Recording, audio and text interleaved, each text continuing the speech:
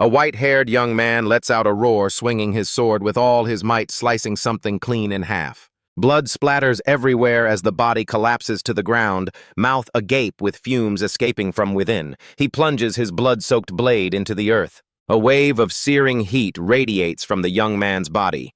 He leans heavily on his sword to keep his footing, his eyes fixed intensely ahead. His face contorts with frustration as he laments, "Damn it." The corpses rise from the depths of the earth, slowly closing in on him, forcing him to cry out in desperation even after enduring this hellish nightmare for so long. His hand grips the sword hilt tighter. The white-haired youth swings the blade again, screaming in a fit of rage. This cycle of slaughter still refuses to end. He launches a barrage of ferocious slashes, swiftly clearing the swarm of corpses right in front of him, then lets out a helpless, desperate cry. "I am the king of men." Wave after wave of swordlight descends. "I am the hero." After venting his fury, the young man grits his teeth, trying to suppress the resentment boiling inside as a pair of feet, glowing a deep, fiery red, steps right in front of him. His eyes glaze over, veins bulging on his forehead from pure rage, and the white-haired youth bows his head and shouts. Yama the ruler stands tall and majestic behind him, not bothering to respond. Standing next to him, the youth looks pitifully small, forced to crane his neck just to feel like he exists. "What do you want from me?" The youth's gaze sharpens, his pupils shrinking in shock. Yama is surrounded and shielded by a group of guardians like a deity, while the white-haired youth, small as a bean, keeps shouting, "How dare you treat a monarch like me this way?" Yama removes his cigarette from his lips, exhaling a cloud of white smoke into the air. He pushes himself away from the hand of his attendant, his voice cold and steely. "You bastard." The fiery red energy continues to pour off him. He calmly looks down at the youth with a look of pure contempt. "You've lost your mind." The white-haired youth stands under the crushing pressure from the others. "You think you're so powerful, don't you?" Yama exhales another cloud of smoke. He continues, "A petty thief, a fool, a murderer of rivals." Yama raises the cigarette, and just as the so-called king of men, the leader of humanity, starts to speak, the cigarette is crushed into a bucket. "Served by others, yet standing before me." Yama's gaze turns icy as if he intends to take a life. "You are nothing but a mortal." The white-haired youth grits his teeth in defiance. His bloodshot eyes are locked onto the figure before him, listening to the judgment. "You are just a mortal who caused war, a mortal who burned down the homes of innocent people. The one who beheaded children who dared to resist."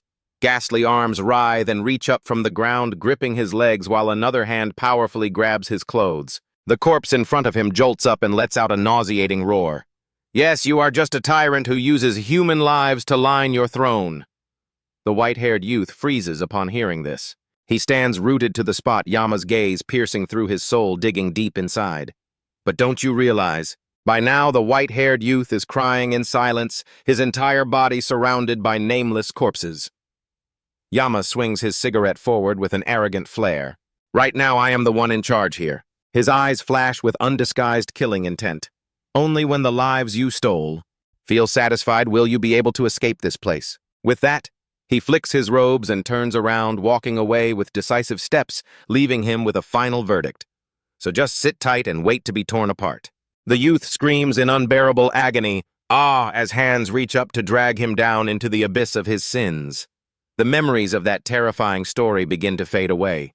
A voice rings out, dispelling the illusion, the master delivering his judgment with icy eyes. Lu Wang, a Hellguard, frowns in annoyance, recounting the tale in a gloomy tone. Then he perks up, trying to look cute. "That was pretty badass, wasn't it, Your Majesty?" The king of hell, who rules and governs, immediately puts his hands on his hips and laughs heartily. "It's been 300 years and you still bring that up. You're making me blush." Lu Wang keeps grinning, "But I'll be sad if you go." Yama feels completely helpless toward his guard and asks, "Ha ha ha, why would you be sad?" Lu Wang calmly shares his heart, "Because you suddenly announced you're stepping down and that Da Bai will be your successor. But he still has so many shortcomings." Yama is slightly surprised and immediately turns to look at him. "Hey, really, I think he's doing just fine." Lu Wang quickly retorts, "I've heard that many people have had a really hard time because of him." Yama forces a dry laugh to lighten the mood. "Well, of course, mortals are bound to have a hard time. That's just clearing out the dust." In the middle of the dust, his footsteps suddenly stop. The surrounding space becomes strangely silent. Before them stands the massive gate of hell covered in terrifying sigils. Lu Wang speaks cautiously. Now all you need to do is begin the reincarnation process. Yama stands beside him and responds leisurely. Oh, I'm a bit nervous too. His face turns incredibly gentle as he looks at him. Thank you so much for assisting me all this time. Even after I'm reincarnated, I won't forget you. Lu Wang turns to look at him with pride. Ha ha ha, you have to keep your word. Reincarnation isn't easy, you know. Yama stops chatting, places his hand on the gate and pushes. It's fine, regular people do it all the time. The door slowly opens under his strength and a brilliant light gradually spills inside. Lu Wang quips, I think I will too. So don't go crying from fear, okay? Yama relaxes even more and laughs out loud. Ha ha ha, not a chance, I won't be worried or bothered by Dabai. A sound from outside makes him stop abruptly. His eyes slowly refocus. I'm not worried. Seeing him standing motionless, Lu Wang senses something is wrong and asks irritably, what's the matter? Isn't that the only way out? He turns his head to follow Yama's gaze and suddenly blurts out, It's so quiet, isn't it? As soon as he sees the scene before them, Lu Wang is too horrified to speak. Something is definitely wrong. Before them lay a scene that should have been familiar, but now it felt so foreign it was unrecognizable. Lu Wang stood stiffly observing his surroundings before helplessly speaking up. The flow that should have been red blood had turned into water, and he looked up to see a sky filled with the chirping of birds instead of the wailing of mortals. Everything here defied all imagination. It made him burst into laughter. Ha ha ha, it's insane. After a moment of facing the truth, Lu Wang regained his composure and shouted into his ear. It's impossible! Where is Dak Boy? What the hell is that bastard trying to do? He could no longer stay calm when he saw the cauldron before him covered in moss, the oil that should have been bubbling now cold and still. With 6 mortals lying there, everything was becoming more incomprehensible. When he saw what was inside, it was rainwater, not corpses. Both of them looked up at the sky and groaned, Oh heavens, where is Dak Boy? The scene remained the same. The sky had turned a clear blue, yet it was quieter than usual. The King of Hell and Lu Wang stood frozen in that very spot. He began to speak to reassure him. Your Majesty, King of Hell, you should turn back. However, he also noticed the frustration swirling deep within his leader, sweat pouring down before he continued. My lord, I don't think you can stay here. The King of Hell was utterly helpless, his face pale, his mouth wide open as he roared in agony. Ah, what is Dak Boy doing with this? And what about my reincarnation? Lu Wang, standing nearby, only added fuel to the fire. Are you only thinking about yourself? Immediately, the King of Hell flared up, pointing straight at his face and shouting, Do you have any idea how long I've been waiting for this moment? Without Dak Boy, I won't have a next life. Lu Wang's body began to warp, no longer round as before, yet he still struggled to scream, Get away! The King of Hell finally felt something was wrong, reining in his emotions to ask, Get away? What are you talking about? Have you lost your mind? His arm reached out toward Lu Wang, but the figure drifted further and further away. Where are you? The anomalous space before him left the King of Hell stunned for a long time. Then he looked down at his own hands, his own twisted, deformed hands, leaving him in utter shock. What the hell? Why are my hands turning like this? Lu Wang exerted all his strength to roar at him. I already told you, get out of here quickly. The King of Hell hadn't recovered yet, standing there blankly when a powerful beam of light began to envelop him from above. A lightning bolt struck down directly where he was standing. He helplessly blurted out, Ah, who is it? From within that glow, a voice echoed. Long time no see. King of Hell, leaving him only able to respond in confusion. Me as if a conversation were still taking place inside that stream of light. The King of Hell looked up as if to confirm once more. Do you want me to find Dak Boy too? A trace of resentment flashed in his eyes. It's your fault, Almighty, you ignored us. Why should I do that? Inside the voice continued audible only to him. The King of Hell helplessly bowed his head, rubbing his neck to suppress his emotions. You're talking with that arrogant tone again. I can't reincarnate because the one above isn't distinguished enough. His feet floated in midair. But I'm not your subject anymore. A wicked smile slowly creeping onto his lips. I've resigned. The person had forgotten. The King of Hell turned, leaving behind a lonely silhouette. Silhouette then suddenly snapped his head toward the sky, his face covered in rage. The King of Hell retorted in a gravelly voice. Or are you too old to remember? His eyes flashed a deep crimson. The King of Hell bellowed in frustration. "Damn it!" A violent explosion erupted the moment his words ended. A red mist shrouded the King of Hell as he stood on the ground, head held high, looking up. The light in the sky began to fade, and the aura of light gradually shrank before vanishing. In the very moment that gateway began to close, the King of Hell lunged upward from below his hands, gripping the edge of it tightly. His entire body slowly emerged from behind the hole. He tore through that space. "I'm not going anywhere." His gaze grew more determined. "But I truly want to be reincarnated. So I will find Dak Boy." The wrinkles on the King of Hell's face deepened in his fury as he uttered a threat. "You will pay for this." Immediately after, the King of Hell threw his entire body inside. Then he ordered Lovong, "Follow me."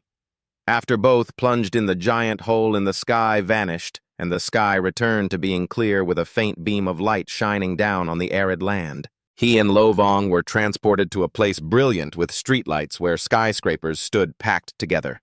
The two plunged rapidly downward, closing the distance to the ground with every second. It seemed like it would only take another moment before they smashed into the road. The King of Hell landed safely, though cracks spreading across the pavement and surrounding ground were inevitable. He kept his head bowed, slowly regaining his composure after the impact. Surrounded by flickering flames, the King of Hell furrowed his brow, lips pressed together as if contemplating something. The King of Hell began to scan his surroundings before exclaiming, "Why has the mortal realm become such a mess?" Suddenly, panicked screams rang out from behind him, accompanied by a group of people rushing toward them. Run! He still didn't grasp what was happening, just looking down as they hurried past him, shouting anxiously, "Run! Escape quickly!" The King of Hell broke into a cold sweat, witnessing the scene before his eyes. From within a sea of flames, shadows slowly emerged, and more of them appeared. Their size also grew larger, and suddenly countless numb corpses began to shriek and rush out simultaneously. The King of Hell's pupils dilated, frozen in shock as he couldn't comprehend what was unfolding. Mass amounts of corpses squeezed past him. The King of Hell stood his ground, but he couldn't find a reason for this bizarre scene. Why aren't they in hell? Why are they here in the mortal world? Suddenly, from afar, the terrified scream of a little girl being grabbed by a corpse reached them. "Over there!" The little girl did not stop moaning in pain and discomfort. "It hurts. It hurts so much." Immediately after, unable to withstand the fear, the little girl burst into tears and shrieked even louder. The corpse snapped upright, flicking a long, grotesque tongue toward her, leaving the girl with her mouth agape.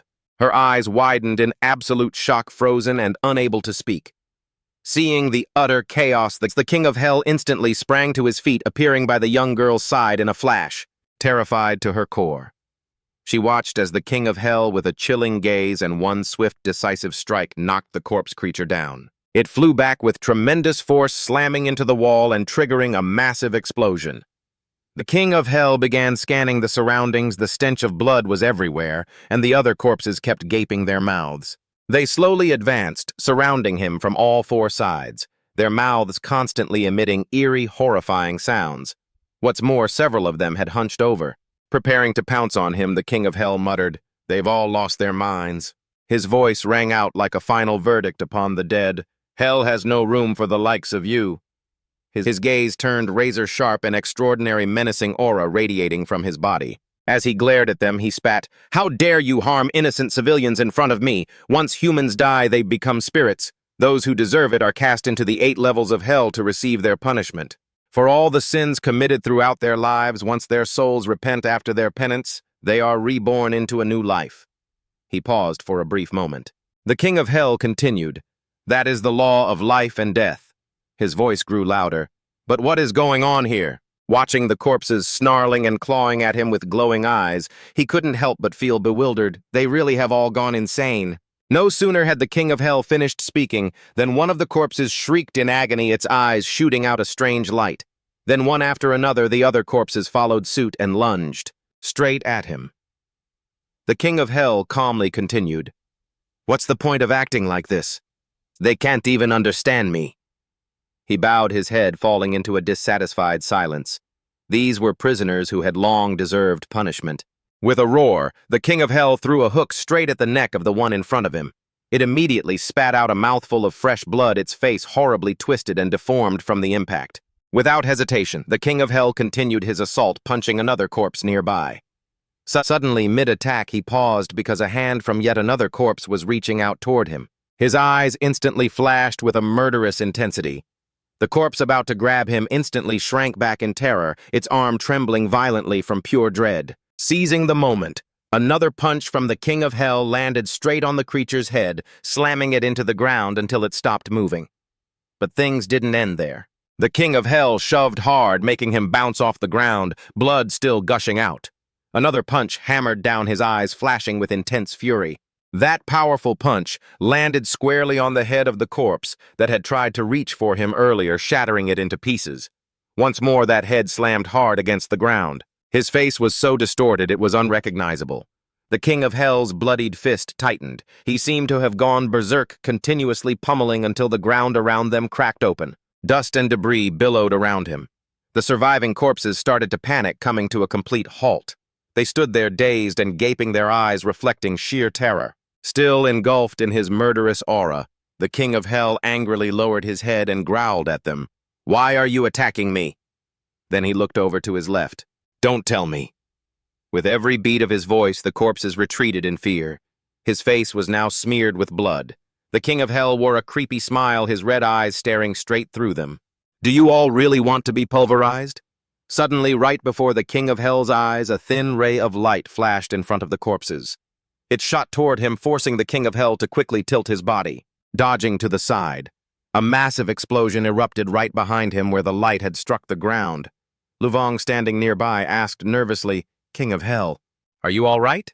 The King of Hell looked back at the corpses and the sea of fire that was growing larger. The corpses kept lurking around that area. They didn't leave at all. He observed as he realized the corpses were blocking a passageway. The curtain of fire was shrinking but hadn't died out yet. From deep within the flames, a corpse that looked different from the others slowly stepped out. Luvong keenly sensed something was wrong. He spoke up to warn him. "The atmosphere around that one is a bit off, isn't it?" The King of Hell also fixed his gaze on that one. Then he commented, "That's no ordinary corpse. The smell of blood is very pungent." Immediately after, a head fell right in front of him, lying still without making a sound. That strange corpse instantly became enraged, opening its mouth wide in annoyance and roaring. It tightened its grip on its weapon and with bulging eyes lunged forward. Luvong, standing by, turned to look at the king. "That piece of filth isn't even worth your time. I shall destroy him for you." However, the King of Hell didn't show the slightest emotion. His blood-covered face was cold to the extreme. Luvong felt a bit scared and started backing away. Never mind. You go ahead." At this moment, the King of Hell's heart was also growing cold. He hadn't expected the sharp weapon in the corpse's hand to lunge toward his face, a cunning glint flashing in the creature's eyes. Then the creature swung its arm, throwing the object forward. The sparks created by the weapon shot outward. "That thing reeks, it's hot and smells burnt," the King of Hell commented coldly, curling his lip in disdain. "How dare you harm humans?" His gaze became sharper than ever, he thought to himself. But they're so thirsty for yang energy. They're trying to force their own reincarnation. He gripped that weapon so hard his veins popped out. Just before the weapon could touch him, the King of Hell used one hand. He caught it and held it steady right in front of him, then coldly threw the iron bar to the ground and stepped forward. "No, it can't be." In the blink of an eye, a deep crater appeared where he had just been standing. Reincarnating without undergoing judgment is a forbidden taboo. The corpse was startled, eyes widening, unable to understand what was happening. In a flash, the King of Hell was right beside him and warned, "Keep this in mind." His eyes locked onto the target before him. The King of Hell clenched his fist, focusing his strength. "You are my only concern." Having said that, he threw a powerful punch into the guy's stomach. The force of his strike was so immense it punched a hole right through the creature's gut. The King of Hell looked at him coldly and said, "I will bury you prisoners." The very next second he shouted, "Hellfire!" That fierce attack completely wiped out that corpse. He opened his mouth wide in agony, spitting out a mouthful of blood and making hideous sounds. The King of Hell wasn't satisfied yet, and he didn't stop there. He pulled back his fist once more, raining down heavy, powerful blows onto the body of that ill-mannered corpse. The creature had completely given up, no longer having the strength to fight back. He was sent flying backward, causing quite a tremor when he slammed into the wall. Yama stepped slowly toward the corpse while dust still hung thick in the air, raising a hand to crack his neck. The smoke gradually cleared. The tattered figure of the corpse was revealed. With no intention of showing mercy, Yama stepped forward and placed his foot on the creature's head coldly, scolding him for traveling so far just to kill innocent people. "You lunatic! You've gone mad from killing so many innocent people. Why hurt them just to be reincarnated? Answer me," he demanded, receiving no response. Angry, he repeatedly stomped hard on the corpse's head, still questioning why he would harm them. The corpse's face became distorted, his eyes still glowing, completely unable to recognize his own wrongdoings. He scrambled out from under Yama's foot arms, flailing wildly to counterattack his mouth, letting out screams of frustration and helplessness that grew increasingly frantic. It was as if he had completely lost control, even though he kept attacking like that. Yama remained calm, tilting his head left and right to dodge, thinking to himself, "This makes no sense. A creature that absorbs life energy shouldn't be this weak." The creature's eyes and actions made him doubt his initial judgment. Yama's face went cold as he dodged, dismissing his earlier deduction. "I must have overthought it, that insolent corpse." The creature jumped high into the air once more, clutching a small rock to attack. Yama looked up at his hands in slight surprise. "You're planning to finish me off with that?" He pulled his fist back, his lips curling slightly, his gaze growing colder. Just as he prepared to counter, a swarm of other corpses suddenly grabbed his legs. They pinned him down, and only then did Yama realize something was wrong. He looked down at his feet with concern, while above him the corpse was diving down at full speed. His face was twisted in absolute madness, as if he had been waiting for this exact moment. He slammed the rock onto Yama's head with tremendous force, the impact so heavy it made him dizzy enough to bow his head. Yama felt a moment of bewilderment. Seeing blood splatter from his head, the corpse was ecstatic, raising the rock and laughing loudly. "Ah ha ha ha!" He continued to repeat the action over and over again, much like how Yama had stomped on his head earlier. "Ah ha ha ha!" The more he smashed his head, the crazier he became, screaming even louder. "Ah ha ha ha ah, ha ha ha!" Countless stone fragments began to fly everywhere. In an instant, a thick cloud of dust rose up and blood began to spread amidst his laughter. "Ah ha ha ha!" The corpse suddenly stopped when he realized one of his arms had been severed in that very second. Yama's silhouette slowly emerged from behind the thick smoke.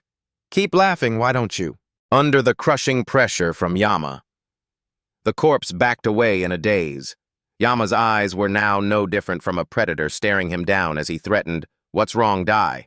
A massive surge of energy erupted from his body, engulfing the entire area. The corpse was instantly ensnared by the pressure, stripped of all strength to resist. He opened his mouth wide, trying to scream, but could not produce a single sound anymore. Yama's killing intent spread across the entire area, covering every corner. Between the surrounding high-rise buildings, it all gathered into one spot, forming a massive force of energy. The surrounding fires were completely extinguished, and the city was submerged in a hazy mist. Yama stood calmly in the center of the energy flow he had caused. He crouched down and then launched himself high into the air, landing on the rooftop of a nearby skyscraper. He looked exactly like a true demon, standing silently under the blood-red moon, gazing down at the human world. A moment later, Yama spoke with disdain. "How is it? Everything around you is in chaos, and I've cleaned it all up. Will you listen now?" The corpse and his minions were shaking with fear, all of them collapsing to their knees. He slammed his hands against the floor, then bowed his head in deep remorse.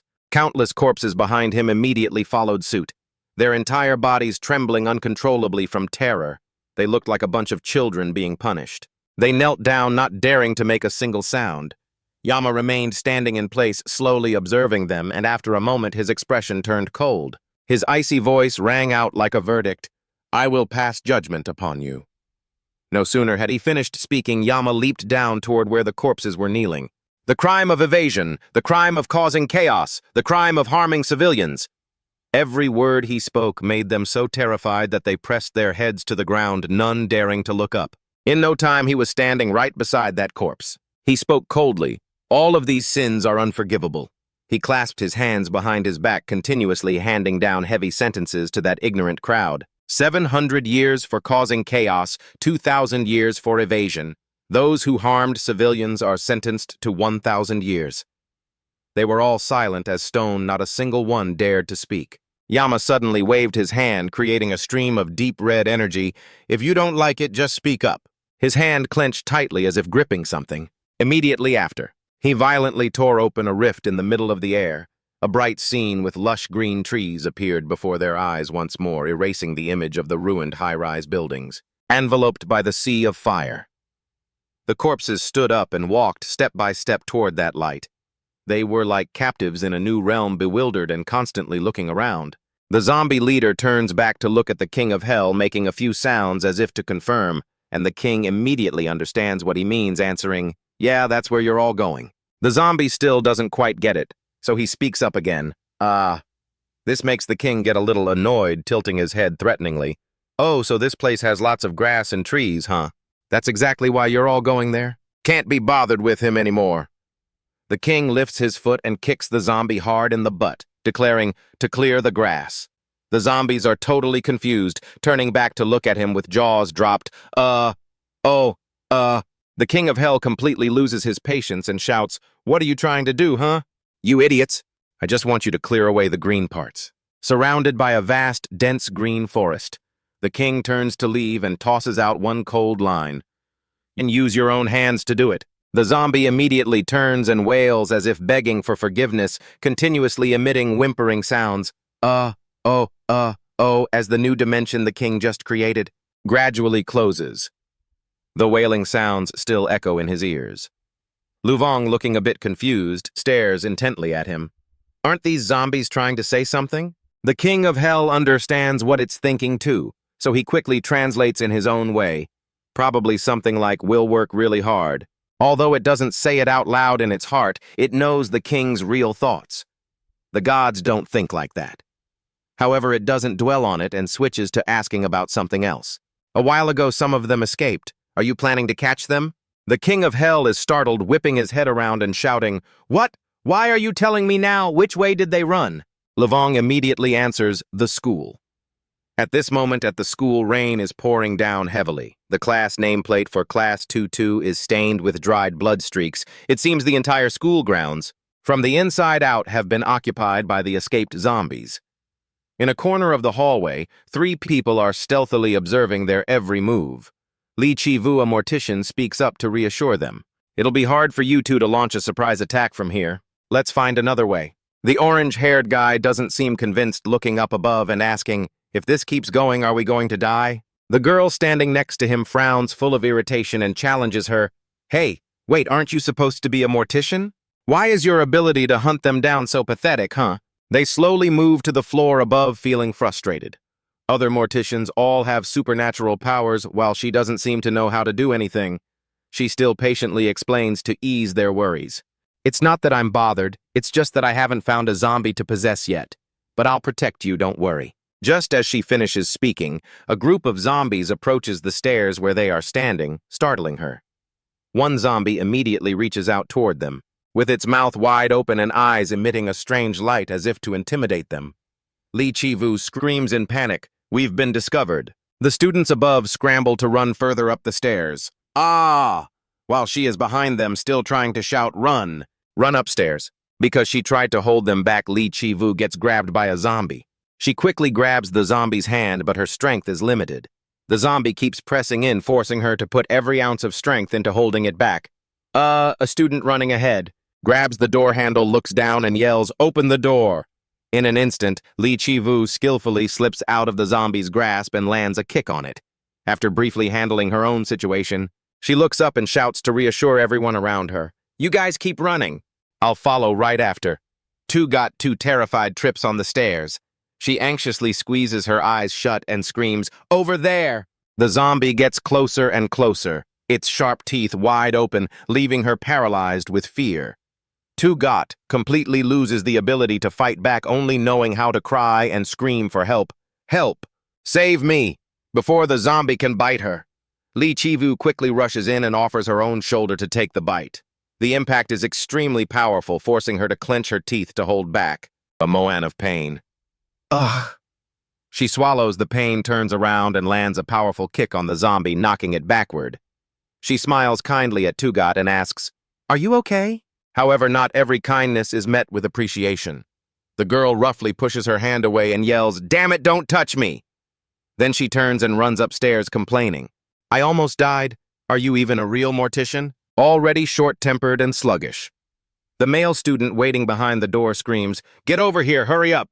Li Chi-vu puffs out her cheeks, smiling with a confused expression. "If you can't even speak properly, it seems like she isn't hurt." The students above keep screaming, "Run faster and close the door!" Inside, she only feels a sense of relief. After reaching the rooftop, Li Chivu turns to shut the door tightly, using her own body to block it from the outside. Behind the door, terrifying screams of "Ah! Oh!" erupt along with constant heavy banging on the door. She looks at the door and says absent-mindedly, "I'm worried sick." "Are we doing the right thing?" The orange-haired guy frowns, looking at Li Chivu. "I wonder if those dead things can break the door down," she calmly reassures him. "Holding them off like this for a bit, it'll be fine." From her pocket, Li Chivu pulls out a small gun. Right after that, from his pocket, Li Jiwa quickly pulled out a small 6mm handgun. A signal flare shot straight up into the sky. Li Chivu smiled as she watched it, thinking, "The seniors will be here soon, so let's just stand here and wait." But they showed no gratitude at all, just kept complaining, "Ugh, I'm so annoyed." The orange-haired guy glared at her like she was an enemy. "Instead of fixing the situation, you're just standing there smiling like that. If elite people like us die, it's a national loss, you know." Naturally, Li Chivu didn't understand why he was talking about himself like that. She just blinked and muttered, "Huh." Two-Jet, frustrated, dumped all the blame on her. "You're just a handler, aren't you? You haven't done a single thing right. Just a moment ago. Because of your clumsiness, I almost died." She tilted her head and threatened, "Do you even know who my father is? If I get hurt, my father." Before she could finish, the King of Hell appeared right behind her and roared, "You are incredibly insolent. Have you no respect or sense of order?" Two-Jet, not knowing who he was, immediately got aggressive and pointed right in his face. "Who the hell are you to talk to me like that? And since when were you even here?" The King of Hell mimicked her pointing at his own face and asked, "Who am I? You ask. I am the King of Hell, the ruler of the underworld. That's who I am." Every word he spoke was accompanied by the sound of thunder. After he finished, he felt like he was being mocked, so he looked up at the sky and yelled, "Let's have a chat, God. Are you letting rain leak down here?" Two-Jet stood there completely confused, thinking, "Ugh, is this brat insane?" The orange-haired guy stepped forward and shoved his hand away, annoyed. "Hey, are you crazy or what? Who do you think you are being so rude to Two-Jet? How did you even get here?" The King of Hell calmly brushed off his hands, bowed his head, and replied, "I was tracking a corpse. There's the smell of blood here." He continued explaining his actions and why he appeared in this place. "I was wondering what happened, so I intervened." The orange-haired guy, thinking he was nuts, kept laughing with contempt. "What did you say? Tracking a corpse, you?" Hehehe. Two-Jet, standing next to him, joined in the mockery. "He probably thinks he's a handler. Look at that weird hanbok. What the hell kind of outfit is that? Even a beggar wouldn't dress like that." Lo Vong, standing nearby, seemed angry and spoke up. "Your Majesty, King of Hell, shall I kill him?" The King of Hell just waved his hand slightly, trying to stay calm to reassure him. "Hey, there are kids here. Let them be. It's all because their parents didn't raise them right. When their parents die, I'll personally give each of them a beating." Seeing him ignore them and keep talking to thin air, the orange-haired guy got even angrier. "Who are you talking to?" He stepped closer, grabbed his collar, and started making a scene. "Look at this brat making a scene and insulting our parents. You want to die?" He stared at the guy, puzzled. "Insulting you." The orange-haired guy shouted, "Don't play dumb," just then. Li Chivu ran over from afar to stop the two of them. "Calm down, don't fight." But he didn't know any better. Shot her a glare and shouted, "Shut your mouth and get out of the way." Li Chivu, unfazed by the insult, continued, "I have to protect you. That's why." The orange-haired guy angrily shoved her hard, sending her to the ground. "Ugh!" Li Chivu wasn't about to give up, but the wound on her shoulder throbbed with pain. The King of Hell stared at her condition and sank into deep thought. The corpse bite is getting infected. Will she be able to hold on until the other handlers arrive? The orange-haired guy was still shouting something, but the King of Hell didn't bother paying attention. He tilted his head to the side and looked at her. "What's this?" "A commoner." Li Chivu's face appeared in his mind once again. She looks so familiar. Still being ignored, the orange-haired guy yelled furiously, "Look at me, you dog! Do you know how terrifying we are?" His face was full of mockery.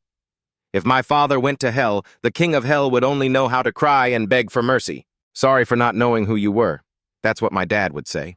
Hearing this, the King of Hell couldn't hold it in anymore and burst into laughter. "Heh heh heh, the King of Hell, heh heh heh." The orange-haired guy completely failed to understand why he was still laughing after hearing his threat. Enraged, He gritted his teeth.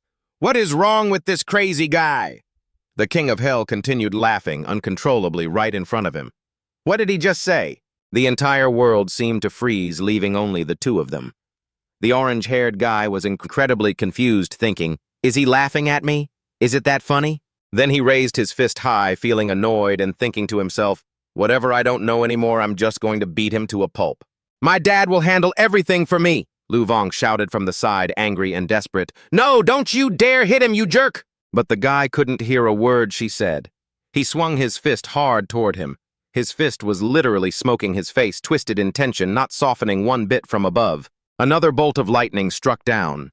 Looking at those continuous flashes, Lu Vong could only whisper to herself, Honorable Emperor, it's already too late to stop him. But a twist occurred. Lai Chivu had lunged in front of him, using her own body to shield him from the entire attack. She trembled as she pulled the King of Hell into her embrace, assessing the situation and steadying herself. Lai Chivu forced a smile and said, Why are you just standing there like a statue? You should have dodged. But the pain was spreading further with every second. She couldn't hold on any longer and slowly slid down from his arms, coughing violently. Cough, cough! With each cough, drops of bright red blood splattered onto the ground. Lai Chivu didn't even care about her own injuries, continuously pushing him back. Get back. I'll protect you no matter what. She used her body covered in wounds to block him, her voice sounding incredibly determined. Having to lose someone, even just once, is already enough. Although her will remained firm, the wound on her shoulder started to fester. The orange-haired guy saw that his attack had failed, and immediately turned his frustration outward, screaming, Are you trying to make me look like the villain here? Stop acting out. He pulled a small dagger from his sleeve, the tip sharp and cold. Know your place, you trash. He looked like he'd lost his mind, tightening his grip on the handle, mouth wide open, and lunged straight at them. Another bolt of lightning struck. The King of Hell thought to himself, when I see guilt, my eyes will open wide. He easily caught the guy's wrist in a split second. His face was filled with murderous intent, one hand holding Lai Chivu tight to protect her. How could Lord King of Hell just stand there and watch? The knife fell hard to the floor. A miserable scream followed from the orange-haired guy. Ah, it hurts. He used his other hand to hit the King of Hell's shoulder repeatedly while shouting in fear, I said it hurts. Let go, you jerk. Seeing he wouldn't let go, the guy grew even angrier, grimacing and yelling, Hey, you crazy deaf bastard, I'm going to kill you. The King of Hell's patience had reached its limit. He turned to look at him with a murderous gaze. Do you really think it's that easy to kill me? Instantly, the orange-haired guy pressed his lips shut, no longer daring to make a sound. Lai Chivu, exhausted, collapsed to her knees, looking up at him, dazed.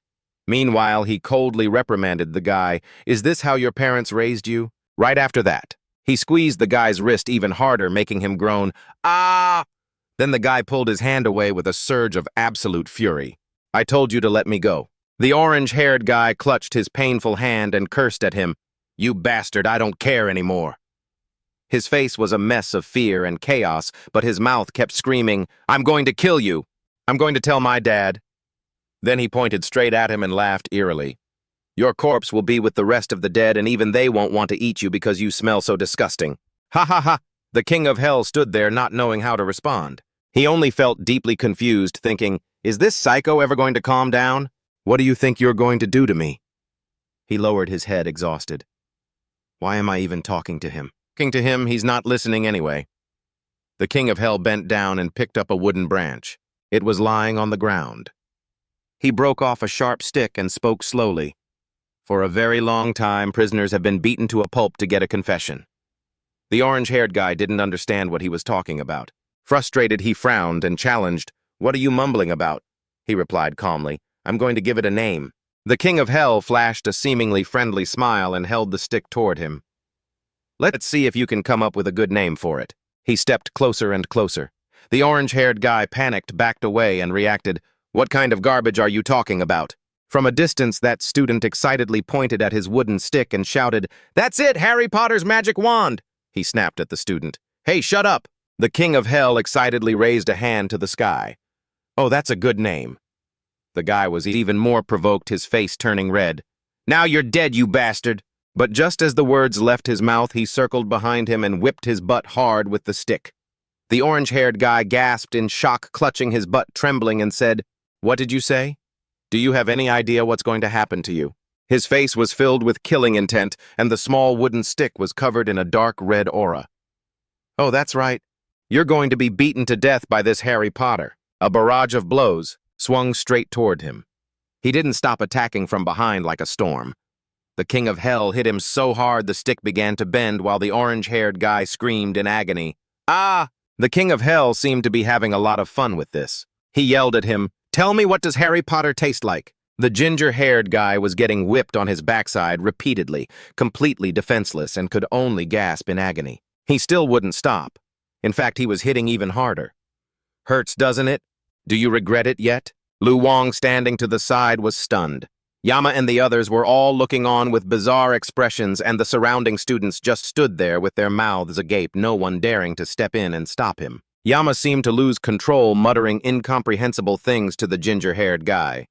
"Burn away the sins, Harry Potter! Burn this prisoner, Harry Potter! Ha ha ha!" A moment later, he finally stopped hitting. The ginger-haired guy immediately collapsed face first. That's it, right? His backside was beaten bright red. He knelt on one knee, feigning concern, and asked, "How are you doing? Are you calm now?" In contrast to Yama's nonchalant demeanor, the ginger-haired guy was completely helpless, only able to lie there groaning in pain. "Ah, ugh." Yama put the wooden stick away. "Take a look at yourself. If you don't, you'll get beaten by Harry Potter again. Harry Potter is truly terrifying." Just then, from the other side, a piercing scream from Tuja rang out, grabbing his attention. "Over there." She pointed toward a corpse crawling up. "Over there, a corpse." The corpse stuck out its long, disgusting tongue. She kept screaming, "The corpses are climbing up!" Below, countless corpses were trampling over each other to climb onto the rooftop. Her screams echoed across the area. "Over there!" Tuja was terrified to the point of tears. Her whole body was shaking. "What are we supposed to do?" Li Jiwoo stepped forward again to shield her, standing behind her. "Stay calm, sis." She pushed Tujek behind her. Tujek, as if finding a lifeline, joyfully called out, "Sis." Li Jiwoo glanced at her and commanded, "I'll stall them when I do run down." But in a split second, her attitude changed completely, and she screamed at her, "How am I supposed to go down there? There are so many corpses there." She continued to speak in a calm voice to reassure her, "No, all of them are already here. This is our only chance." Li Jiwoo urgently shouted again, "Go run." Tujek finally caught on and immediately turned to run, no longer hesitating. Yes. The group of students scrambled toward the rooftop door. "Hurry! Way to hurry up!" Afterward, she turned to Yama and gave him the same instruction, "Go with them." Li Jiwoo clenched her fists, her gaze fixed firmly on him. "I'll handle them." Yama clutched his head and laughed, infuriated.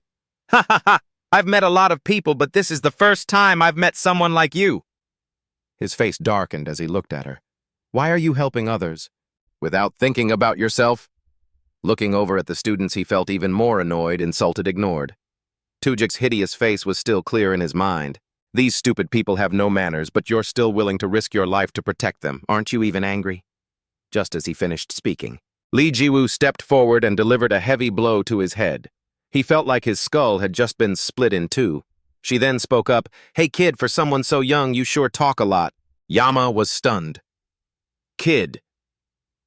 Before he could compose himself, she charged toward the swarming corpses and commanded, "Stop talking nonsense and get down there." While fiercely attacking the horde of corpses, she yelled back, "It's too dangerous here."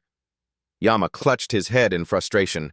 She really was completely unpredictable. Just like absolute perfection, huh? His gaze slowly shed its playful edge. "Either way, you don't need to die because I'm here now." Thinking this, he gathered a surge of energy in his palm. Yama shouted, "Sins of the Villa!" His attack merged with the lightning and the relentless rain. The light from above grew even brighter. Yama received a command, "Do not interfere." The information transmitted to him was, "Search for Dabe." So for a fleeting moment, Yama lost focus and turned his head, deeply confused by the situation. He looked anxiously at Li Jiwoo, who was still struggling to hold them off. "What about these civilians?" The light struck down again as if issuing an order. Yama showed clear irritation as he received that information. "Huh! Do you really care if he lives or dies?" A mocking laugh sounded from behind him. "Ha ha ha! What a fool!" The ginger-haired guy inside laughed gleefully. "He doesn't even know the door is locked." "You can't get in here! Ha ha ha!" He pressed his head against the door, laughing and taunting him. You shouldn't be laughing like that. Go ahead and die with that stupid woman. After that, he and another student quickly ran down the emergency exit. Ha ha ha, I've served you well enough. Yama stood frozen, watching them for the moment, making no move. Only a short while later, he calmly commanded Lu Wang deal with them. It replied in surprise, yes, my lord. Right after it vanished into thin air while Yama turned back to look outside. A corpse oblivious to life or death was baring its teeth. Lunging straight at him, Li Jiwu rushed forward again, shielding Yama, causing him to stagger. She pushed him, and they both fell to the ground with the corpses still behind them. A horde of corpses advanced, biting down hard on her shoulder and back, causing her blood to spray out. The surrounding space seemed to fall into absolute silence. Li Jiwu just bit her lip and endured it. Yama's eyes widened in shock. Why would you do this? She tightened her grip on his clothes, then lowered her head. Do you really need a reason to protect people? At the very moment she said that, her face seemed to be bathed in a strange glow. He was also stunned by this sight. Unable to utter a word, Yama's eyes grew wider and wider. Another bolt of light struck down. The Bai is missing. Corpses are causing chaos everywhere. Innocent people are being slaughtered. Looking down at her blood-stained hands, which were gripping the hem of his clothes, she questioned him, Why are you stopping me? He held his head high. His voice carried a note of reproach. Oh, King of Kings, your laws are perfectly logical, but innocent people are dying, fading away. Countless hands are reaching out to you. His eyes flashed with the heavy, murderous intensity that incinerated all sin. The Yama unleashed a skill, sweeping everything around him. The corpses that were closing in were instantly blasted away. The Yama seemed to have gone mad, systematically dealing with each one. As he fought, he ground out, I am short-staffed right now. But that's okay. But please don't stop me. He kept attacking the horde of corpses. From now on, I will do things my own way. He pulled her into his arms and vaulted over the high wall. He muttered to himself, the pay is good at least. In his arms, Li Qiwu slowly regained consciousness.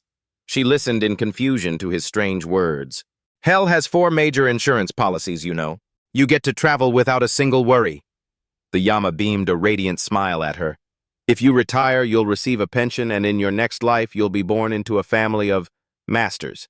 What do you think? His eyes sparkled as if he were incredibly eager. In the workplace of the gods, what do you think of this? Li Jiwu lowered her head, looking miserable. With sad eyes, she spoke, That's good. That really is a fantastic job.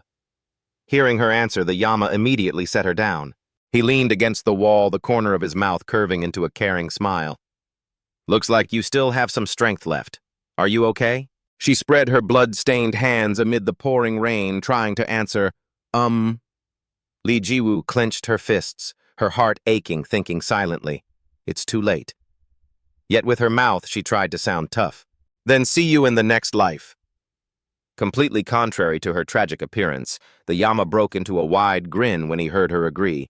He waved his hand and shouted, No, let's make it this life. His fingertips formed a ring of deep crimson spiritual energy. The Yama channeled the power of hell to manifest it. Instantly, Li Jiwu's body tightened as if she had been reborn. He whisked her away to a completely different space where the sky was clear and not a single drop of rain fell. The branches of the trees here were stark white, and the atmosphere was quiet. A far cry from the gruesome, bloody scene at the school. Her eyes widened in astonishment when he told her she was the first mortal to ever come here. Welcome to the first hell I ever created. The two sat resting under the shade of a tree. His voice was clear and crisp. Welcome, my rookie. Once she had gradually regained her composure, Li Jiwu finally realized her current situation and shouted in panic, Hell! Did you say this is hell? After that, she tried to suppress her emotions and scanned her surroundings. Her hands touched the tree trunks. This tree is huge, I can't believe it. The very next moment, something strange happened that left her stunned, every wound on her body closed up. She immediately turned her gaze toward him, her expression determined. Then please take me in as one of your own, you. No boss, who are you? He calmly twirled the red ring on his finger. With a laid-back, non-serious demeanor, he walked toward her and smiled. I am the great Yama. A flicker of amusement appeared in his eyes. You can call me Lord Yama. Still troubled by me. Even then, she still couldn't accept the reality of it, so she shouted right in his face, Are you really actually the king of hell? The Yama took her hand and asked in a soft voice, "What is your name? Hold my hand." She bowed her head and replied, "I am Li Chiwu." Immediately after, he tied a red thread around her wrist. "There we go, Chiwu. Now you are on equal footing with the gods." He then solemnly made a decision: you won't age and you won't die. Finally, he playfully raised a hand to cover his mouth as if revealing a secret. "You will have eternal life." But Li Jiwu didn't believe it at all, cursing silently in her heart that it was all a pack of lies. The Yama unaware of her thoughts. He smiled earnestly and asked, "So what do you think?" Li Jiwu played along, feigning excitement. "Hey, that's actually pretty cool." She raised her hand to examine the red thread. "What is this?" Just then, the Yama didn't answer. Instead, he looked up at the sky as if waiting for something. Perhaps the time had almost come. A brilliant glow appeared in the sky. He thought to himself, "It's time to leave." The Yama gripped Li Jiwu's hand while she desperately wanted to know what that thing was. That is the thread of fate. She stared blankly, mouth agape. Thread of fate. Listen carefully. He also raised his hand to explain, "Without it, you cannot live here." After saying that, he emphasized it again, "You cannot live." She opened her eyes wide, looking at him. "Lord Yama." But before she could finish, he interrupted, "We're out of time." Li Jiwu remained stubborn and shouted, "If I don't have this, we will have to be parted." The Yama squeezed his eyes shut, his brow furrowed. "No, that's not it." Then he opened his eyes with a mocking look and drew his hand across his throat. "It means it's the end." Then her consciousness gradually faded. Countless hurried voices calling her name rang out. "Jiwu, Li Jiwu, Li Jiwu." She opened her eyes abruptly, and Minhao's face instantly loomed large in her vision. "Jiwu, you're awake." Li Jiwu sat up in a panic. "Hey, Senior Minhao." He leaned down to meet her eyes. "Thank goodness you're awake. You kept your eyes shut so tight you scared me to death." At this moment, Li Jiwu was still confused, not understanding what had happened. What happened? Did I just dream? She propped herself up on her knees and slowly stood up. Li Jiwu panicked and jolted upright. "Hey, Senior Minhao." He also leaned down, bringing his eyes level with hers. "Thank God you're finally awake. You kept your eyes shut so tight you scared the life out of me." Li Jiwu was still completely bewildered, trying to piece things together. What? What happened? Did I just have a dream? She pushed herself up by her knees and stood up slowly. "Why did you come here?" Manhwa tilted his head, looking confused. He replied, "I saw your signal. Thanks to you, nobody lost their lives." Then he looked toward the people cleaning up the scene. "From now on, we'll take care of clearing out the corpses like you see." Li Jiwu didn't pay much attention to that, immediately turning to ask about the students. He quickly understood what she meant and replied with a smile, "Oh, you mean the students you saved?" He started recounting what he had seen. The kids were hiding in the classroom, but something was a bit strange. She looked dazed for a moment. He answered vaguely, "Well, the kid with orange hair was covered in some sticky stuff curled up in the corner of the room. A few others were covered in gunk like something giant had licked them." Li Jiwu's jaw dropped. Licked? Manhwa just laughed. "Haha, it's true." He continued, "So." Li Jiwu fell silent, remembering what she had just been through. The Yama King had laughed manically. "Do you think you've seen Harry Potter yet?" "Ha ha ha, it wasn't a dream." She raised her hand to look at the string of fate, silently confirming, "This really is the string of fate." Li Jiwu turned around quietly, her body trembling slightly. Everything wasn't a dream. Suddenly, a group of people behind her called out to her. Fa-chan A frowned in annoyance. "Are you done yet? Are you hurt?" She immediately turned back, rushing to reassure her. "Senior Fa-chan. I'm fine. Lord Yama King arrived even if he was a little late." She bowed sincerely to her. "Thank you for worrying about me." She immediately retorted, "Shut up, who's worried about you?" Then Fa-chan A tilted her head and dodged. "If it weren't for the mission, I wouldn't have time to ask about you." She quickly brushed past her. "Remember to be on time for work." Li Jiwu bowed her head, feeling a bit uncomfortable. "Yes, I understand." Noticing the tense atmosphere, Manhwa stepped in to smooth things over. He smiled to dispel the heaviness. "Don't be so tense. The senior was actually worried about you." Li Jiwu immediately changed her attitude. "Really?" He quickly replied. "Yeah, she even came here right away earlier." She was still a bit uneasy. "It wasn't because of work." He continued to reassure her. "No, it wasn't." The two walked outside toward the orange car. Manhwa waved goodbye. "You can go home first today. See you tomorrow." She happily replied, "Thank you, senior." The car quickly left the area. Lee Ji-woo sat inside, looking out the window, her face filled with deep thought. She thought to herself, "The kids are safe now." Her eyes were drawn to the red string on her wrist. It was truly the string of fate. She remembered the moment he squeezed her hand tightly before she fainted. It's the end. Her eyes became panicked.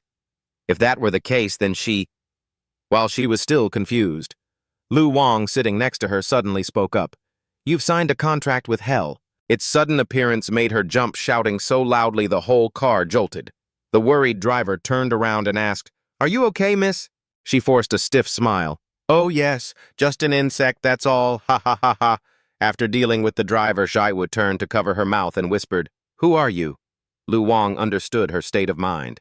So it didn't beat around the bush and answered immediately, "I am the assistant to Lord Yamaking, Lu Wang." She turned her head away, embarrassed.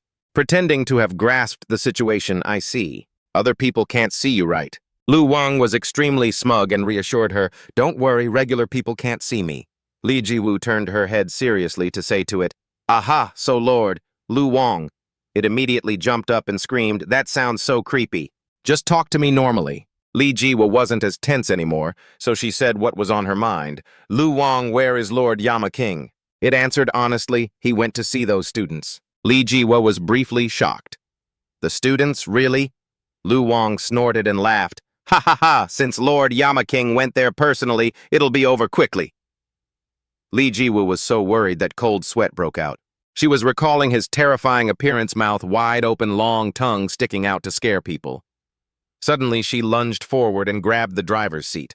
Li Jiwoo's face looked absolutely hideous. In another place, the Yamaking had just landed. He looked up at the high-rise building in front of him. He rubbed his chin, somewhat surprised, and exclaimed, "Wow, really? Unbelievable. Is this going to be easy to handle?" But he didn't hesitate for too long and walked straight in.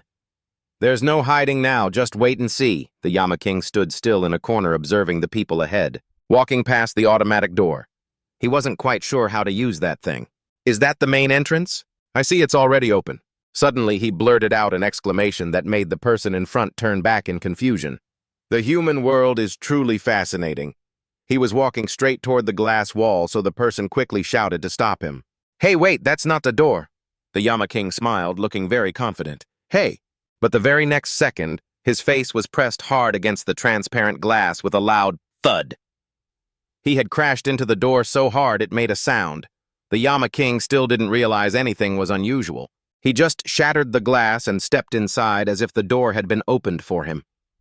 The person standing nearby was petrified, mouth agape, while those around them turned panicked to see what was happening. No one understood how he could have smashed through that top-tier reinforced glass. Yama stared, eyes blank, wondering to himself why he hadn't just used the door. He then wondered why everyone was wearing such expressions. A cold glint flashed in his eyes as if telling them they were free to leave. The staff there started screaming in terror, shouting to report the intruder and hit the alarm. The scene immediately descended into chaos, utter bedlam, drowned out by the workers' shrieks. Some were asking what was going on, others were telling everyone to run. On the upper floor, Bai Yu peered down, curious. She let out a confused, "Oh my," laughing in a way that wasn't serious at all. "What do we have here?"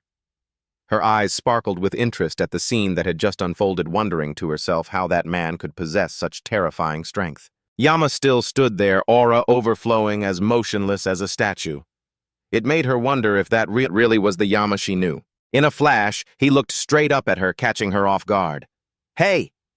She stared at him, then let out a surprised, "Whoa!" But in the next second, his figure began to blur.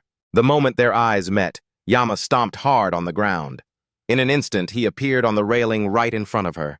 Bai Yu was stunned, clearly startled. The people below were still confused about why he had vanished, while she thought to herself, to move like that in just a heartbeat. Yama remained deep in thought while she immediately confirmed in her heart that it was indeed him. Yama furrowed his brows, staring intently at her, which made Bai Yu a bit tense. She didn't understand why he was glaring at her so intensely. To break the heavy atmosphere. Bai Yu tilted her head and offered a smile. Is something wrong?" Just then Yama pointed a finger directly at her face. "Oh, I thought you had realized the truth." She heard him ask, "Who are you?" Bai found it slightly amusing. She tilted her head and replied, "Ha ha ha," laughing until she couldn't hold it back anymore. "Lord Yama, you're still the same. You still can't remember anyone's face." Bai's expression grew serious. "Well, since this is our first meeting, let me properly introduce myself." Bai dropped the playful act and introduced herself earnestly. "My name is Bai, back when I was in hell." Before she could finish, a scream shattered the silence. "Shut up, I told you to get it done." "But young master?" The orange-haired guy led his men in shouting, "Answer me. Did you bring what I told you to bring?" The servants tried to explain, "I brought it, but—" He roared again, "Shut your mouth. Don't try to lecture me. What will you do if it happens again, huh?" That yelling really caught his attention. Yama darkened, looking down. "Found you, you little brat." Yama instantly dove from the balcony. "I'm off." But Bai quickly grabbed his arm. Her expression was incredibly grave. "That kid, you're looking for him, but could you hear me out before you do anything? Is it really necessary to punish him?" Before she could finish, he replied flatly, "Yes." Bai tilted her head, startled. "Huh," he answered slowly. "You still don't understand." Yama made his stance clear. "A judge, two soldiers. They might have eyes but choose not to see, and they turn their backs." He was extremely firm in his decision. People might say it's not a big deal, or they might say, "But me, I won't let it slide." Yama was always the one to punish the guilty. As he said that, he glared at her with fierce eyes. The image of the agony on Li Jiyu's face in the rain surfaced in his memory, making his resolve even stronger. Too many good people have already suffered. Bai didn't seem to understand what had actually happened, so she couldn't say anything more and just stood there in silence. "Lord Yama!" In this moment, she was distracted. He had already vanished without a trace. Yama appeared right in front of the orange-haired guy and his cronies. "He's still the same." The guy panicked, pointing straight at him. You, I'm sure I locked you out." Yama smiled warmly in reply. "You think you could keep me out? I already told you." His eyes flashed with the dark light. "If you don't repent, you'll be hearing from Harry Potter again." As soon as he finished, Yama pulled a wooden wand hidden in his coat. He pointed it straight at the guy, making him scramble back in fear. Bai stood on the floor above, looking down, completely baffled by what was happening below. "Harry Potter." She still leaned over to get a better look. "What on earth?" Right after that, the orange-haired guy scrambled back, abandoning his two stunned bodyguards. I was so terrified he fell backward, eyes welling up with tears. Please don't." Even she couldn't believe he was this petrified. "But it's working, though." Another bodyguard stepped forward from the distance, pointing at him. That person, catch the intruder now." A swarm of bodyguards and security personnel rushed forward together. "Grab him, beat him, it is the intruder."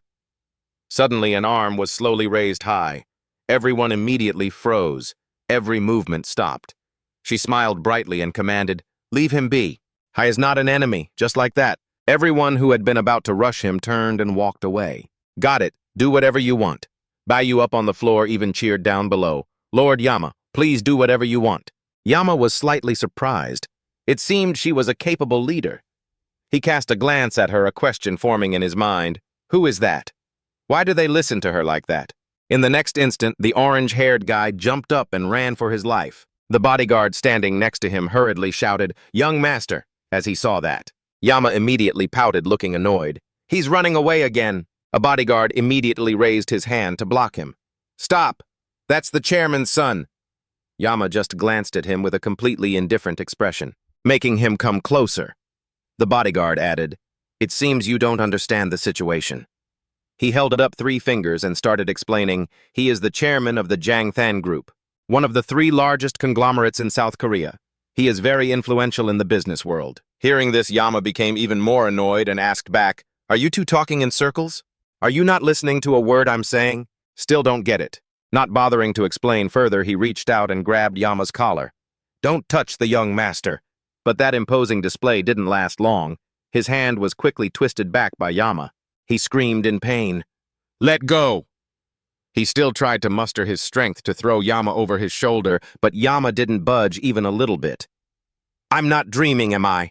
The bodyguard gritted his teeth. He strained every muscle, determined to throw him down.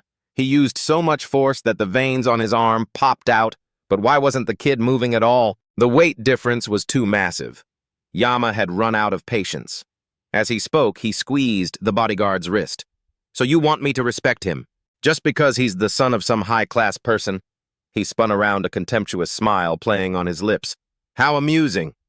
The bodyguard was in so much pain that sweat poured off him. He bit his lip in terror. "What kind of strength is this? Is he even human? You want me to believe that money and power mean everything?" Yama glanced at him with disdain and laughed. "Ha ha! Stop the small talk, you little brat, you get it." He brushed his hands off on the guy and turned his back to leave. "If you think that way. Then of course people with money commit crimes. You're not brain-dead or paralyzed, so why are you so short-sighted?" Before leaving, he glanced back at him one more time. "Ha ha ha, you think the world is just like that. But it's not. Have you learned your lesson yet?"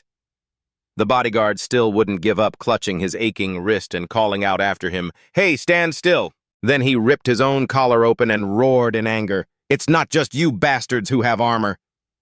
Suddenly his shirt was torn apart and the buttons flew off with the force. Hearing the noise behind him, Yama turned to look. The bodyguard had transformed into a somewhat grotesque form, his six-pack abs clearly visible. His two hands clenched, creating a surge of extreme power. The bodyguard had turned into a cyborg, his entire body covered in armor.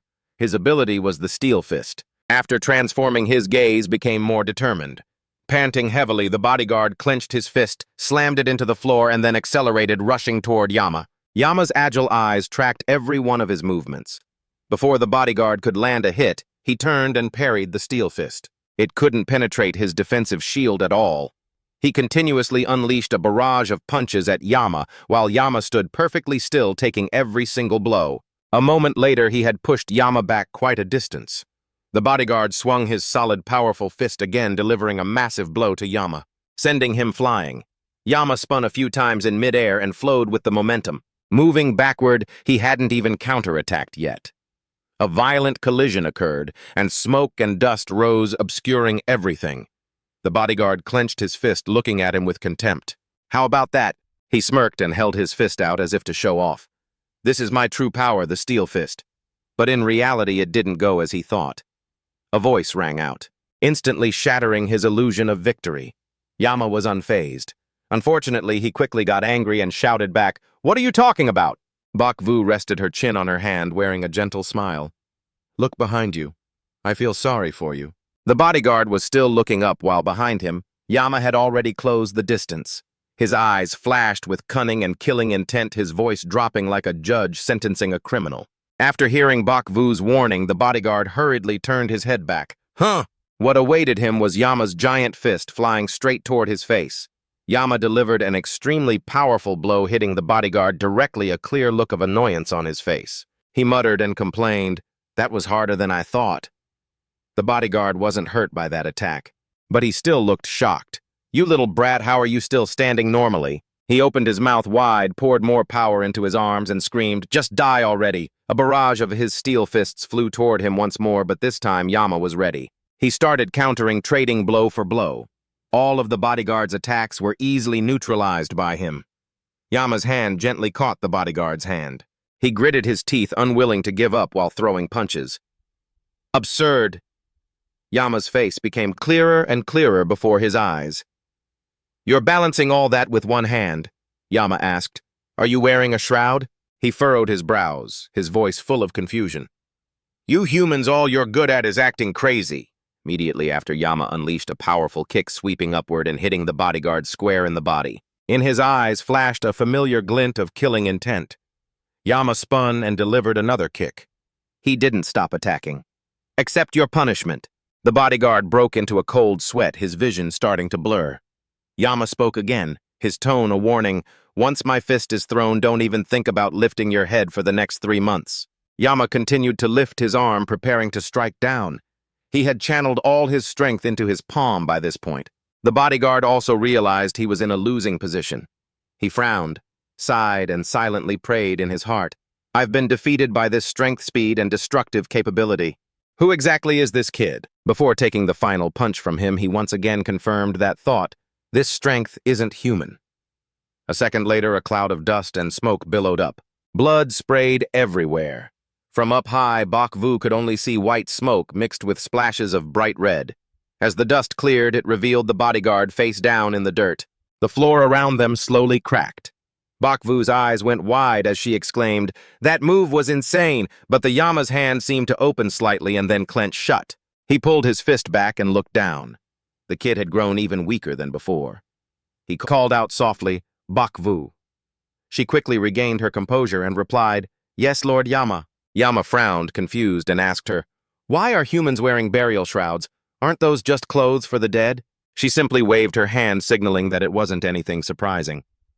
"It's not that strange, my lord. It's just to protect the body." Bok Vu then turned and slowly walked down the stairs to face him, continuing her explanation. "Humans have had to live alongside the dead for over 25 years. It's hard enough just to stay alive." Yama, still unsatisfied with that answer, furrowed his brow in annoyance. "Then just fight, why wear a shroud?" "Let me remind you once more, Lord Yama," Bok Vu calmly replied. "Humans were already weaker than the dead. While crossing the river Styx, those scaled monsters would devour any dead souls trying to hide for centuries. Trying not to be crushed, they had to farm while dragging around weights of over 100 pounds. The level of sin and the duration of the afterlife sentences were just too much. The longer they stayed, the more advanced they became. However, some felt regret and lent their burial shrouds to the humans. That is the reason humans can fight back against the dead." She waved her hand as if it were common knowledge. "They become funeral guards and drive away the dead just like that bodyguard earlier. Everyone has their own path." After saying that, Bok Vu saw his slightly wincing expression and couldn't help but feel puzzled. "What's with that look on your face?" "The shroud is a necessity." From a distance, Lo Vong and Lai Tri Vu appeared. Lo Vong spoke up, urging them to get to the point. "Lord Yama is usually not this clueless." Hearing a familiar voice, Bok Vu turned her head and exclaimed, "Oh, Lo Vong," he replied cheerfully. "Long time no see, Bok Vu." The two of them immediately forgot what they were doing and dove into conversation. "Wow. Oh, it has been a long time, hasn't it? How many years has it been? 300 years, I think." Yama was incredibly astonished, pointing at her and asking, What, Lo Vong, you two know each other?" Lo Vong realized the situation and asked back, "Lord Yama, you don't recognize her." Bok Vu had no choice but to force a laugh. "Ha ha ha, well, it has been a while," Yama shouted in frustration. "How the hell am I supposed to recognize her? She's a human, just a human." But Lo Vong immediately shattered his seemingly logical reasoning. "You aren't a human either, my lord." After chatting for a while, Bok Vu noticed someone else present. She pointed toward Lai Tri Vu and asked, "But who is that?" Lai Tri Vu understood she was referring to him, so he looked up and replied, "Ah, hello. I am Lai Tri Vu." She was still full of questions. A human. Bok Vu's expression became increasingly confused. "Wait, isn't she our funeral guard?" Lo Vong nodded and explained, "That's right." She still had her own lingering doubts. An acquaintance of Lord Yama. What is going on? Lo Vong was so flustered he started sweating. "That's a long story. She's currently in a situation similar to mine." Hearing Lo Vong's brief explanation, Bok Vu teared up as she looked at her. "Oh my. So cute, an acquaintance of Lord Yama. What on earth is happening?" Yama confused thought to himself about the empathy. He immediately pointed at Bok Vu and yelled, "Why are you sympathizing with her? This is God's workplace." "You jerk. The benefits are good, aren't they? Reveal your identity for the newbie to hear." Bok Vu covered her mouth, helpless, thinking to herself, "Lord Yama is so nosy." Even so, she slowly introduced herself. "I am the representative of the 12th Zodiac, Bok Vu." She placed her hand over her heart with solemnity. "The Zodiac Aries. My position in hell is an attendant to Dak Boy." She continued, "I just regained consciousness and found myself here." But he quickly cut her off. "Do you know where Dak Boy is?" Bok Vu looked visibly helpless. "No, I don't." Yama clutched his head in agony and shouted, I really thought I'd be able to find him easily." Seeing him like that, Bok Vu spoke up to reassure him. "I'm sorry, I can't help you." Yama didn't mind. He just sat down, propped his elbows on his thighs, and bowed his head defeated. "Fine, whatever. This isn't your fault. Or rather, this is Dak Boy's own issue." His eyes were tinged with sadness and frustration. Try to think. Why did it all end up like this? He sat down and started to slowly calm himself to think clearly. I don't know if Dak Boy ran into trouble or what. This ambiguity. A moment later, Yama reached a conclusion. Was it Dak Boy? Did he do this on purpose? but he immediately denied that thought. He clutched his face in pain. Judging too quickly is rash. Suddenly a voice rang out. "Are you lacking information, my lord?" He instantly snapped back to reality, eyes widening as he looked ahead. He didn't know when Bok Vu had sat down across from him. A spark of cunning flashed in her eyes. "To get through this situation, I've been trying to search for a way too." She was holding a piece of paper with some notes on it. "This will definitely come in handy for you. Thanks to your help, the King of Hell's mood has improved quite a bit. You're doing a great job. Do you want to keep going? Do you enjoy working for the Lord?" She could only offer a helpless laugh. "Ha ha ha, I'll pass." Even though Bai Yu rejected him, he immediately took the paper from her hand and gave a forced laugh. "Ha ha ha, you're such a bore. Are you refusing because of Fachin?" Bai Yu quickly changed the subject. "But where did the person named Chi Yu go?" "I haven't seen her." He looked down curiously, examining the item he had just obtained. "Oh, is that the new employee? I sent her on a mission." Looking puzzled, Bai Yu asked. "A mission?" The King of Hell replied indifferently. "Yeah, just a simple mission." On the main road, sunset had already fallen and the crowd was still bustling. Li Qiyu was chasing after the orange-haired guy while he was crying and screaming as he ran away. "Ah, save me!" She ran after him, shouting, "Hey, you stop right there!" Passers-by, seeing the two of them frantically chasing each other, stopped to watch in confusion. "What's going on over there? Are they playing tag or filming a movie?" She began to recall the moment he put a wooden stick in her hand and told her to hold on to it. At the time, Li Qiyu had been completely bewildered. "Is this Harry?" "What, Harry Potter?" "Harry Potter." She tilted her head, looking at him in confusion. "What am I supposed to do with this?" He remained calm and replied, "Don't let that little thug defeat you." The King of Hell even acted superior, pointing at her and explaining, "Did you forget you almost died because of him? This is a special perk. Go complete your mission. If you don't do it, I will." Li Qiyu paused for a long time. "All right, fine. But what exactly am I supposed to do when I find that student?" Before he could answer, Bai Yu called out from afar, "Lord King of Hell, come over here, please." He turned his head to look. "Hold on, I'm coming." As he walked away, the King of Hell passed on what she needed to do.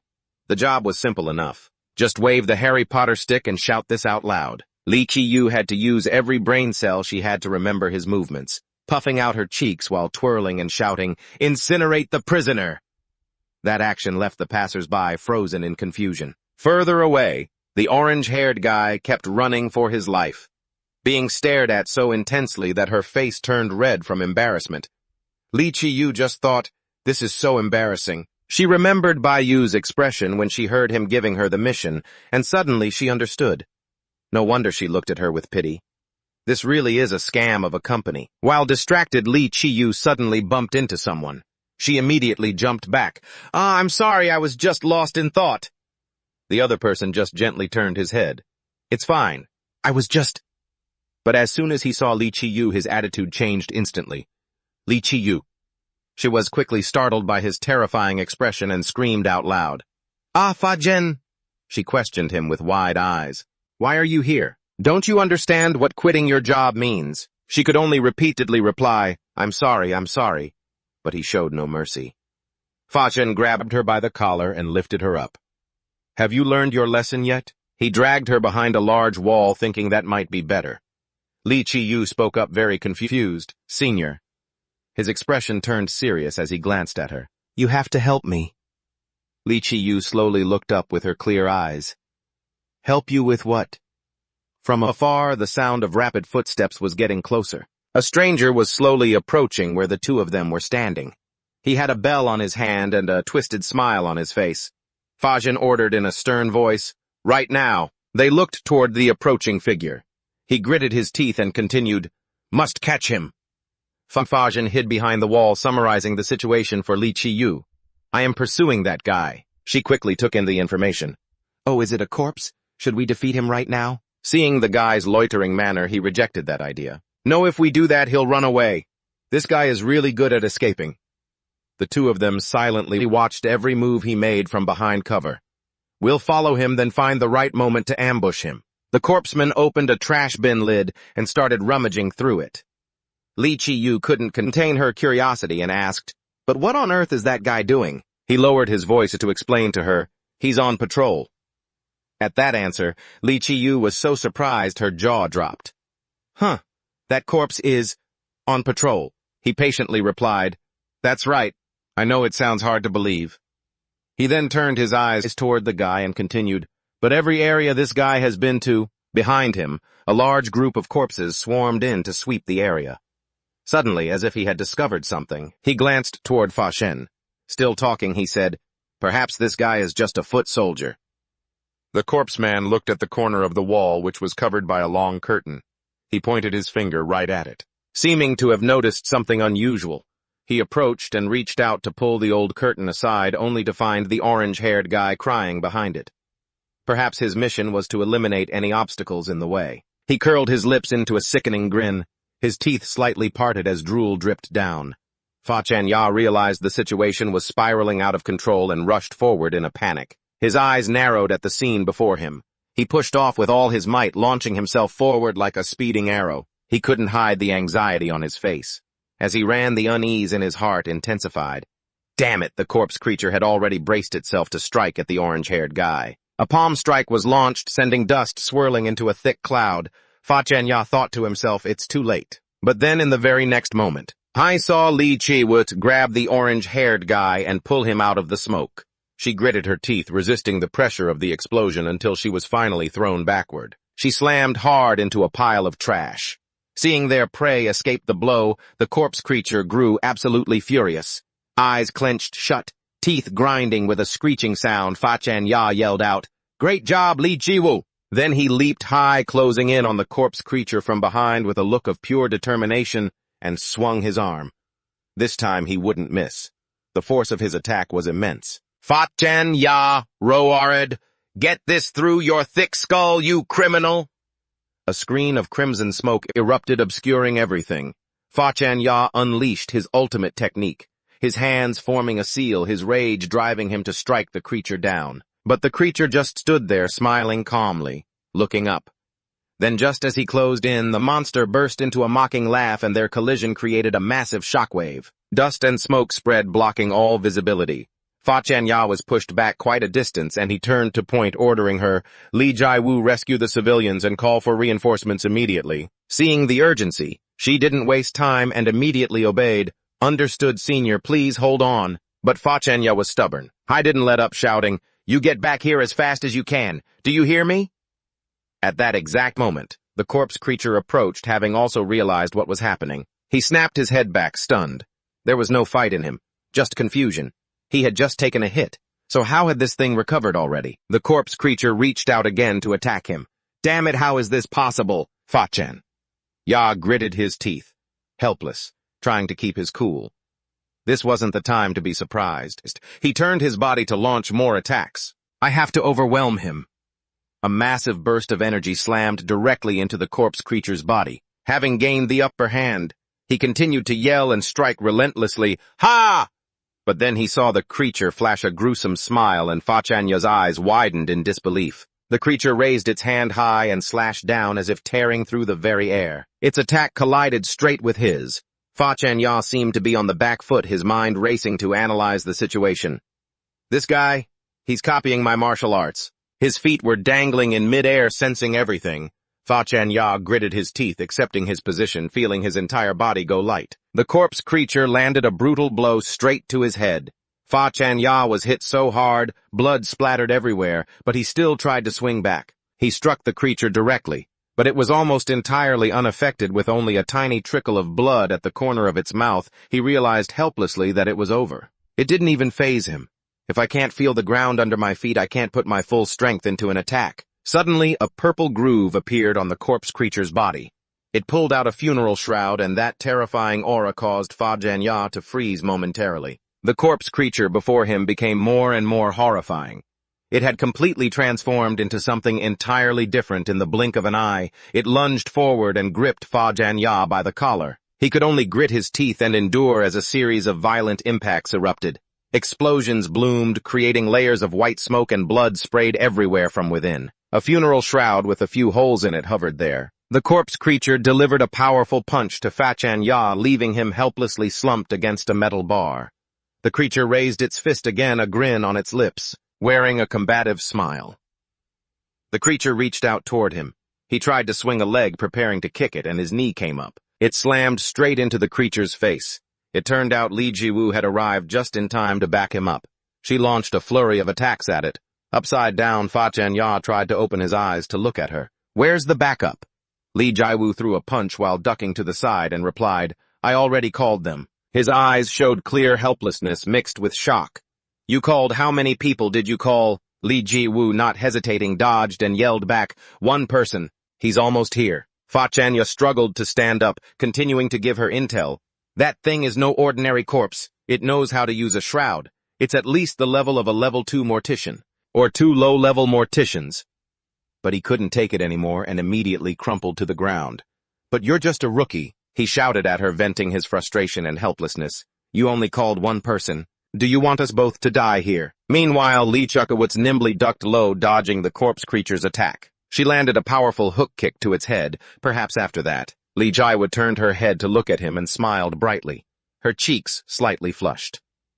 Is it because this isn't my first life, maybe?" Fa Chanya clutched the wall to keep his balance. "What are you talking about?" His heart also began to waver slightly, but this junior Li Jiwu, had she always been this good at fighting? From just a moment ago, she had been throwing consecutive kicks and punches at the creature. On Li Jiwu's hands, she was now wrapped in fate-binding silk, and she seemed to be wearing a funeral shroud herself. The corpse was still grinning, teeth bared, even while being pummeled. From the 2 holes in his head, something began to ooze out, struggling to tear the holes wider to crawl free. The corpse immediately leaped backward. A burial shroud appeared once again. He rolled a few times, putting a safe distance between himself and Li Jiwu. She felt a bit flustered, biting her lip as she looked at him, feeling she had underestimated the situation. The corpse was now crouched on the ground with those slimy things wrapping around him. Li Jiwu tried to stay calm in the face of the sight before her. The burial shroud was encircling them. Fap Dan, relying on his experience, shouted to her, "Li Jiwu, watch out! That's his ultimate move." The corpse wore a devious grin, staring fixedly at Li Jiwu. His eyes flashed with the deadly intensity as if ready to engage anyone. In the blink of an eye, his form vanished. Pchap Dan A screamed, "It's a sneak attack." Li Jiwu quickly realized the situation and tried her hardest to remain calm. A sneak attack. She glanced toward the area beside the building, which remained eerily silent, then looked in another direction. Li Jiwu still couldn't see his shadow. She was bewildered. Where did he go? While Li Jiwu was vigilantly looking around, the corpse slowly manifested behind her back. Li Jiwu immediately sensed it. She hurriedly turned to dodge, but her speed wasn't fast enough. Li Jiwu was forced to take a fierce blow from the corpse head-on. The pain made her clench her teeth tightly. She let out a soft groan. Her eyes widened, her jaw clamped shut as she struggled to keep her composure. The corpse vanished again right before her eyes. Li Jiwu immediately grew anxious. Where is he? She tried her best to steady her mind to judge the situation. The faint aura he left behind was already giving him away. Li Jiwu vaguely realized, behind me. Just as the thought crossed her mind, she turned her head to look for the corpse's shadow, but a series of lethal auras kept lunging toward her. She quickly pinpointed his presence. She rushed to put her hands up to defend herself. Li Jiwu painfully took another heavy collision. Right beside her, the corpse slowly faded away again. His figure was quickly swallowed by the dense bone layers. Li Jiwu gritted her teeth in anger. He's hiding again! She started spinning around, trying to figure out which direction he was coming from this time. Front, back, or the sides. The bell hanging from the corpse's ear kept changing positions, making it very difficult for Li Jiwu to pinpoint his direction. The ringing is throwing me off. She clenched her fists into a defensive posture, her heart filled with unease. Can I win this? Even so, Li Jiwu's gaze remained strangely determined. Suddenly, a shout rang out, startling her awake. 3 o'clock. Following that sound, Li Jiwu tilted her body, successfully dodging the corpse's ambush. His fist just grazed her body. Li Jiwu followed his movements and was stunned. I dodged it, because he missed. The corpse had to take a fairly heavy counterattack. Li Jiwu turned her head in surprise to look at Fap Dan A. Senior, how could you see that? I was surrounded by a red aura, his hand still pointing in one direction as he explained, that's the ability of the shroud hiding the Saint Scholar. He recalled the moment just now. When fighting that corpse, the opponent had been hit by him, even if just once. The savage face of that corpse was etched deep in his mind. In Fap, Dan A's eyes, a look of fury appeared. In front of me, he can't get away. Afterward, she returned to a defensive stance, preparing to continue fighting him. Hap. Dan A shouted, Lai Chivu, I will guide you, trust me. With his support behind her, she felt much more confident. Yes, what's the next direction? Fap Dan A's eyes widened in astonishment. He looked at her so calm it was almost gentle. She places so much faith in me that she can even close her eyes. Even though he thought that, Fap Dana still spoke up to remind her immediately after. He roared in frustration, startling her. You idiot, can't you keep your eyes open? Damn it, who taught you to fight with your eyes squeezed shut, huh? Are you tired of living or what? Who is the enemy here? Lai Chi-Vu immediately froze like stone, her mouth stammering endlessly. I'm sorry. After venting Fap. Dan A finally sighed in relief. You've been watching way too many movies. That was over 180 minutes. This is reality. Even while mocking her, he maintained a state of readiness. As soon as he noticed movement, Fap Dan A shouted tensely, 6 o'clock half body. She followed his instructions. She nimbly dodged a claw swipe from the corpse. Right after that, Lai Chivu launched a counterattack against him. Phap Dan A continued to shout, 2 o'clock leg. She immediately swung her leg and kicked hard toward the front. He ordered again, 1 o'clock half body. Lai Chivu launched herself forward, delivering a direct kick in that direction. It caused the corpse quite a bit of pain. Phap Dan A continued to give instructions. 8 o'clock head. His head was bashed in. 10 o'clock, leg 5 o'clock half body. Each command was fired off in succession. Every time she received information, she dealt him a few more blows. 2 o'clock leg. His face was kicked squarely by her. Direction. 10 o'clock head. I was beaten until he was bruised. A moment later, the corpse lay flattened on the ground. Fap Dan A excitedly ran toward her, shouting, Let's finish this, Li Chivu. Chivu, take him down. From high above, someone was leisurely observing everything. It was the navigator Tran Vulam. He wiped cold sweat while looking down and spoke up. This is a bloodbath. The corpse had been beaten until he was deformed. His face was no longer recognizable. Tran Vulam reached up to touch the brim of his hat, feeling quite intrigued. These monks have been really bloodthirsty lately, huh? Can't even see a thing now. He suddenly leaped into midair. I'm the one who arranged for him to come to the mortal realm, so I suppose I should lend a hand. It would be a real shame if I just let a corpse. Death is a bright future, you know. Tran Vulam flashed a wicked grin. And I don't really want to hear you screaming after this. He landed on the ground and addressed this guy, Fat Dan A. Li Chivu immediately shifted into a defensive stance. Who are you? Behind her back, he roared. Back off, Lai Chivu, that guy. He's the boss I told you about. He looked toward him, chuckling dismissively as he waved a hand. Boss. Come on, you're exaggerating. Then he pointed at the corpse. He stated his intentions. Thanks for noticing me, but you two hand this guy over to me, will you? Li Chivu glared at him, thinking, This guy. Before she could even finish her thought, Tran Vulam continued his sales pitch. A corpse that can use stealth tactics is a rare talent, I tell you. I'm begging you both. Continued, I'm begging you both. Just as he was laughing and talking, a blast of energy surged toward him. Caught off guard, he took a direct hit. Fat Dan A shouted furiously, Don't you dare laugh at me, Tran Vulam! Li Chivu seemed to want to stop him, calling out, Senior. Hearing her voice, he became even more enraged. Don't get agitated, Li Chivu. Facing corpses with high-level intelligence and the ability to communicate with humans. Tran Vulam waved his hand forward, cutting him off.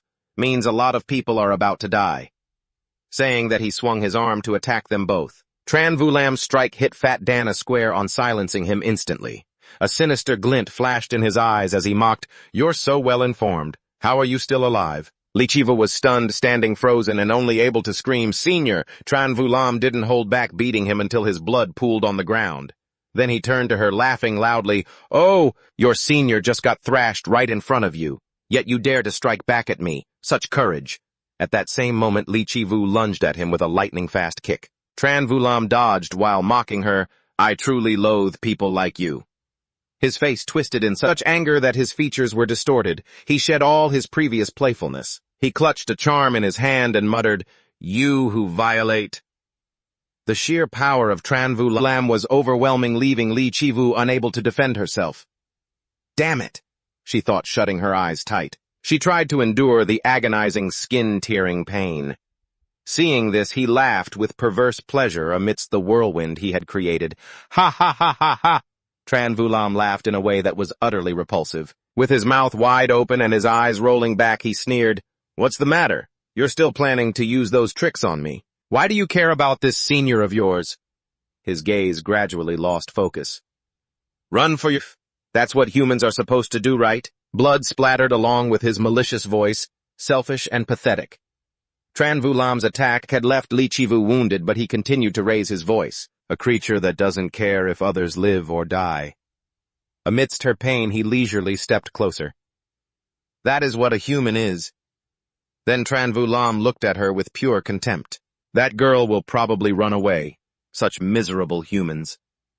But contrary to his expectations, even though her back was wounded and soaked in blood, Lichivu still held Fatdan A in her arms to shield him. Tranvulam's pupils constricted. He couldn't believe his eyes. She was enduring the pain just to protect someone else. Looking at that blood-stained back, he felt baffled. She's still protecting that thing. Tranvulam stood stunned, completely unable to understand the reason. Why not try to run away?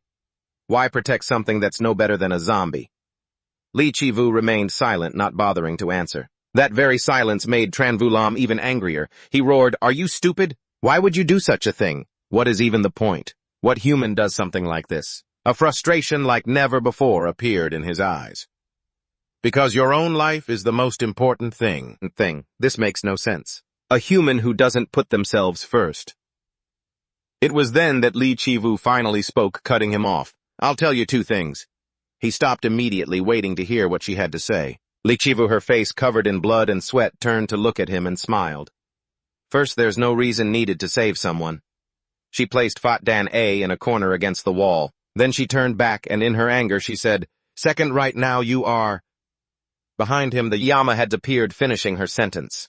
He was a condemned prisoner, and a heavy, deadly aura radiated from his entire body. A man of great crimes. The Yama stepped forward toward him. He had dared to show off his skill, but now he was right behind him, making no sound.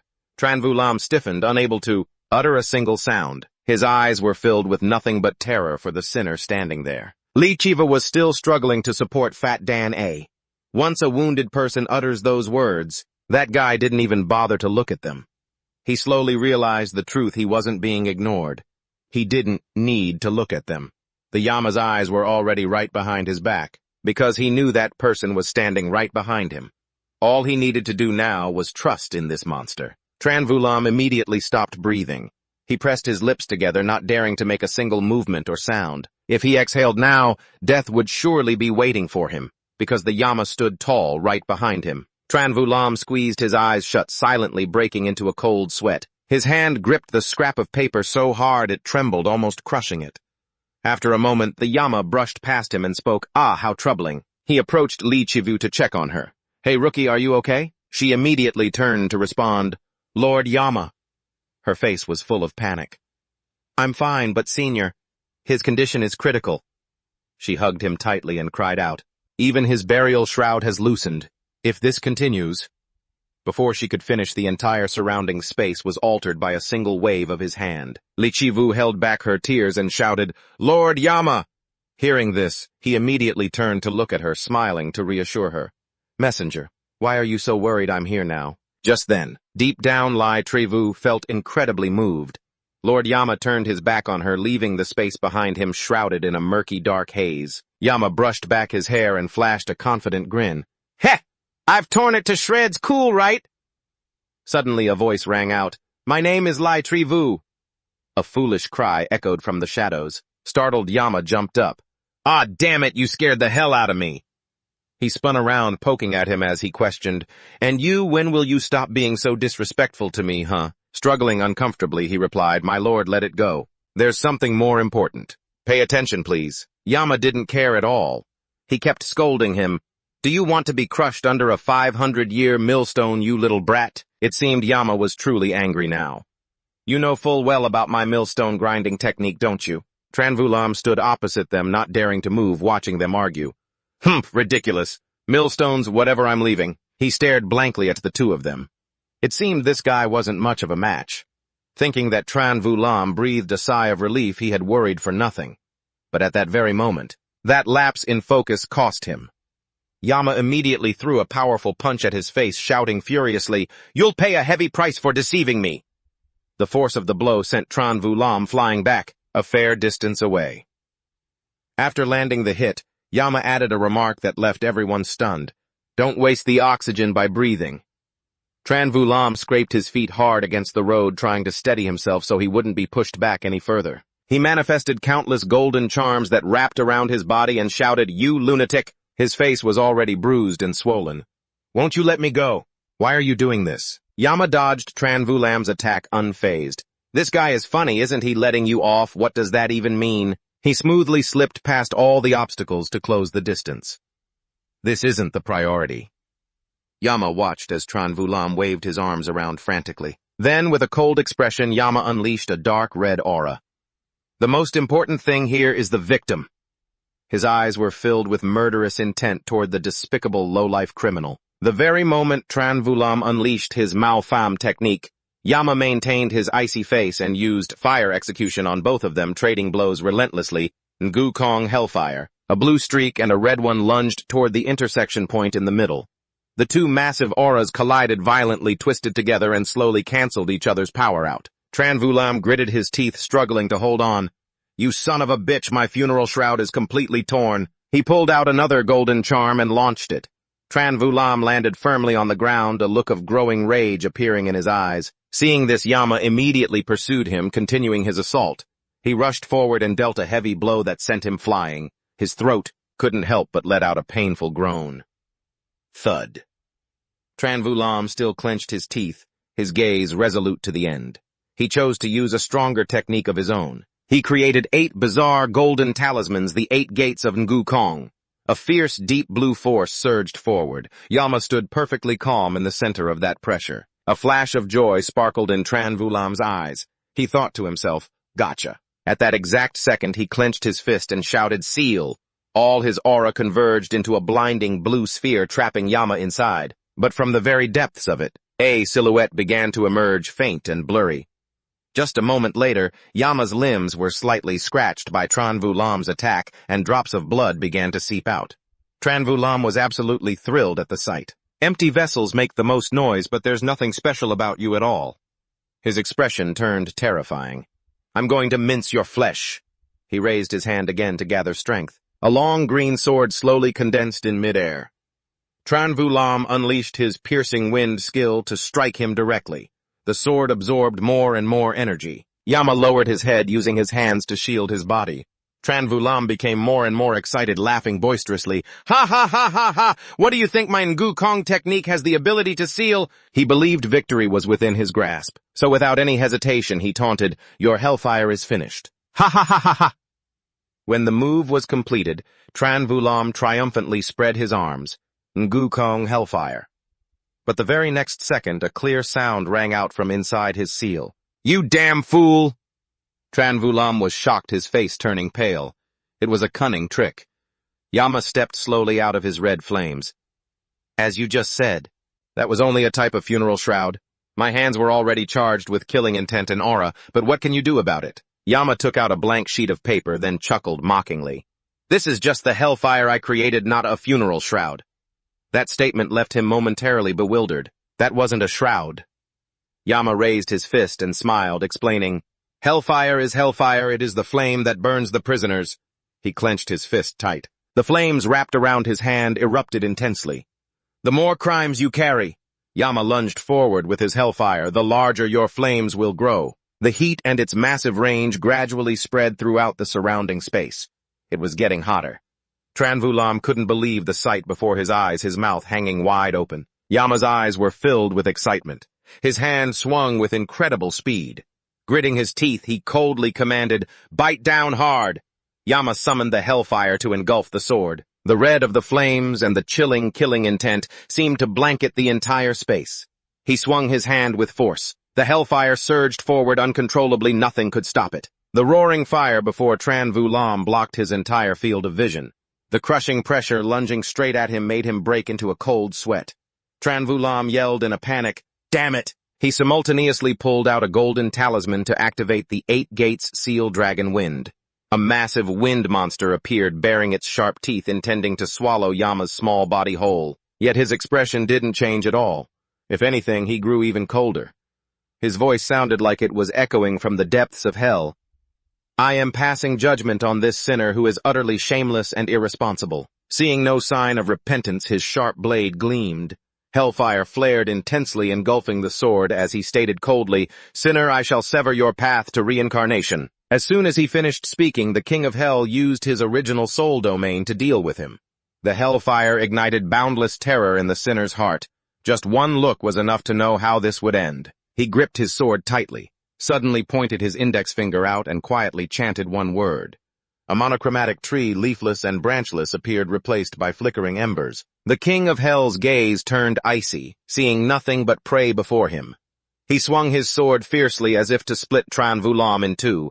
The slash was both powerful and keen. It was as if he were slicing through the blood-red moon in the sky, creating a long gash that divided the world in two.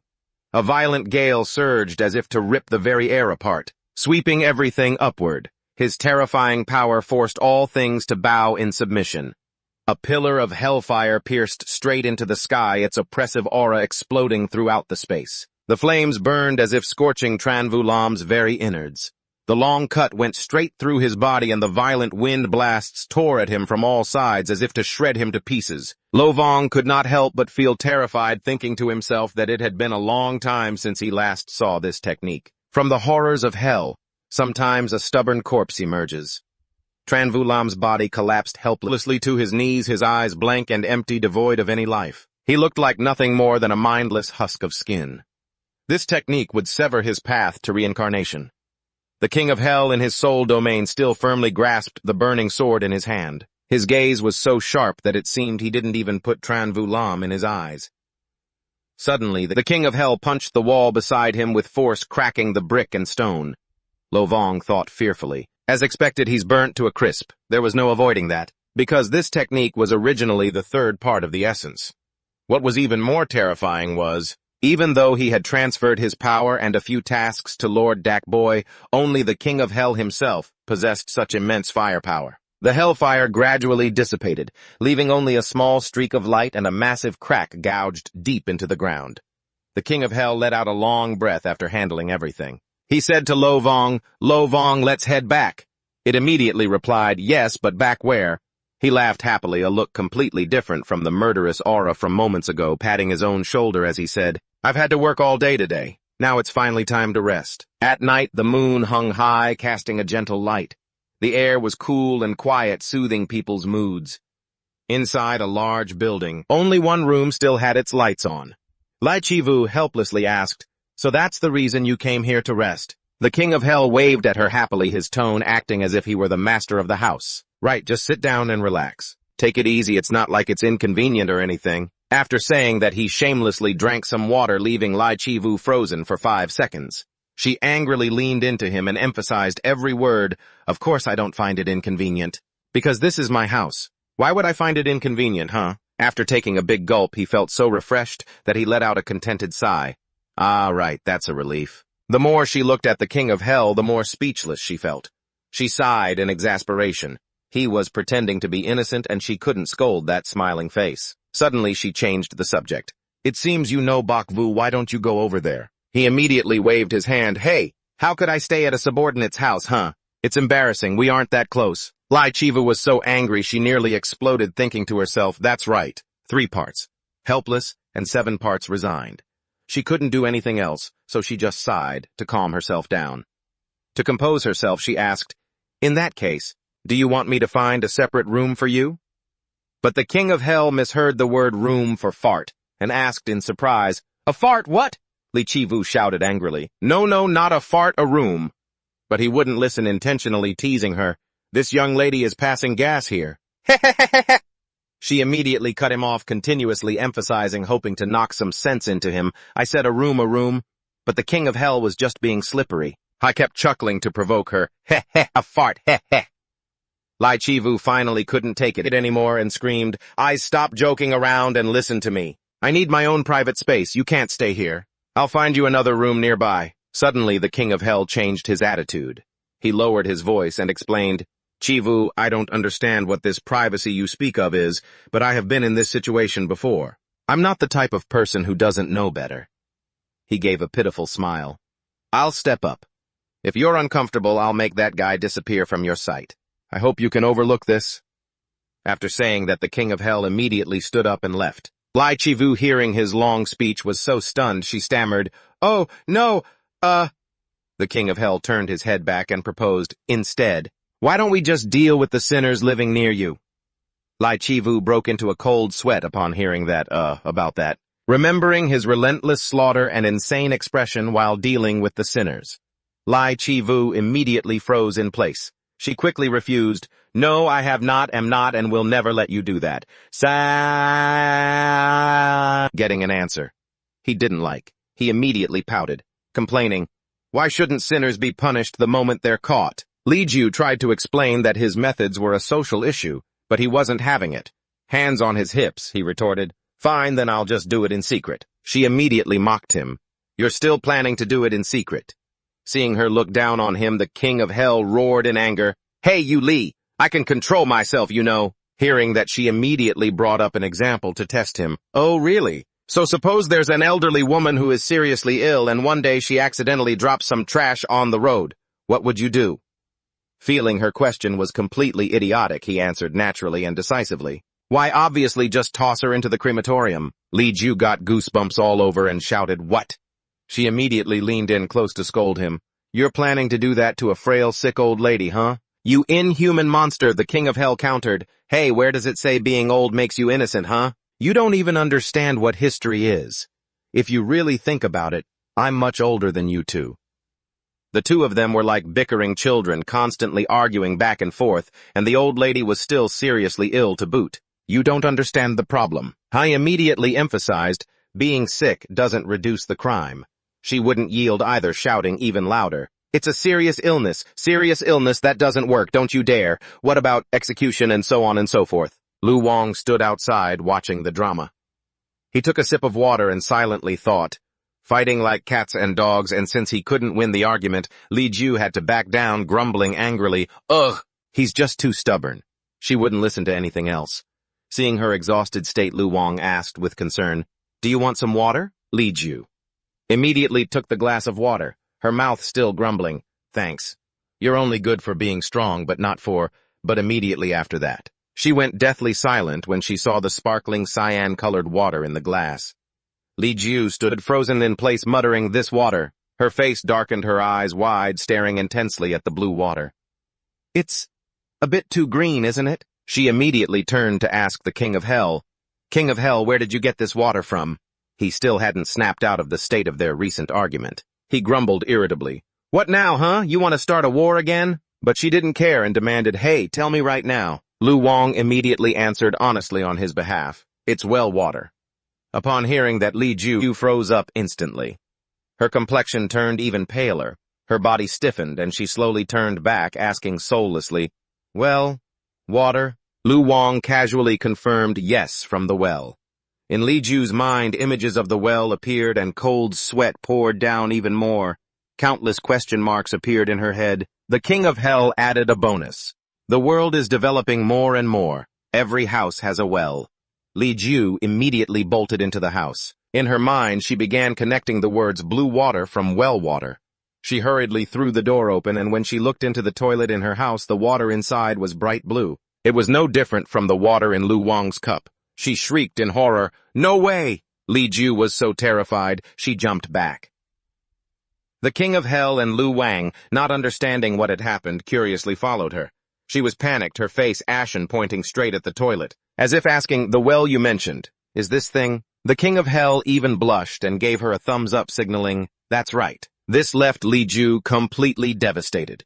She started flailing her arms around right in front of him, trying to explain what a well actually was after finally being enlightened. The King of Hell was so shocked he couldn't even speak his expression, one of extreme surprise, eyes wide, mouth agape. Li Ju was still wildly gesturing to explain it all. His eyes bulged, his face blank as if he were about to drop dead right then and there. Rest in peace, old man. His shocked expression looked just like someone who had just suffered a massive trauma at over 300 years old. Right after that, both the King of Hell and Lu Wang fainted at the same time. The two of them vomited a rainbow-colored mess, regretting they couldn't just wash out their guts right then and there. A moment later, the King of Hell sat hugging his knees in a corner, sobbing incessantly. His mouth kept making noises like he was about to vomit again. "You may!" Li Ju walked in and asked, "Are you still crying?" She had just gone out to buy him a bottle of water and held it against his face. She said cheerfully, "Now that we can't do anything else, I'll look after you until you get used to it. Let's just stay here together." Seeing Li Ju like that, the King of Hell stared blankly. Being stared at by his intense gaze, the girl shyly turned away, stammering, Why are you looking at me like that? It's just part of the job.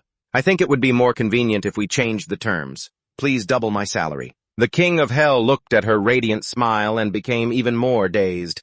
Suddenly in his mind, the image of a girl appeared standing with her back to him, softly murmuring, "In the next life, I want to be born as a human."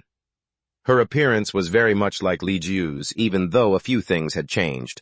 His heart suddenly pounded and his expression became serious. He whispered, "Descendant of God." Li Ju, completely confused, looked at him blankly and asked, "Huh?" The King of Hell immediately jumped to his feet, walked up to her and asked, "Are you a descendant of God?" Hearing him say that, Li Ju was even more confused, not understanding anything, and blurted out, "Huh, a descendant of God?" The King of Hell asked seriously, "Are you? You're Zhonglin, aren't you?" Lo Vong sighed in frustration. Here we go again. Again with this. As if he'd seen this scene so many times, he was sick of it. Lo Vong turned to reproach the King of Hell.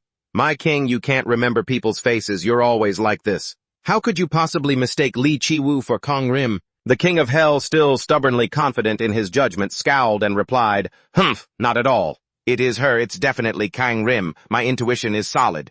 Lo Vong couldn't take it anymore. He lunged right at his face, trying to knock some sense into him. "Wake up, my king. Kang Rim doesn't look like her at all. She is completely different. There is no way they are the same person." He even asked, "Do you even remember what Kang Rim's voice sounds like?" The king answered without even thinking, "Of course." But then he went completely silent, unable to say another word, because he was just full of it. He didn't remember a thing. Lo Vong immediately retorted, "See? You can't even remember that this is Li Qiwu who will be working under you. Please remember her name." Hearing this, Li Qiwu was deeply moved, thinking, "Lo Vong actually cares about me a little. He's a bit rough around the edges, but he seems like a good guy." The King of Hell, still unconvinced, asked, "Then why are you so sure it isn't Kang Rim?" Lo Vong replied bluntly, "Isn't it obvious? Kang Rim is much more capable than this subordinate, and she has a mysterious, breathtaking beauty. Ugh, from touched to stone cold." In an instant, the two of them froze on the spot. Li Qiwu gritted her teeth, gripping the water bottle in her hand. The king asked suspiciously, "Why are you holding the bottle backward all of a sudden?" Immediately after that, it was time to say goodbye to the old man Lo Vong. Whack thud. The sounds echoed repeatedly. Li Qiwu exploded. "You absolute lunatic!" He cried and ran for his life, desperately begging, "Please save me, my king!" After a chaotic, messy brawl, they finally quieted down. An army marches on its stomach. After eating her fill, she sighed languidly. "Ah, that was so good. Oh, geez, time to do the dishes." After a long, exhausting day, Li Qiwu finally got to lie down to rest. "Ugh, I'm so tired I could faint." The king and Lo Vong lay on another mattress, the king laughing joyfully. "Ah ha ha, so comfy it's like heaven." Lo Vong immediately chimed in. "This is definitely better than down in hell," the king exclaimed happily. "Humans are so talented these days, I'm so jealous." So jealous. Li Qiwu suddenly sat bolt upright and asked, "You like the human world too, don't you?" The king shouted excitedly. "Yes, the food you cooked earlier was also very delicious." Lo Vong was just as pumped. Right. What was that red soup called again? The two of them shouted in unison, "Kimchi stew," leaving Li Qiwu totally bewildered. They kept gushing about that strange dish. "I never thought humans would eat food like that." It was basically cooked from all the joys and sorrows of Kim Seo Bang, especially the broth. It's like blood, and the meat tasted great too, ha ha. Did she really use Kim's meat? No way. Ha ha, the more they talked, the more Li Qiwu's hair stood on end. Her face went pale. She could only hug her blanket and back away, silently correcting them. "Kimchi stew. It's kimchi stew."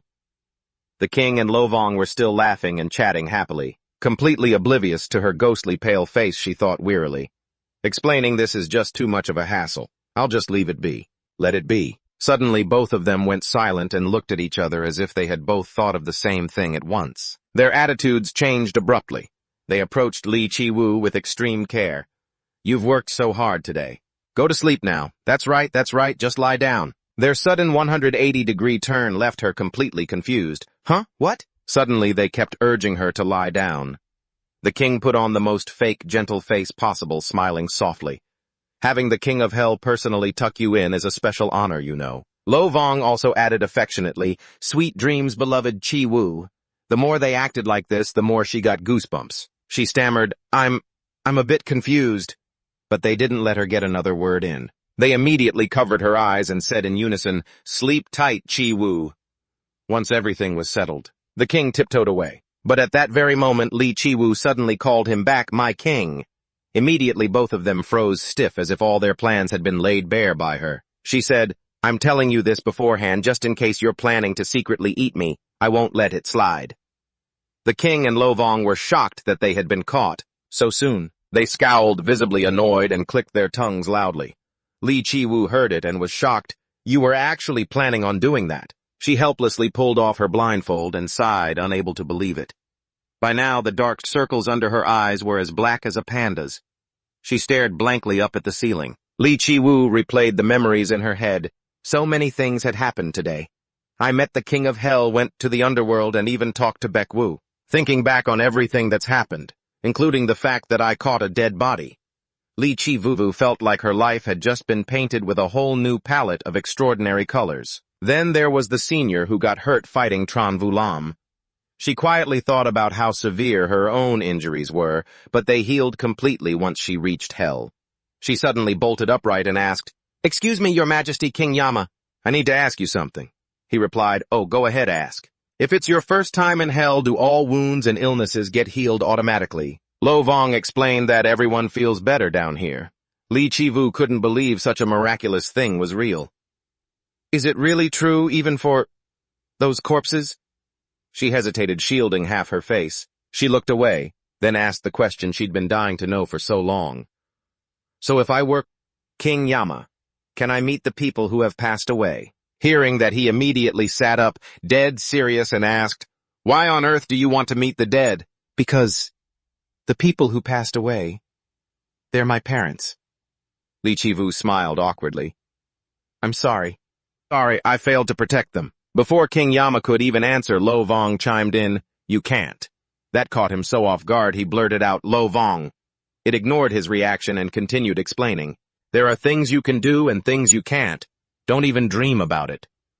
Before it could finish, it took a legendary smack from King Yama. It sent Lovong flying, its face all contorted, lying limp on the pillow, completely lifeless. Li Chi-woo panicked and shouted, Hey, Lovong, King Yama, what the hell are you doing? He just kept an innocent look on his face, put a finger to his lips, and signaled for silence. Shh, stay quiet. You'll wake Lovong up. That guy just fell asleep. Breaking out in a cold sweat, she yelled, Is that how you make people sleep? Li Chi-woo frantically shook it. Lovong, breathe, come on, breathe. Suddenly, Lovong's soul started leaving its body. Its face looked so peaceful, like it was about to transcend to the afterlife, which scared her even more. Hey, his soul is leaving his body. King Yama stared at her calm, as if he were weighing something in his mind. He whispered to himself, Losing someone once is already enough. Suddenly, King Yama let out a long sigh. So that's why you tried to stop it. Li Chi-woo couldn't keep up with his train of thought and just stood there blankly. You have a kind heart. He complimented her, then said, I have a special request for you. If you help me track down Dak Boy, I will let you see your parents again. Li Chi-woo was stunned that he'd agreed so quickly. She stood there dumbfounded for a long time. Once she snapped out of it, she leaned in close and shouted excitedly, Really, is it for real? Are you telling the truth? Her sudden proximity left King Yama slightly stunned. Yeah, for real, you have my word. You better not go back on your word. If you break your promise, you're the one who has to go to hell. He immediately pushed her face away to stop her from spraying him with spit. Why do you keep spitting everywhere besides hell is my house, you know? Li Chi-woo was so happy she hugged Lovong's soul and cheered, My darling Lovong, King Yama gave us the green light. Awesome. He watched absolutely speechless, thinking to himself, "That's just Lovong's soul for crying out loud." But seeing Li Qivu so overjoyed, he found himself getting caught up in it too. He didn't expect it to make her that happy. He started laughing like a lunatic, thinking to himself, "I really need to find that guy Dak Boy soon." Meanwhile, in another dark place, a savage voice echoed, "Report back." Tran Vu Lam trembled, kneeling on the ground, terrified, and confessed, "My spirit has been killed and my soul has been torn to pieces." That technique, it was even more terrifying than the soul-snatching art. It was definitely a soul domain. It was definitely him. As he spoke, he stood up. "King Yama has returned. This guy here was Tran Vu Lam's true physical form." Navigator Tran Vu Lam, the tall man sitting arrogantly on the armchair, was none other than Dak Boy. He was massive, many times larger than the puny Tran Vu Lam. His whole body radiated an overwhelming pressure, as if he could crush Tran Vu Lam at any moment. Dak Boy didn't say a word. He just conjured a flock of black crows and sent them flying toward him. Tran Vu Lam hadn't even noticed the change and kept talking, "If you trust me to deal with that bastard King Yama." Before he could finish, the crows swarmed his body. Tran Vu Lam's upper body instantly vanished as if it had been incinerated. His legs lost all strength and he collapsed to the ground. When only a flickering spark remained, Dak Boy spoke up. "Sending someone this arrogant is a waste of effort." He then pulled out a small purple orb and glanced to the side. A small figure had been standing there the whole time. Dak Boy called out, "Hien Vu." The man bowed respectfully. Dak Boy ordered, "You get out there. We have to speed up the plan before King Yama recovers his full power. Gather the 12 zodiacs." Suddenly, 2 tall figures appeared behind the swordsman Hien Vu. Nobody knew when they had arrived. He replied in a dark, cold tone, "As you command." The next morning, back at Li Qivu's apartment, someone suddenly called her. While hanging out the laundry, Li Qivu said, "Hello, this is Li Qivu speaking." On the other end came a reply, "Hello, this is Bai Yu." Realizing who was calling, Li Qivu shyly spoke into her smartwatch, "Oh, hello, Miss Bai Yu." She immediately asked, "Please forgive me for this sudden call. I wonder what Lord Yama is doing." Li Qivu immediately poked her head out of the room. "Oh, that?" She had assumed he was doing something normal, but as soon as she poked her head out, the sound of a dog barking frantically assaulted her ears. And the target of this dog's barking was none other than, it was Yama. A man in the early morning really is full of energy. Yama gripped the windowsill, barking back in a one-on-one solo with the little dog below, neither side willing to yield. "Lord Yama, you can't." "Lord Yama, stop barking, stop it." Li Qivu panicked and tried to stop him, but she couldn't control her volume, screaming so loudly that she nearly blew out Bai Yu's eardrums. She awkwardly laughed. "Ha ha ha! It seems he is doing quite well." Li Qivu hurriedly replied, "I'm so sorry, Lord Yama is just looking at a white puppy. What are you saying, sir?" Bai Yu switched to the main point. "I just wanted to inform Lord Yama of the next location. You don't need to go to work today. Please follow him and provide support." She added, "Oh, and Miss Qivu on the way. Please buy some clothes." That was what she said. Li Qivu happily recounted Bai Yu's words. She admired the outfit she was wearing, moved around a bit, and praised, "This Bai Yu is really meticulous and thoughtful. It's very comfortable. Humans are truly interesting." As Li Qivu followed him, she asked confusedly, "But is the location you need to reach the shopping mall?" "That's right, according to Bai Yu, this is the place." Afterward, Yama pulled out a piece of paper. "Let me see, I'll double-check." She exclaimed in surprise, "Oh, is that Miss Bai Yu's note?" But the handwriting on the paper was written in huge letters. The content covered both sides, which made Li Qivu even more surprised. "There's a message on the back, too." She used both sides of the paper. "She's so thrifty," Yama replied. "You have to be thrifty to be wealthy. Resources are precious, too. If it can be reused, it must be used." Deep down, she couldn't help feel impressed. Unexpectedly, in a moment of curiosity, she asked him, "What is this paper written on?" Yama replied calmly, "This paper is from that common book. The book that writes down the names of the dead." As soon as she heard that, a name immediately popped into her head, the Book of Life and Death.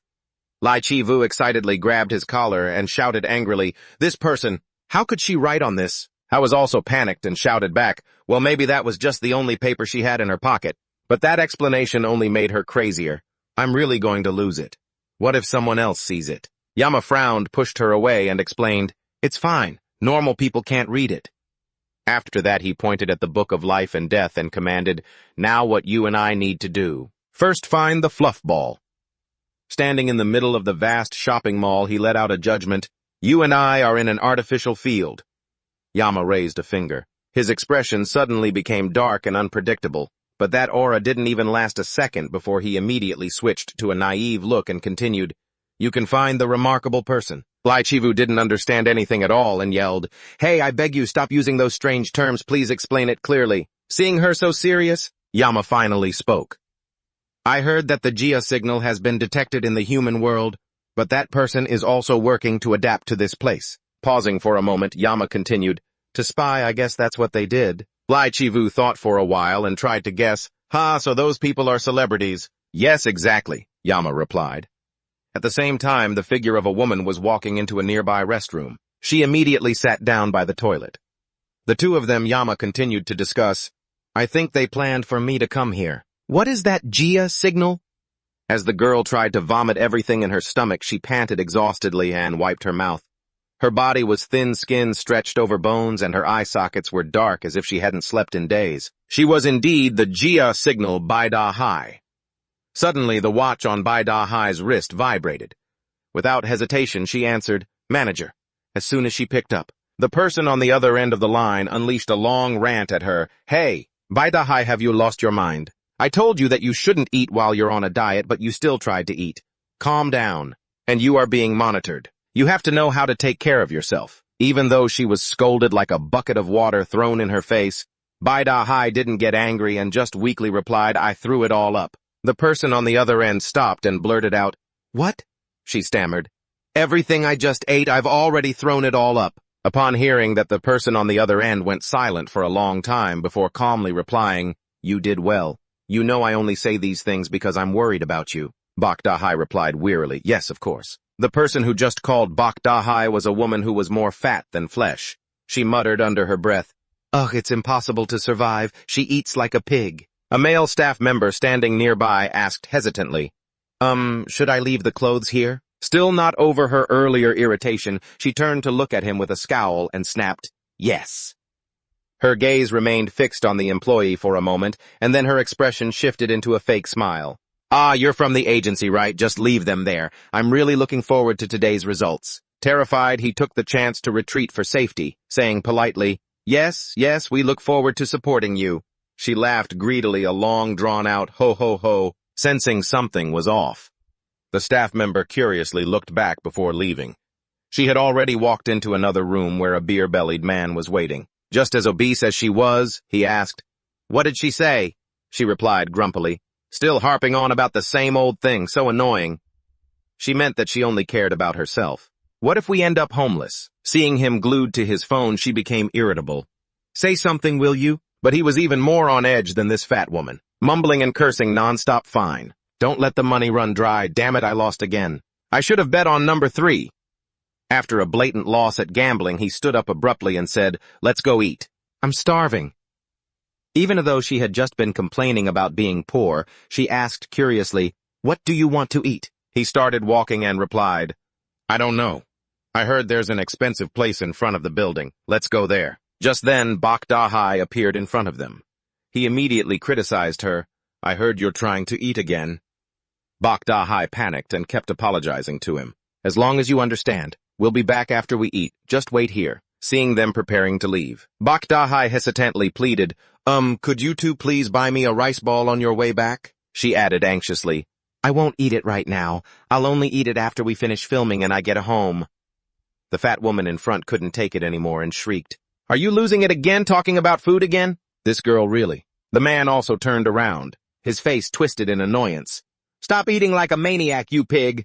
How many times do I have to tell you that you need to be thin for the photo shoot? 1 meal a day is enough. Rice balls have too many calories too. 2 blubbery people stood there berating a girl who was so thin she was almost just skin and bones.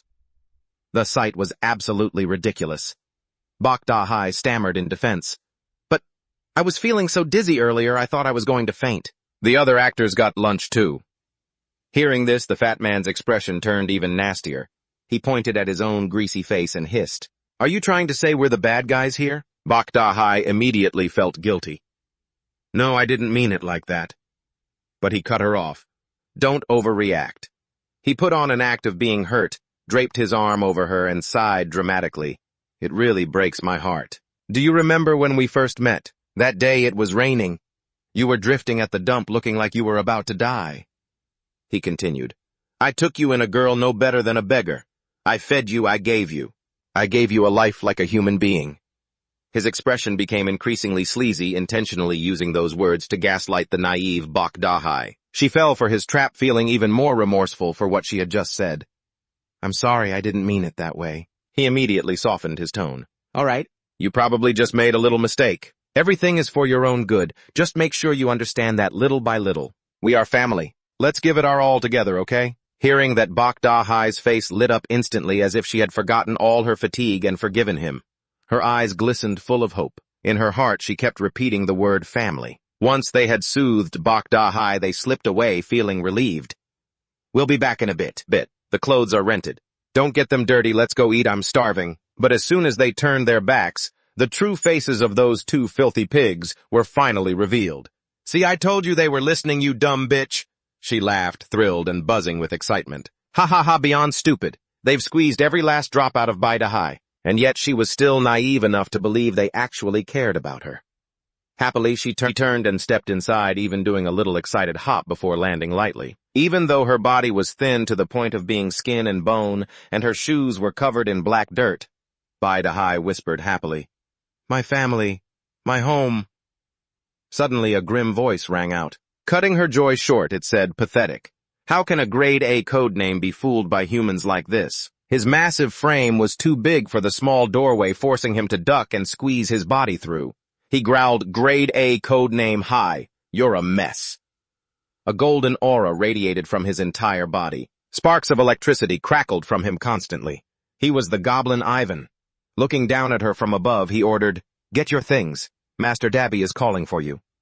Bai Dahai asked, bewildered. What did you just say? Goblin Ivan replied, Master Dabby is calling for you, let's get moving. Hearing that, she became even more suspicious, frowning as she shouted, Wait, hold on! Master Dabby is looking for me. But you're a dead man, aren't you? He's relaying his message through you. He immediately confirmed her words. Yes, I am a dead man. Is there a problem with that? Bai Dahai was flustered, scratching her head. No, but I have to ask my family first. He went silent for a moment before saying bluntly, You talk as if those people are actually your family. Bai Dahai wouldn't accept his words and immediately argued back, But they clearly are. They took care of me when he abandoned me. They even gave me a place to stay. The more she spoke, the more agitated Bai Dahai became, grabbing Goblin Ivan's shirt and screaming, So, what's wrong with calling them family? He hadn't expected her mind to be this clouded. I was so angry that veins bulged on his forehead. I heard you were stupid, but I didn't think you were this dim-witted, Goblin. Ivan immediately gripped her arm and asked, Took care of you. Look at this skeletal body. He asked one lethal question, Who's taking care of who? Being grabbed so tightly made Bai Dahai uncomfortable, and she struggled. I'll let go. Not only did he not let go, but he squeezed even harder, looking down at her and saying flatly, From what I can see, you've been used. Wake up, grade a code name. His expression darkened. His patience seemed to be running thin as he dealt with someone as foolish as her. Goblin Ivan even leaned down lower. He stressed his point one more time. Your family is us. Bai Dahai couldn't fight back, and uncomfortably she voiced, That's enough already. Only then did he finally release her arm. Even after all that, Bai Dahai still didn't get it. Goblin Ivan could only sigh and say, If you trust humans that much. When he opened his eyes, his gaze was filled with killing intent. Fine. Just this once, let me put them to the test. At this moment, the two fat slobs had just finished eating and were walking out of the shop chatting happily. Aye, delicious. You said you like eating because it makes you happy, right? He laughed, looking extremely satisfied. Kakeke so comfortable. Suddenly a voice rang out, interrupting them. Excuse me, are you Li Du Dun, the CEO of Tu Huai Entertainment? The person was none other than the Reaper. Seeing a beautiful woman approach him, he smiled and replied, Aye, yes, that's me. What can I do for you? She said, Aye, ha, we have a plan. But before she could finish, the Reaper shoved her face aside and demanded, Move! He stepped closer to Li Du Dun and asked bluntly, Are you a pig? Leaving the man stunned and confused, Li Du Dun shouted angrily, Hey, Lord Reaper, please! They continued arguing. What now? She replied irritably, That's rude. But the Reaper believed his question was completely accurate. Why is there something wrong with my question? Look, that fat face, that bulging belly. Clearly a symbol of wealth. It's a pig, she angrily retorted. Even so, you can't say that.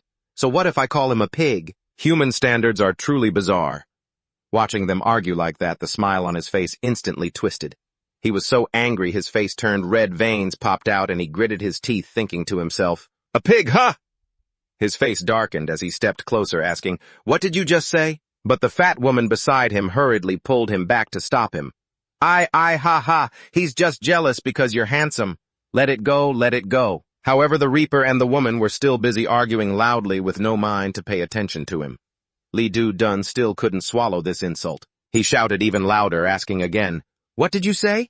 She continued, trying to stop him from moving forward. "If you end up in jail again, what am I supposed to do, huh? Just endure it this once. Stay calm, stay calm. You eat well and you're capable, isn't that great?" As she spoke, her face was covered in cold sweat, her fear visible and impossible to hide. The face of Lee Do-dun was now furious to the extreme. The round head was pulsing with visible veins, and his eyes were bloodshot, showing just how insane he was. In the waiting room, Bai-Dahai was terrified, constantly biting her fingernails. On the table sat a tuna rice ball that the goblin Ivan had bought for her. She was so nervous she was shaking all over, only able to pray silently in her heart. Suddenly, someone walked into the room. The two of them had returned. Bai-Dahai immediately jumped up and said hurriedly, "Chairman, I have something I need to talk to you about." But as soon as Bai-Dahai's eyes touched the swollen, bruised face of the fat woman, she was immediately startled. She shrieked in horror, "Manager! What happened to your face? What's wrong with you?" Bai-Dahai rushed over to the manager, asking, "Are you okay? Did he hit you?" At that moment, Lee Do-dun spoke in a low, cold voice. "She got hit because she deserved it. Recognize who's in charge." Bai-Dahai couldn't help but be stunned. Manager, did you hit her?" Lee Do-dun, holding the rice ball in his hand, replied, "She tried to give me orders." This made her panic so much that she hurriedly touched her face, and the chubby woman screamed in a panic. "What are you talking about? What do I do now?" "My face." But the guy immediately cut her off, angrily raising the rice ball and asking, "Hey, what is this?" Only then did Bai-Dahai suddenly remember. She hurriedly opened her mouth to explain that, but he cut her off again. It's obvious, while crushing the rice ball under his foot. His face twisted horribly, looking as terrifying as a demon. He spat out, "All you ever want to do is eat and eat, isn't that right? You damn pig." That statement deeply wounded Bai-Dahai. She couldn't hold back her eyes, starting to glisten with tears. Yet she tried to grit her teeth and endure it, not wanting to let herself cry out loud. Bai-Dahai still clung to a final shred of hope, gripping his shirt sleeve and screaming, "Chairman, no! You have to run away right now!" Even at a moment like this, Bai-Dahai still only cared about him, constantly reminding him, "It's a trap. A bad person brought it to me. Get out of here quickly. It's too late to stop it." Bai-Dahai could only desperately beg, "Lee Do-dun, I'm not good at standing here explaining everything. Please believe me." But her words fell on deaf ears. They sounded like nothing more than annoying, buzzing flies. Suddenly, a cold slap rang out. Bai-Dahai was knocked to the floor by his blow. Looking down from above, "You're nothing more than a sewer rat," he mocked irritably. "What did you say? You poor, pathetic bitch."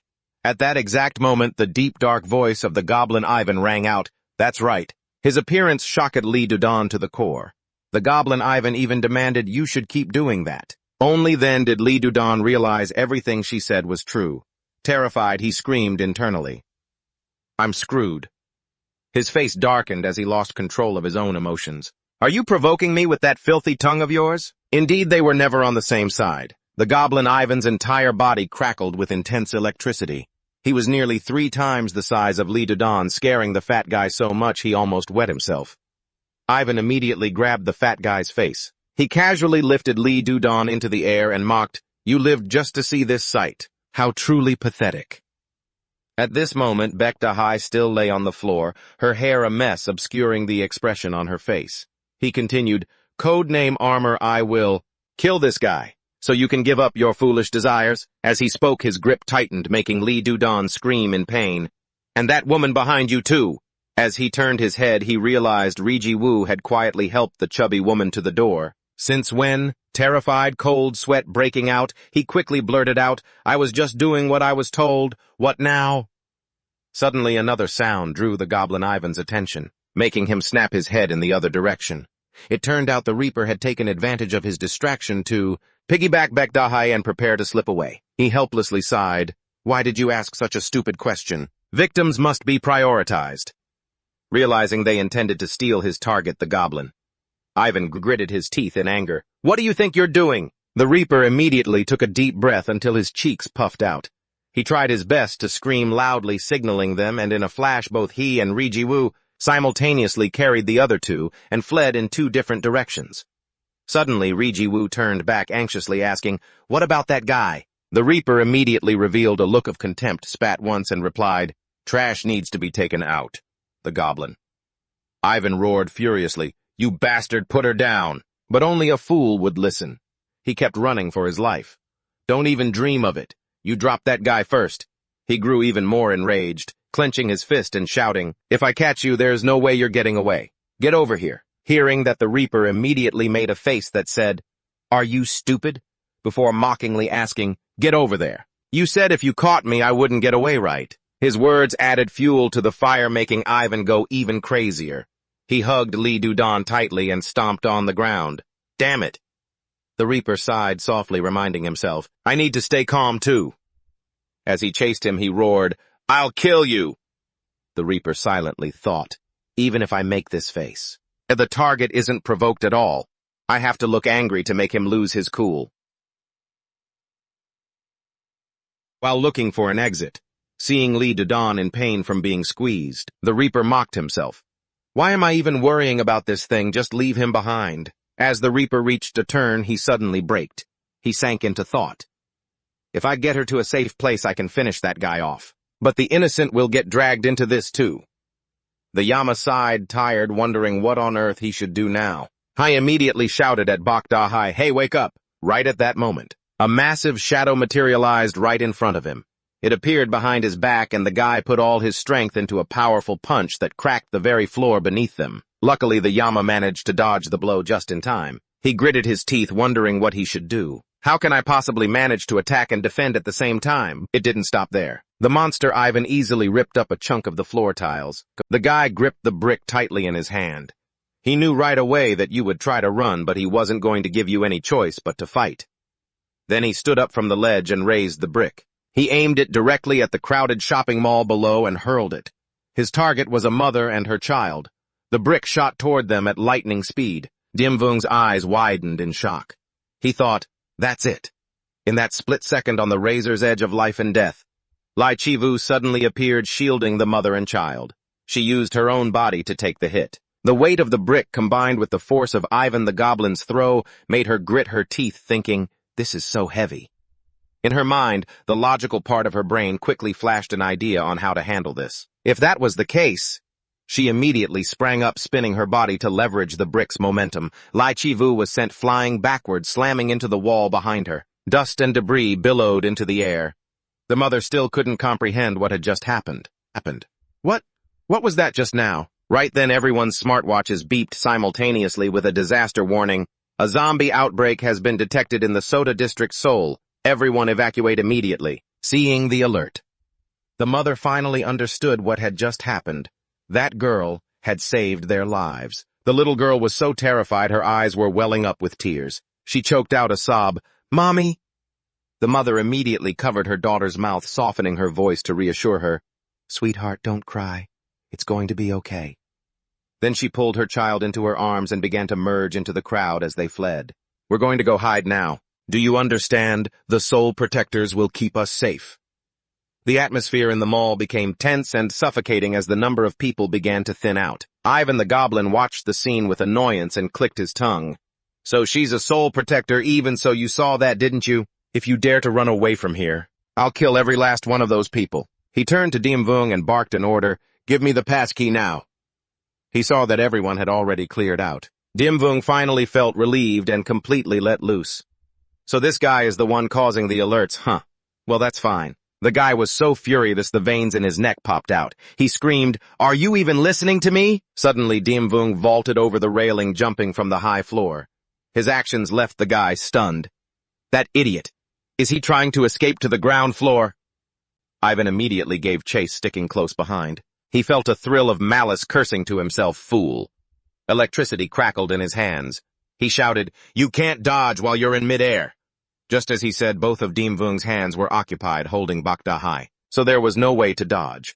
But Dimvung wasn't someone who was easily handled. He turned his head and smirked. "It's true that I can't dodge, but neither can you." At that very moment, Ivan realized what he was planning. Dimvung shouted, "Soul Prison." Immediately, a blue light enveloped them. The light expanded rapidly, and the figures of all three people vanished. A loud boom echoed, and then a different space filled with a deep blue hue appeared. In this place, there was nothing but crystal clear water and an endless deep sky. Because of the shockwave just now, raindrops began to fall. Dimvung gently reached out and blocked the guy's giant fist. Ivan the Goblin hadn't reacted in time. He was suddenly dragged into another dimension. I was utterly shocked. Lo Vong observed him and frowned, asking, "Now that he's a god, did he just think of this guy? Is this that person?" Ivan the Goblin. The dark history of Ivan the Goblin was slowly revealed. A man who lived his life like a lightning bolt. His father had abandoned his mother because she couldn't bear children. Later he met another woman and fathered Ivan. His father looked at the child in the cradle with a wicked smile, and that act infuriated the archbishop. Countless lightning bolts struck down upon his castle. Afterward he cursed him, "You will sire a demon. Your country will be drowned in blood and tears." Ivan the Goblin's personality had been twisted since childhood. I was no different from a devil. He committed acts that ordinary people couldn't even imagine. The older he got, the more insane he became. His life seemed as though it were bathed in the blood of commoners. Innocent people would perish, and rivers of blood would flow because of the demon's madness. "Your entire country will be burned to ashes." Back in reality, he furiously continued to swing his fists at Dimvung. Now that he wasn't burdened by anything, he gracefully dodged the attacks. Dimvung calmly asked, "Has the madness increased over the years?" Lo Vong immediately replied, "Indeed it has." He didn't even spare his own daughter-in-law, who was carrying his grandchild. Ivan the Goblin lunged repeatedly to attack him, but every blow missed, only slamming into the water, causing it to splash everywhere. The raindrops slowly fell onto his body. He gritted his teeth in anger. "Bastard, I'll kill you!" Dimvung didn't show any fear and instead asked back, "Why?" Tears welled up in the guy's eyes, but the madness in his voice didn't diminish at all. "In the end, I killed the crown prince who cursed me to death." But unfortunately, the madness had returned. Ivan the Goblin glared at him with eyes overflowing with hatred. Dimvung was so angry his face darkened. "He's just a piece of trash. He talks about killing people, then says, 'Unfortunately.'" Lo Vong was just as enraged. He screamed in anger, "What has this guy done?" But Dimvung immediately cut him off. "Ignore him." I was unwilling to let it go, but when he protested, Dimvung raised his hand to stop him. "Let it go, let it go." Then Dimvung clenched his fist and slapped it into his right palm. He continued, "Naturally, a sinner must face a proper punishment." Just a second later, hellfire erupted continuously. But unexpectedly, Ivan the Goblin threw a lightning-charged fist straight at him. He didn't even flinch. His attitude remained strangely calm. I even seemed quite excited. Lo Vong went crazy, cursing, "This inhumane scumbag! People are trying to talk and you're already throwing punches." Then he asked worriedly, "Dimvung, are you all right?" "Right now." The King of Hell's body was billowing with thick smoke, startling Lo Vong. Suddenly, the King of Hell grabbed the round creature, squeezing it until it warped, and called out to it in a deep voice. His face looked like it was about to explode, with veins popping out around his eyes.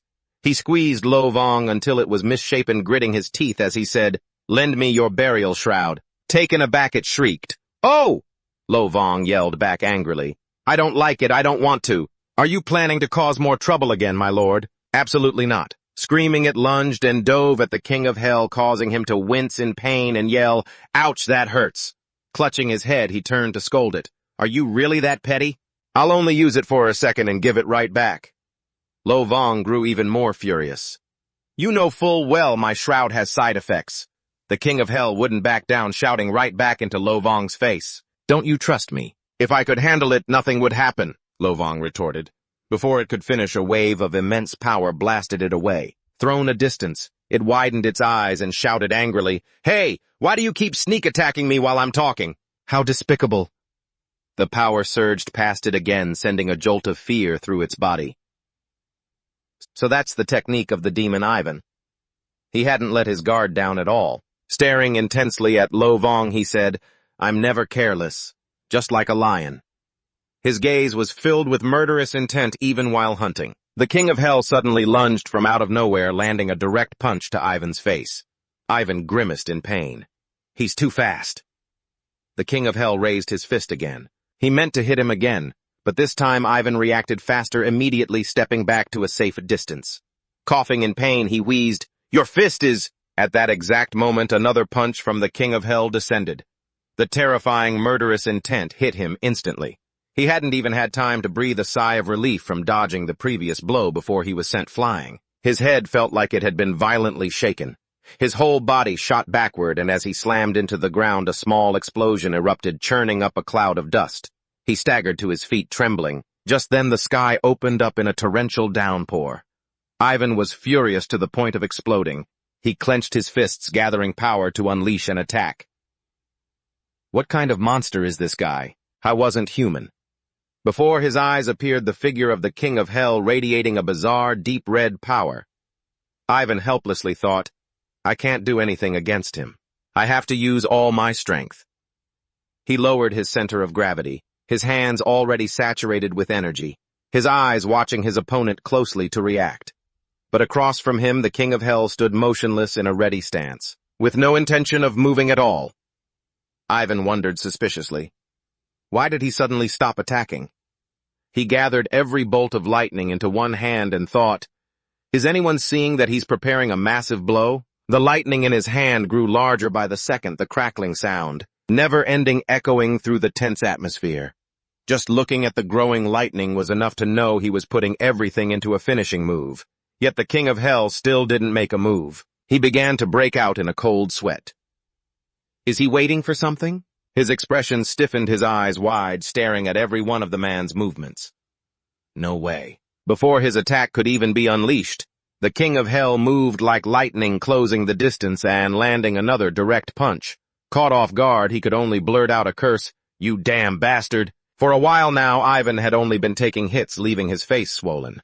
The King of Hell's arm also hissed with faint smoke rising from it. This alone showed just how heavy that last punch had been. Watching the scene unfold, Lo Vong broke into a cold sweat. Every time that guy talks, he hits him. He must be holding a grudge because I interrupted him earlier. His great sovereign. Ivan trembled as he gripped his own leg to keep from collapsing. Struggling to stand, he refused to admit defeat and shouted, "How dare you? How dare you toy with me? I will kill you." His eyes bulged, brows furrowed tightly. His rage had peaked, making every blue vein on his face stand out, looking absolutely terrifying. But the King of Hell remained calm. He rotated his wrist and mimicked the man's words. "How dare you? Don't you know who's punishing you?" Ivan's face went pale with terror as he realized murderous intent was suddenly filling the air behind him. The King of Hell condensed power in his hand and unleashed his technique, Hellfire Judgment. The hellfire in his palm flared, growing increasingly fierce. Following that, the King of Hell unleashed a flaming punch, swallowing Ivan's body. The terrifying power made it impossible for Ivan to hold his ground. He widened his eyes in frustration. Seeing that he hadn't been burned to ashes, the King of Hell sighed in boredom. "As expected, you're not very flammable," he thought to himself. "It's just like when I did this to Zeon Uchi. I don't have enough firepower." A pain, or was it the shroud from inside his flames? Ivan appeared in a fit of rage, a sphere of lightning gathered in his palm. I have to achieve one of the two or something else. But that move of Ivan's still couldn't touch a single hair on the King of Hell. He instantly darted behind him, nimbly dodging the attack. The King of Hell smirked mockingly. I immediately followed up with another hellfire attack. Seeing that Ivan roared in anger, only then did he realize, "You are the King of Hell, Yama the Punisher of Sinners." As he spoke, he raised his hands high, hooking his two index fingers together to summon a pillar. A massive bolt of lightning, golden and blinding, shone as if to tear the sky apart. He screamed maniacally, "Lightning!" The King of Hell was hit by the pillar, his whole body covered in that golden light of the lightning. Lovong stood by, watching its face turning dark with panic. Absurd. A mere corpse has shroud power. That's not electricity, that's divine lightning. After unleashing such a stunning move, he quickly retreated to keep a safe distance. Right after that, a blinding light shot from afar. He had gathered all his momentum. He lunged straight toward him, returning the favor with a punch. The blow left the King of Hell with no time to react, sending him flying. Ivan laughed triumphantly at his own move. Ha ha ha, how was that? You must be feeling like every inch of your flesh is being torn apart by fire. But how could that bolt of lightning take down the King of Hell? Though his whole body is smoking, he still holds his ground, standing firm on the ground. Ivan gleefully approaches him, taunting him. Let's see how long you can hold out. With just 2 strikes, black smoke is billowing all over the guy's body. The King of Hell mumbles. So this force is lightning. He looks up at him with a crazed smile on his lips. Is that really all it takes? Heh. Seeing that, Ivan is completely shocked, his face darkening with suspicion. Why is he completely unscathed? Lu Vong flies in from behind and speaks to the zombies. You guys are quite something, not bad at all. But compared to him, you're just mosquitoes. The person's life is the most fragile thing, yet he still seeks revenge for the god. The King of Hell immediately shows clear annoyance. He turns back to refute Lu Vong. You think I'm taking orders from you? That's exactly right. Ivan goes crazy. He yells angrily, Hey, don't make me laugh anymore. He continues to pour all his energy into gathering lightning in his hands. His rage seems to make his power skyrocket visibly. He roars like a madman. King of Hell, die. As soon as he finishes, he launches the lightning toward him. But the King of Hell remains calm, sporting a provocative smile. He teases, truly terrifying. My stiff shoulders are finally loosening up. I even shoots him a contemptuous look. Let me tell you why your attacks aren't doing a damn thing. Saying that, he leaps high into the air, then the King of Hell lands gently nearby. Under his feet there are still some lingering sparks. I've melted so much I'm just used to it. My old acquaintance was just like you. I got hit by him so many times I just got used to it. Ivan hears those words and sweats profusely, his eyes rolling back in terror. Understand. As he speaks, he points to the sky and continues happily, you have to try it yourself to understand. The King of Hell says in a joking tone, Heavenly lightning, I'm calling on you for a favor. The King of Hell has spoken, but the sky shows no strange phenomena. The heavenly lightning doesn't strike down either. The monster Ivan also curiously looks in the direction he is pointing. He smiles helplessly. That guy isn't listening.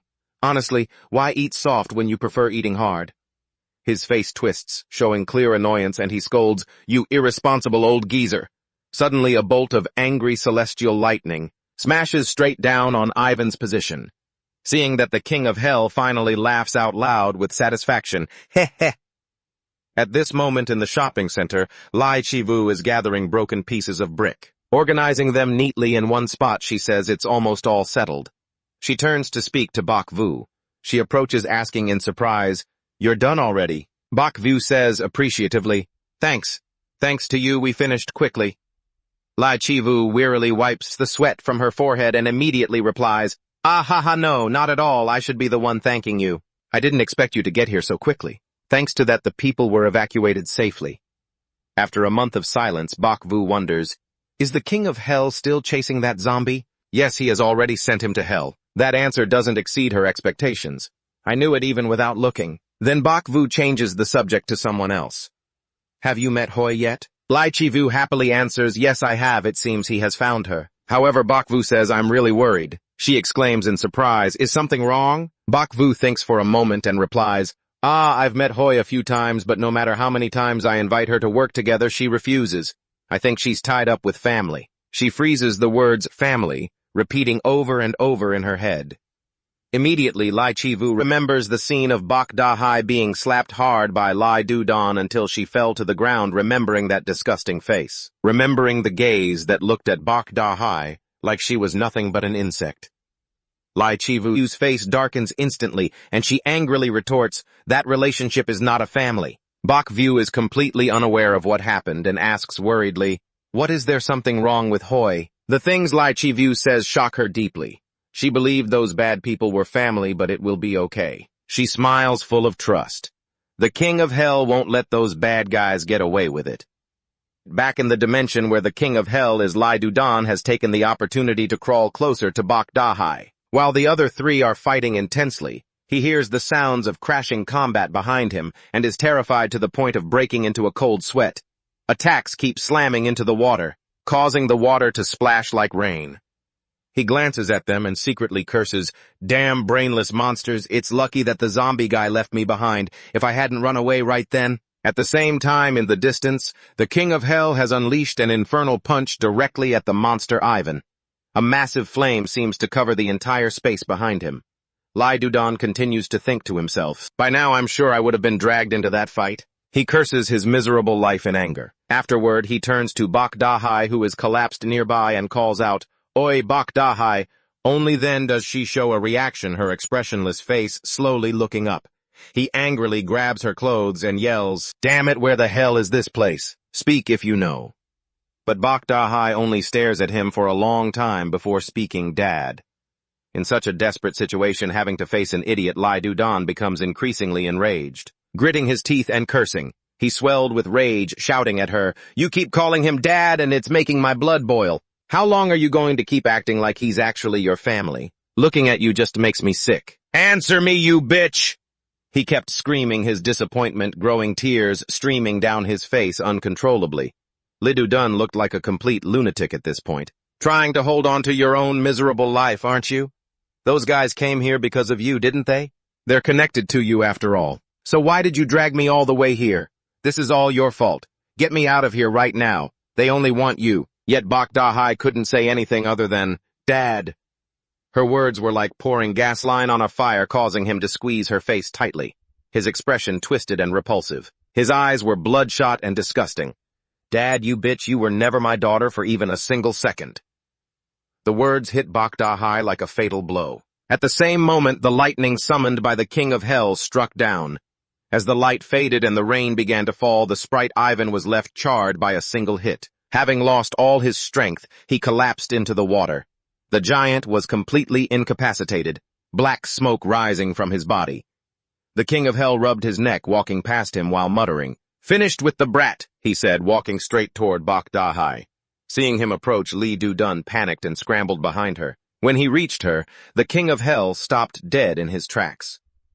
The ugly scene before him made his expression darken, and he asked in a low, cold voice, "What the hell is this?" Hoy, it turned out Lai Dudan had taken advantage of that moment. He wrapped his arm tightly around Bok Dahai's neck with a desperate look, sweating cold sweat as he tried to threaten him. "Damn it, don't come any closer. Get me out of here. Otherwise I'll snap her neck. You need her right." His words were nothing but annoying buzzing to the King of Hell, so he interrupted. "Hoy, what are you waiting for?" Lai Dudan, thinking he was being addressed, cursed angrily. You bastard! Who are you calling a pig?" But the King of Hell pointed straight at Bok Dahai and said, "Not you. I'm asking the pig Zodiac member over there. You're a pig codenamed member. How are you getting beaten up like this?" Bok Dahai looked away, embarrassed, and finally managed to speak a full sentence. Please forgive me, Lord King of Hell. It's been a long time." He asked, "How have you been? Do you need my help?" But Bok Dahai remained silent. Lai Dudan hadn't expected that piece of trash to have such a special identity. The scene before him made him increasingly terrified, his mind racing to find an escape. There has to be a way. I just need to improvise. Knowing he held someone important, he immediately began to negotiate loudly. "Let's make a deal. I'll let her go and you let me leave. This Bok Dahai.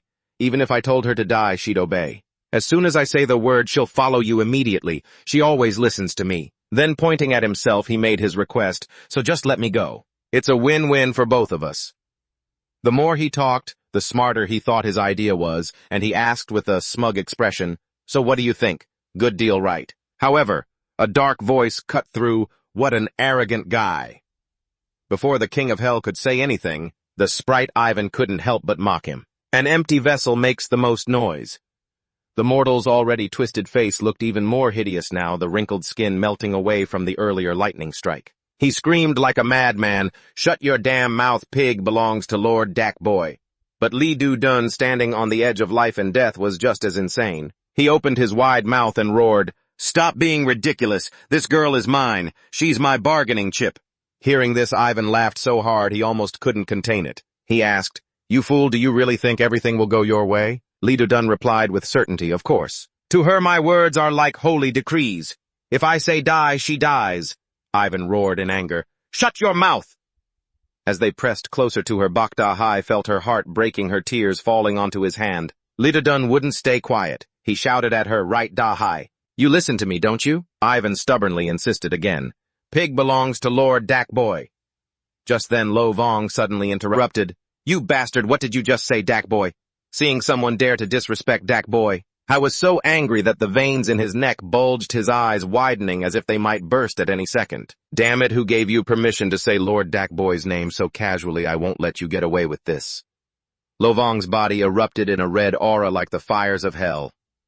The King of Hell asked calmly, a corpse. Did Dak Boy send you? Under the pressure emanating from him, black threads began to spread through the air. The strange, terrifying aura made a primal fear well up inside Li Dun. What the hell is this thing? Isn't he the King of Hell's pet? While Lo Vong was still consumed by rage, the King of Hell suddenly called out, Lo Vong. It immediately responded obediently, yes, Lord King of Hell, while retracting its aura. I walked over and patted Bak Da-hai's head, then asked, Lo Vong, what did I always say? She looked up at him with teary eyes, stunned. Lo Vong was silent for a moment before answering.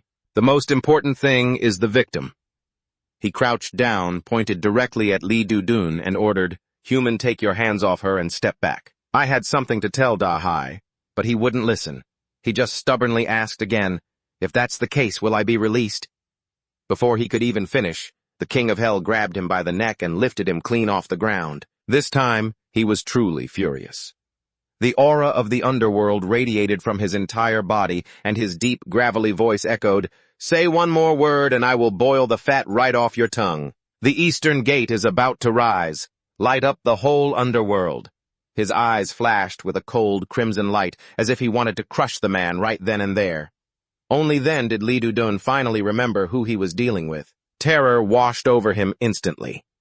Just moments ago, he had been so panicked that he acted with reckless stupidity, but now he was so scared he nearly wet himself, and in fact he did. Disgusted, the King of Hell threw Li Dun away. Behind him, Bak Da-hai stammered, My lord! At that he knelt on one knee, looking at her with a gentle expression, and asked, Da-hai, do you want to have a family? Bak Da-hai immediately bowed her head, answering sadly, How could a place like this hell be called a family? Watching the happiness in the human world, I truly envy it. I thought I had a family. The more she spoke, the more heartbroken she became, tears streaming down like rain. I was mistaken again. Even if it was a foolish thought, I had considered them family once more. The King of Hell seemed to understand the turmoil in her heart and asked warmly, Da-hai, do you want to be reborn with me as a family? Sunlight pierced through the pure white clouds. The King of Hell and Bak Da-hai sat facing each other in an infinite space. She couldn't believe it and stammered to confirm. A family truly. The King of Hell smiled, gently interlacing his fingers as he explained, Take my hand, and by being reborn we will truly become family. Then he asked softly, How about it? Does that sound okay? Do you want to think about it? Bak Da-hai's whole body trembled, suddenly tears falling onto the back of her hand as she held them lightly.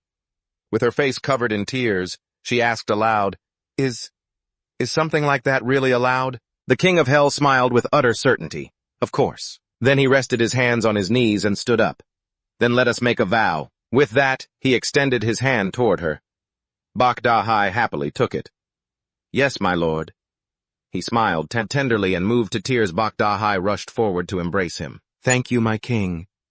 She buried her face in his neck and whispered, I am truly grateful. The King of Hell laughed softly and patted her back, reassuring her, There. From now on, I am counting on you.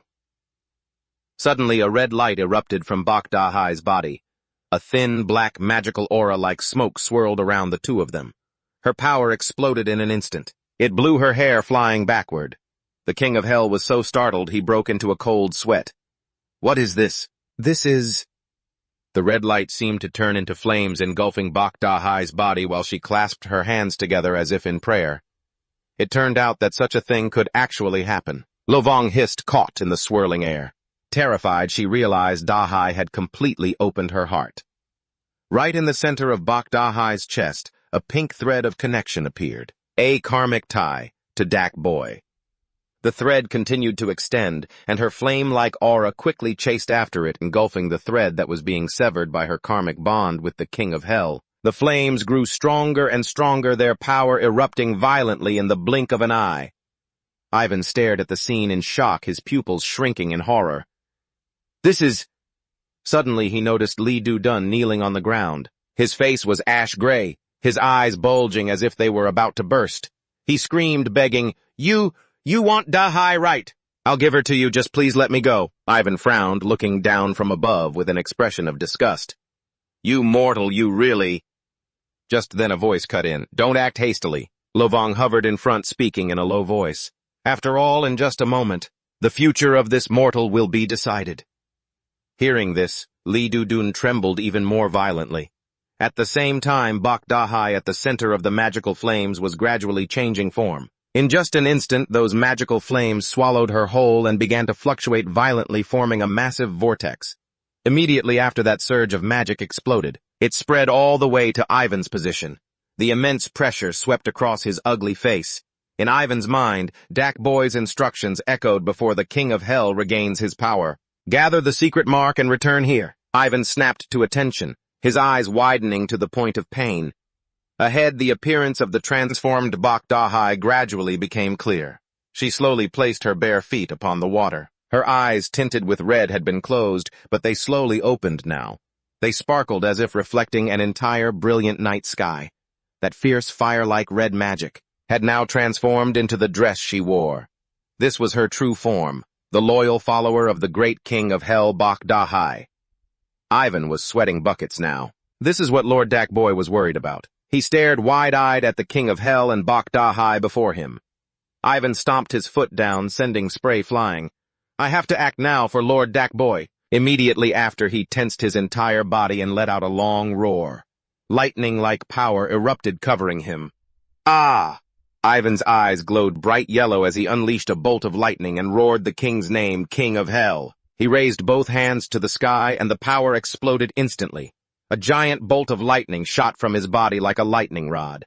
Ivan clutched a sphere of lightning in his hands, screaming, I will take you down with me. With that, he shot forward like an arrow toward the King of Hell and Bak Da-hai. This time, Ivan was determined to die trying. Die. Lovong looked down from above, narrowing her eyes in anger. You scumbag, don't you know what a subordinate is for? She looked at the thread of connection linking their chests. At this moment, the King of Hell and Da-hai were connected by the threads of fate. Bak Da-hai smiled. She lifted a black coat with gold trim in her hands. Da-hai had been granted divinity by the King of Hell. In return, he received this from her. He reached out and coldly accepted it, but her hands reached out at the same time. Bak Da-hai draped the coat over the King of Hell herself. The moment he put on the shroud, a surge of evil power instantly manifested. A giant demonic skull covered in terrifying magical energy blocked Ivan's attack. He was so terrified that his face contorted in horror, raising his head to face his enemy. Drawing spiritual power from the funeral shroud, the Yama stands there like a descending demon god, his entire body radiating a deadly magical aura. Behind him, Bak Da-hai serves as his anchor. And Da-hai's telepathic power is, he clenches his fist tightly and coldly utters, Devour the fields. Upon receiving the command, the ghost skull immediately opens its cavernous pitch-black maw toward Ivan. The look on Ivan's face is that of someone who has lost everything. The only thought remaining in his mind is, he really is the Yama. Suddenly, the warning from Taboy and the cautionary look from back then flashed through his mind. Do not recklessly speak that person's name. Ivan's eyes widen, wondering to himself, I keep asking why he went that far. But facing death right before his eyes, he finally understands the reason. After the ghost skull swallows Ivan, a purple flame erupts within its eye sockets. The ghost skull tilts its head back and lets out a roar that shakes the heavens. In an instant, it sweeps across the space. Lovong breaks into a cold sweat, standing still in the wind as the tip of Yama's toe taps the water's surface. A domineering aura radiates from him. The moment he finishes speaking, the powerful ghost skull shatters instantly like a water bubble behind him. The Yama narrows his glowing red eyes and coldly calls out, Lovong, take orders. It hurriedly bows respectfully and replies, Yes, Your Majesty, Lord Yama. The Yama looks at its cowering figure and continues, The one I just swallowed seems to be one of Toboy's subordinates. Each word that follows makes the listener's blood run cold. I will digest him and cast him into hell. Get more information on him. The Yama's eyes are filled with fury as he softly curses that filthy Toboy. It seems he is planning something. Hearing this, Lo Vong bows and replies, "You can leave it to me, your majesty." It then secretly peeks with one eye as this is its specialty, but the Yama doesn't even bother to care. He turns to lead Bok Da-hai away. "All right, let's go." Suddenly he stops in his tracks. "Been waiting long, haven't you?" Down below is Lai Du Don trembling in fear. His gaze at the Yama is no different than looking at a demon, and the Yama's appearance right now is truly not much different. What's with the demon act? The Yama reaches out his hand as if to take a life. "Now it's your turn." His hand slowly presses him into the shadows. "You sinner." The Yama grabs Lai Du Don by his pig-like head. The man panics and screams incessantly, please let me say a few words to Da-hai just once. Please give me a chance." The Yama's gaze holds absolutely no emotion, eyes as dark red as the blood of the damned. He throws him down hard. Lai Du Don cannot help but cry out in pain. Ugh! Finally hitting the ground, he coughs repeatedly. Cough, cough! By now his entire body is shaking uncontrollably. Desperate, he calls out Da-hai at death's door. Lai Du Don finally humbles himself to beg. I'm sorry. I'm sorry for being so cruel to you all this time. If this continues, it will be even more horrific. Now he doesn't care about anything else, just repeatedly kowtowing and begging Bok Da-hai. Please, she won't scold me. She'll never hit you again. Please give me a way out. Save me. The Yama steps forward and asks, "What do you want to do?" Bok Da-hai thinks for a moment and speaks up. "Lord Yama, I will forgive him. After all, despite everything, there is still the debt of raising me." Her words are like a straw for a drowning man to Lai Du Don. He joyfully lifts his head. Really? You will forgive me?" Bok Da-hai offers a bitter smile. "Yes, I accept it." He excitedly crawls to the Yama, grabs his pant leg and pleads, Did you hear I've been forgiven? Is that enough?" She isn't holding a grudge anymore. But the moment he sees the terrifying expression on the Yama's face, he immediately goes silent, not daring to say another word. Hai is immediately grabbed by the collar and hauled up. "I really don't understand." His words cause Lai Du Don to panic. "What do you mean?" The Yama leans in close, lowering his voice to ask, "You're the one begging for forgiveness, aren't you? Why do you seem so happy about it?" He trembles violently, stuttering to justify himself. No, if I'm forgiven, the punishment will be reduced." But the Yama immediately cuts him off. "Nonsense." His eyes bulge, his face full of rage. "Even if you are forgiven 100,000 times, a broken glass doesn't mend itself, does it? The sins you have committed will never disappear." Only then does Lai Du Don realize things aren't as simple as he thought. His life begins to brush against the Reaper once more. He stammers, begging, Don't do this." The Yama doesn't care, his voice grinding as he continues. "So once forgiven, you're innocent. Doesn't that just mean you guys will only pick on the weak to bully? And as long as you get forgiveness, it's all over, right? Human laws aren't even worth as much as a piece of trash. It doesn't matter what happens to you. This time I will not let it slide." Finishing his sentence, he throws him hard against the ground as if discarding trash, making his hands dirty just to hold him.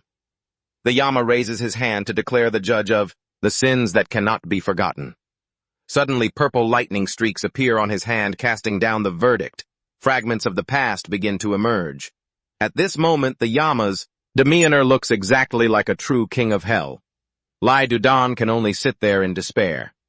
He continues for the sinner with the sharp tongue, using your own body as a blade to harm others until the day the mountain of blades rusts away, not using hands or feet to climb it. His eyes are filled with overwhelming rage. The voice, echoing as if from the depths of hell, continues to reverberate. The image of the lowly, incessantly begging Lai Du Don appears. "I'll do anything. Please take me out of here." He pronounces the sentence, "Take him away and turn him into a candle."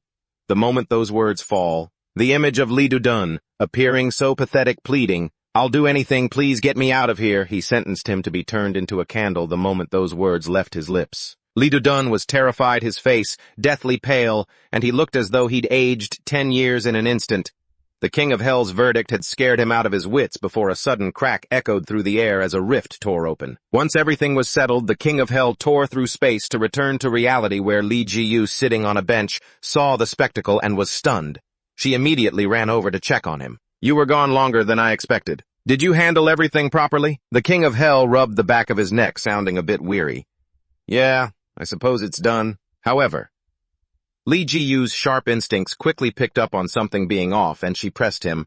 "Are you sure everything is really okay?" Seeing his strange expression, he smiled and replied, "Handing down a verdict like that, even for someone like me, it's exhausting." Immediately, Li Jiyu shoved something into his mouth.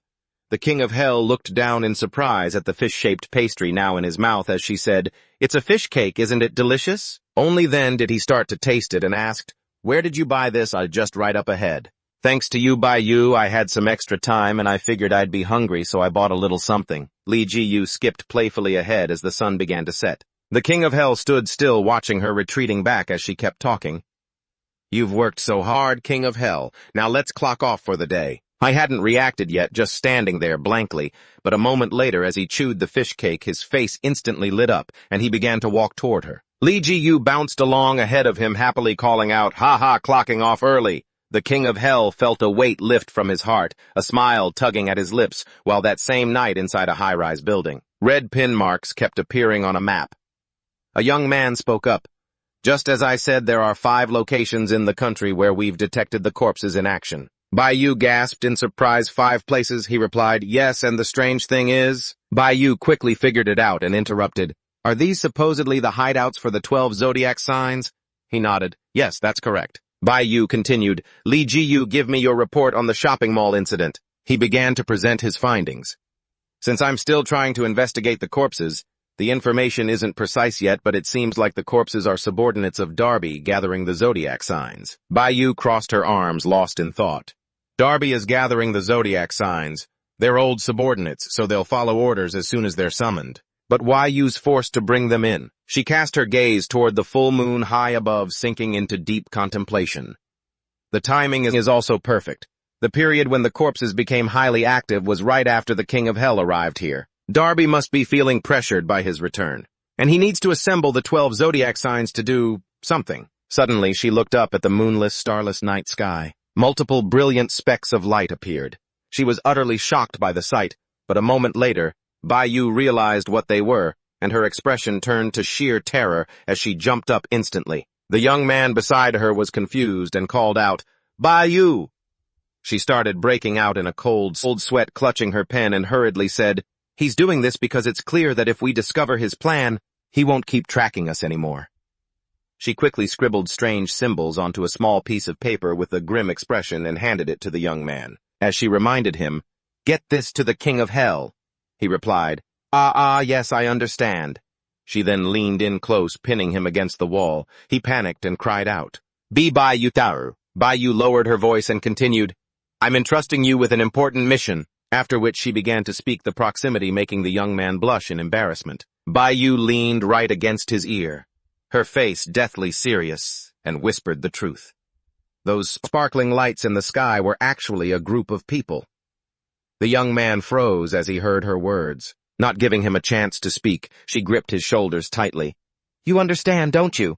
I'm counting on you." At that exact moment, that group of people smashed through the glass doors and charged into the office, each wearing a crazed smile, and among them was Shan Yu.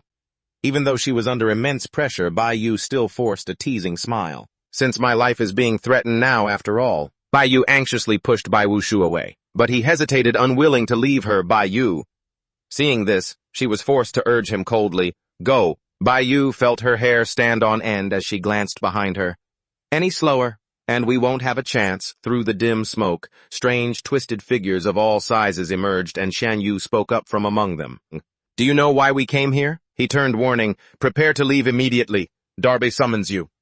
Baiyu gave a bitter smile and gestured, "Hold on, I need to talk about this." "Why is Darby gathering the 12 zodiac signs?"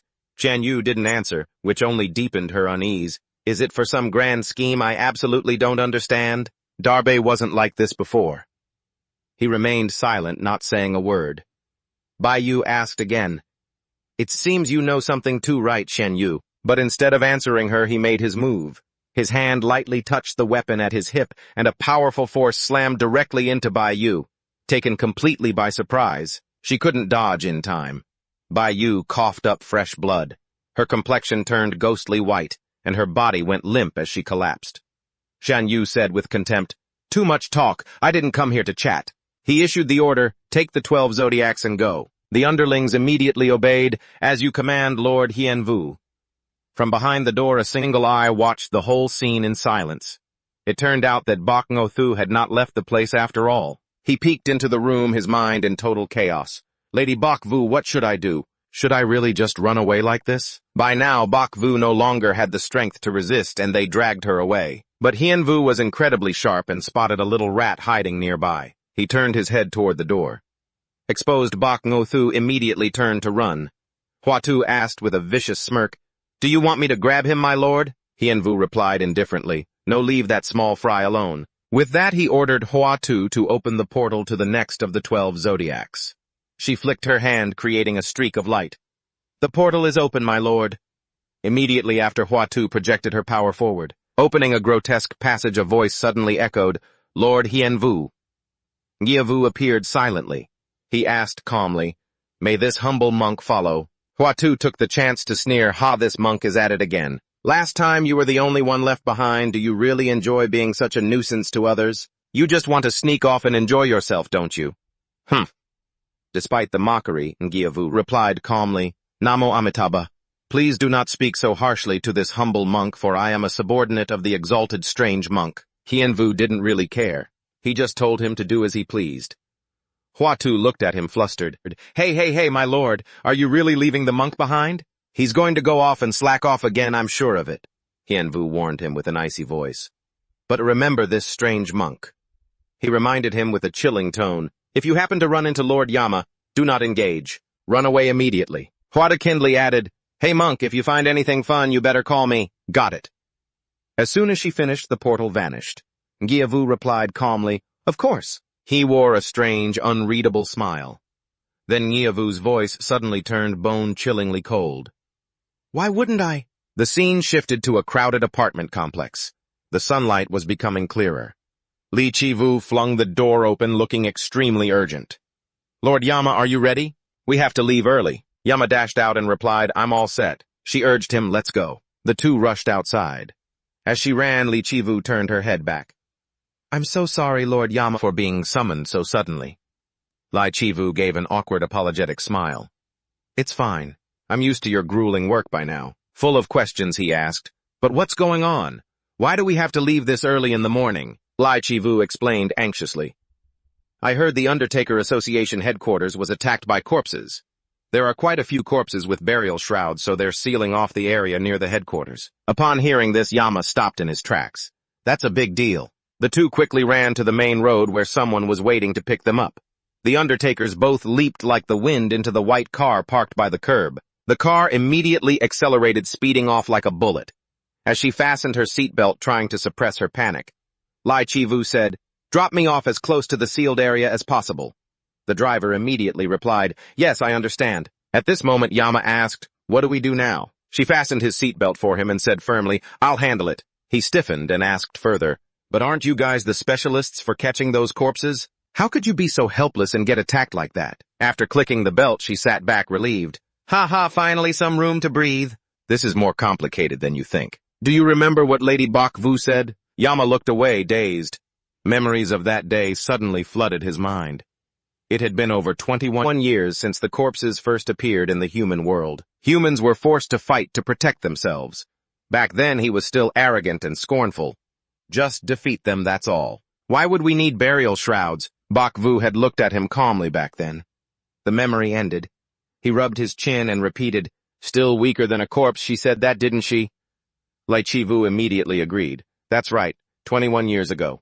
Ever since the corpses appeared here, organizations were established like the Undertaker Association and the affiliated Undertaker Company, acting like civil servants part-time." Seeing her describe it, Yama's expression became even more bewildered. Kind of like the police or firefighters, but suddenly a voice echoed in her head, "Li Chivu, remember this. Lord Yama is still very clueless." Lo Vong once skillfully reminded her about him. Aside from the judgment bench, he knows nothing, so you have to explain things as if you were talking to a child. Seeing this, she finally understood and covered her face in sympathy, thinking, he must be so exhausted, while Lai Chivu broke into a sweat trying to explain things in a way simple enough for a child to grasp. And now she officially treated him like a child to explain things. Lord Yama, a guardian monk, is basically a cop who catches dead bodies, Lai Chivu said, racking her brain to find a way to describe it. They protect people from the dead and get a government salary. Normally, a skilled guardian monk can fight off 3 corpses, but that only applies to regular ones. She patiently kept explaining, but for those from hell who have been there a long time because they committed grave sins, it's very hard to deal with them if you don't have a burial shroud. Lai Chivu continued doing her best to clarify. To put it simply, in terms of raw power, a corpse is much stronger than a human. Someone with a burial shroud has extra shroud power, but a corpse with a burial shroud is even stronger. She sighed and asked, my lord, do you understand it better now? And a corpse wearing a burial shroud is called a sand person satu. Soon the car stopped and she and he hurried out. Lai Chivu was left speechless by the scene before her. Oh my God. Before her eyes was a landscape of ruined houses with debris scattered everywhere. This place was truly... Every corner showed no signs of life, just piles of twisted concrete and steel. Lord Yama spoke up to reassure her. Don't worry, I have a burial shroud, remember. Whether it's a sand person or a regular corpse, I can handle them. But right in the middle of a spatial rift, Lovong appeared and countered, it might not be that easy. Lai Chivu was startled by his sudden appearance. Lovong, she panicked when she saw him covered in blood like that. Are you okay? Lovong replied calmly. Don't worry, it's not mine. Hearing that, Lord Yama felt more at ease and immediately asked the main question, have you finished interrogating him? Lovong asked back, you mean, looks like you were too soft on him. Meanwhile, Ivan was beaten to a pulp, his teeth and lips a mess. He reached out, panic-stricken, saying, I've already told you everything I know. Please. He curled up, begging in a weak voice. Please, just stop it. Lovong commented with disdain. He's more useless than I thought. But then added, only one thing is useful, some of Lord Yama's subordinates. And when Lovong blurted out the words, have already defected to that boy. Hayama froze on the spot. However, Lai Chivu looked at it from an optimistic perspective. On the contrary, I think that's lucky. We can also lure those corpses over to our side, right? She beamed with a bright smile at the thought that had just popped into her head. Right, Lord Yama. But the words she was about to say next became lodged in her throat as if swallowed back down. Lord Yama's expression suddenly became extremely grim. He struggled to blurt out the question, how many of them? Lovong hesitated, replying, I'm not sure, my lord. Hearing that, Lord Yama pulled at his hair in frustration. This is a real headache. Lord Yama stiffened, pursing his lips as he asked, Hien Vu or Bat Fa? Behind them, in a corner of the ruins, a corpse was stalking the 2 of them. It would be a stroke of luck if it weren't those 2. The corpse on the other side was drooling, its eyes filled with extreme craving. Lord Yama instructed her Lai Chivu to contact headquarters first. She was confused, not understanding what he meant. To say what, my lord? In a flash, he appeared in front of the corpse and replied, 2 people are coming to help as fast as they can. A strange red and black aura rose from his body.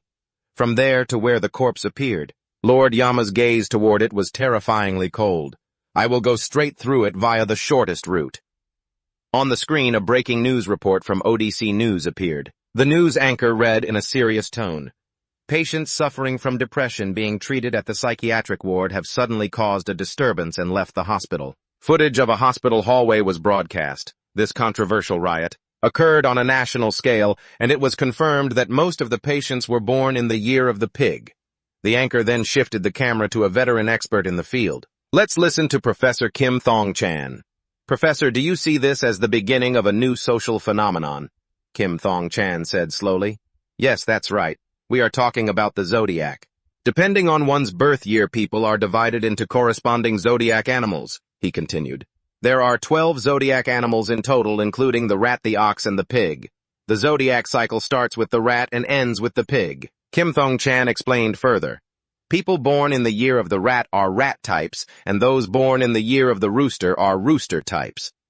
After 15 years of research and surveys, I have understood this clearly. Although this was once considered an ancient folk belief, even today we are discovering further anomalies. A group of people has appeared with completely opposite states. Those born in the year of the pig often suffer from depression, while those born in the year of the goat have a tendency toward fanaticism. An image of a fully cloaked figure holding a knife appeared on the screen. And those born in the year of the snake have a skyrocketing rate of being serial killers. Kim Thong-chan raised his hand. We believe something is affecting people and we are researching that very issue. The anchor immediately followed up. Thank you, Professor, for sharing. Then the anchor moved on to other news. Next, here is the news report. Since last night, casualties have been increasing due to corpse attacks on the Guardian Monk headquarters. Here is a live report for more details. The anchor quickly asked the reporter, Fat Dai Hao, what is the situation there? Fat Dai Hao held the microphone and replied, yes, it is currently 10:27 in the morning and corpses are still swarming everywhere. The scene of countless injured people was clear on the screen. Although the Guardian monks with shroud power are trying their best to hold back the corpses, one person is critically injured, struggling between life and death. But unlike any, before they are moving in an organized manner. Furthermore, there are many sand people with burial shrouds, making it difficult to suppress them. Fat Dai Hao reported nervously, I am also trapped at a relief station. For now, we are waiting for reinforcements to deal with the corpses. His sweat poured out as an unexpected incident occurred. Just as the corpses managed to cross the barricade, something unimaginably horrific was about to happen. Suddenly, a cry echoed out, get out of the way quickly, cutting off his news update. Fat Dai Hao turned his head back to observe the situation, and finished the last two words, it's starting. The atmosphere suddenly became breathtakingly tense. The wall has been breached. The transmission cuts out instantly, and before everyone's eyes, a wall is torn open, revealing a horde of corpses lurking just on the other side. Leading the army of the dead is Nyavu, walking slowly while chanting, Namo Amitabha Avalokitesvara Bodhisattva. A ghostly purple aura radiates from his body as he calmly speaks. A massacre. Truly a massacre, looking at the humans with cold contempt, watching the pitiful gazes of the living. The Guardian Monk glares at Nyavu in fury, coldly asking, tell me, you mortals, what are you hiding? The man turns to the woman beside him, bewildered. Hiding, Nyavu watches them quietly and shortly after signals the horde of corpses to attack. Nyavu says, I suppose you don't know then. The Guardian Monk immediately takes a defensive stance. His shroud tenses as he orders, get the wounded out of here. Go hurry, I will handle this myself. No sooner had he finished speaking, a corpse lunges like a starving beast. He braces himself to fight back, cursing, you damn monsters. And with a single palm strike, he shatters the corpse into pieces. He charges forward, launching attacks while shouting, hold them back, keep fighting, try to hold out until reinforcements arrive. Suddenly, a familiar groan echoes behind him. He turns around in horror to see his teammates losing ground, so he immediately dashes over to save them. Get out of here, you bastards! He helps his teammates stand up and asks, checking their condition, are you okay? Can you walk? Ahead lies total chaos. Friend and foe are locked in a struggle as if trying to tear each other apart. He grinds his teeth in frustration as the Guardian Monks are still fighting for their lives, desperately holding their ground. To buy more time, they work together to hold off the massive army of corpses. His face turns grim as he realizes a hard truth. They are vastly outnumbered by the dead. If this keeps up, they are all going to die. Just as the situation becomes desperate and there's no way out, a piece of good news arrives. Guardian Monk reinforcements are coming. His spirits lift slightly. Thank goodness, how many are there? But the messenger looks troubled, stammering, well, 2. He immediately guesses, 200, that's plenty. The messenger avoids eye contact and looks away. Seeing that, he glances at his teammate, wondering, even 20 might be enough to get us out of here. But the messenger's face turns even paler. He doesn't dare look him in the eye. His own face goes blank. Stop joking, man, he exclaims, looking at the scene before him. 2 people for this massive mess, no way. Suddenly, Nyavu appears right behind him, his icy voice whispering, how embarrassing. He freezes in terror, a cold shiver running down his spine. Nyavu steps forward, standing right in front of him, and says, it seems heaven has abandoned you all. He stares at the man in front of him, his gut instinct screaming. Nyavu puts his hands together, chanting, Namo Amitabha. He can feel that this guy is terrifyingly powerful. Nyavu smirks with disdain. He realizes that his life is now completely... Nyavu circles behind him again. He knows his life is held in the hands of this corpse. Nyavu chants while walking. Nothing originates, nothing perishes. Alas, human life is but a fleeting dream. How sorrowful to reach the end. Right after a wave of red energy surges from the ground, spreading right to the old man's feet. Ngiavu laughs mockingly. Isn't it such a waste for life to pass by like that? Cold sweat covers his face. He doesn't even dare to speak. The old man laughs wickedly, saying, "Oh, don't worry, I just want to chat." Ngiavu looks up at the gray sky. "Tell me, mortal, do you know if we've caught Bakvu yet?" His face turns pale. He can't believe it. "Caught Bakvu how?" The old man laughs loudly, leaning close to his face. But that's not the important part. At that same moment, somewhere else, Hienvu's group is moving at lightning speed. Ngiavu whispers, "Last night when we went to catch Bakvu, she told me a trivial story." He recalls the moment Bakvu and Hienvu first crossed paths. "A very old trivial story," he continues. "I heard she was a capable subordinate of the person you're protecting, but it seems she doesn't want to talk to us. With that clever brain of hers." Ngiavu speculates on her actions. She was probably just stalling for time. Upon realizing her goal was to let her teammates escape, he sneers with contempt. "I felt something was off, so I searched around, but it was troublesome because I couldn't see anything." Ngiavu assumes she must be hiding somewhere. His face darkens. He asks, "What exactly are you trying to say?" Ngiavu just smiles, not answering. He points to the group of people trying to evacuate, saying calmly, "Children, the elderly, and the wounded. She must be hiding in there." Hai kneels as if asking for permission. "May I come in, please?" Ngiavu places a hand on his shoulder. If she isn't found, he lifts the talisman on his face and says, "I won't cause any more trouble, and I'll leave quietly." Ngiavu smirks. "When I was alive, I was a monk, so I never forgot how precious life is." He continues indifferently, "If you let me in, I promise I won't hurt anyone." Heart-wrenching screams continue to echo. "Ah, ha!" He laughs, but it's an empty laugh. "I only need to catch the one hiding among the crowd." He frowns, his face showing extreme horror. Ngiavu still asks calmly, "Well, what do you think?" The air seems to freeze. The silence is maddening. Ngiavu asks for permission, but his tone is nothing but a threat. "Shall we go in?" His face shows growing panic and helplessness. The people also stare at him, surrounded by the 7 corpses.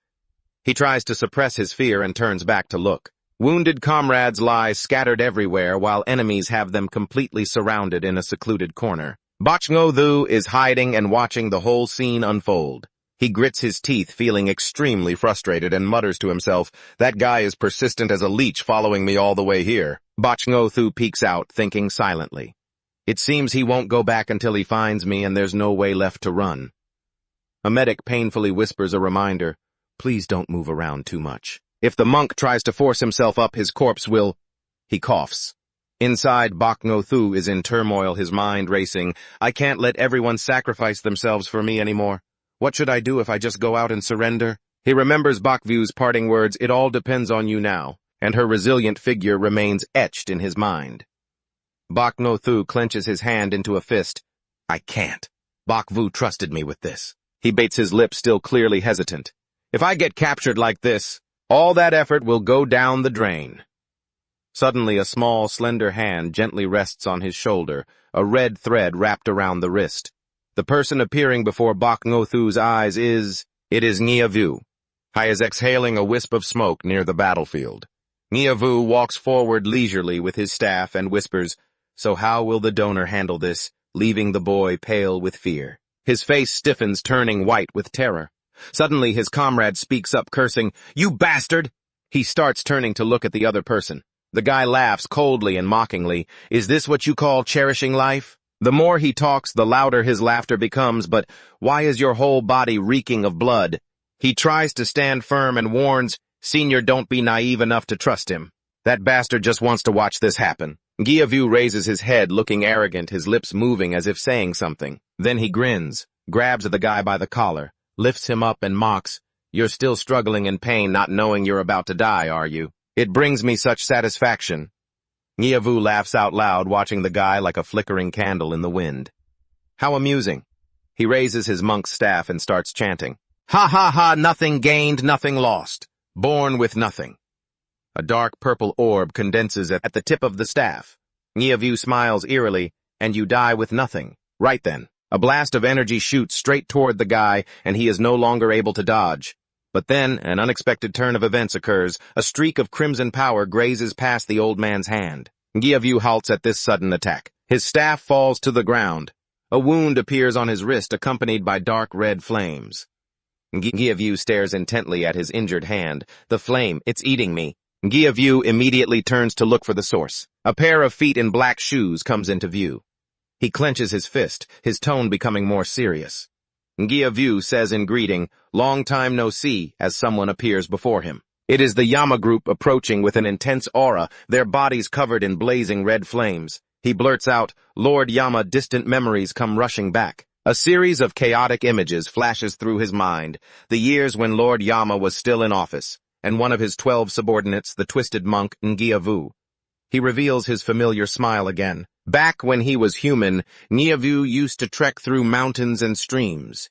He had gone alone to the lair of the tiger that had mauled the young novices to death. His eyes bulged in rage when he saw those bodies. Yahello was furious to the point of madness. He tore that tiger apart right there on the spot. After taking his revenge, he left. Then a deal of the century took place. The apostate monk was noticed and became a subordinate of Lord Yama. Lovong frowns deeply annoyed. Yahello. That name. The old man sticks out his tongue to lick the wound on his hand. I never expected him to join the side of the special forces. Yama turns his cold, icy gaze toward him and asks, "Why are you here, Yahello?" The old man replies with a sarcastic tone, "You look better than the last time we met. Enjoying retirement, are we?" Upon hearing that, Yama immediately freezes in place as if turned to stone. Yahello continues to mock him while his own expression fills with killing intent. Then the old man smirks and asks, "Have you found Janglum yet?" That question succeeds in infuriating him. Yama's gaze toward Yahello becomes increasingly filled with resentment. Then the old man laughs to himself and waves a hand. "Ha ha ha, I'm just joking. Just a joke. It's so good to see you, I just wanted to tease you a bit." Yahello turns his back and says, "By the way, I didn't know you recruited new subordinates. That flame is quite painful, you know." That very flippant attitude of his makes Lovong furious. "Yahello, are you being disrespectful to Lord Yama?" Yahello sits down, picks up his staff, and stammers, "Well, He looks at him with disdain to show his attitude. "I'm not on that side anymore." That reaction leaves Lovong speechless. "Yahello." The old man leans on his staff, spins his foot, and replies, "I was just asking in case." Yahello smiles nonchalantly. "Lord Yama, you'll overlook this time, won't you?" He cracks his knuckles. The sound echoing sharply and coldly refuses. "Don't even dream of it. You deserve to be punished and thrown into hell." His voice becomes even sharper.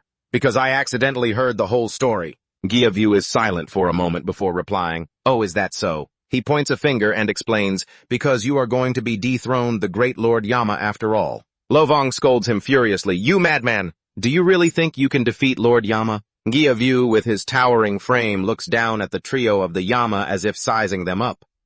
A sinister grin curls on his lips as his right hand grips his injured wrist.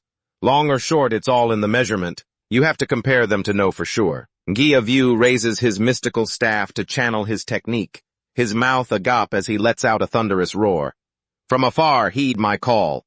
An intense high-frequency sound wave ripples out in all four directions. The horde of corpses tilts their heads in unison toward the source of the sound.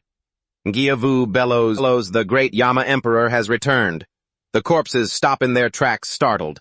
So that's it. He's using this method to broadcast a message from afar, letting everyone know he's growing stronger and has become a major obstacle for Lord Dak Boy. That terrifying sound wave grows ever louder. Everyone, except for the Yama's group, clutches their ears, crying out about how deafening it is. Yahello, fearless, continues. "But his current stage is his weakest. If we want to eliminate him, now is the only time." Yama listens, his eyes locked onto Yahello with a deathly gaze. Yahello smugly declares, "Therefore we shall begin the battle to eradicate the Yama." Then he immediately strikes first.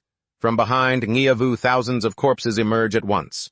He cackles, "If you perish in this battle, this humble monk prays you find rebirth in the Pure Land." The corpses instantly obey his command, their bodies shrouded in burial cloths as they channel power into their shoulders. The Yama remains rooted to the spot. He radiates killing intent, while keenly observing their every move. Strange patterns shimmer behind Yahello, who chuckles coldly amidst the surrounding corpses. The Yama calmly gives his orders. "Lai Chi Vu, evacuate everyone first." Each one of them is coiled, waiting for the signal to pounce. He clarifies, because this place will soon become a battlefield. Lai Chivu doesn't want to leave, so she speaks up. The number of these sand dead is too great. I will stay here and help you.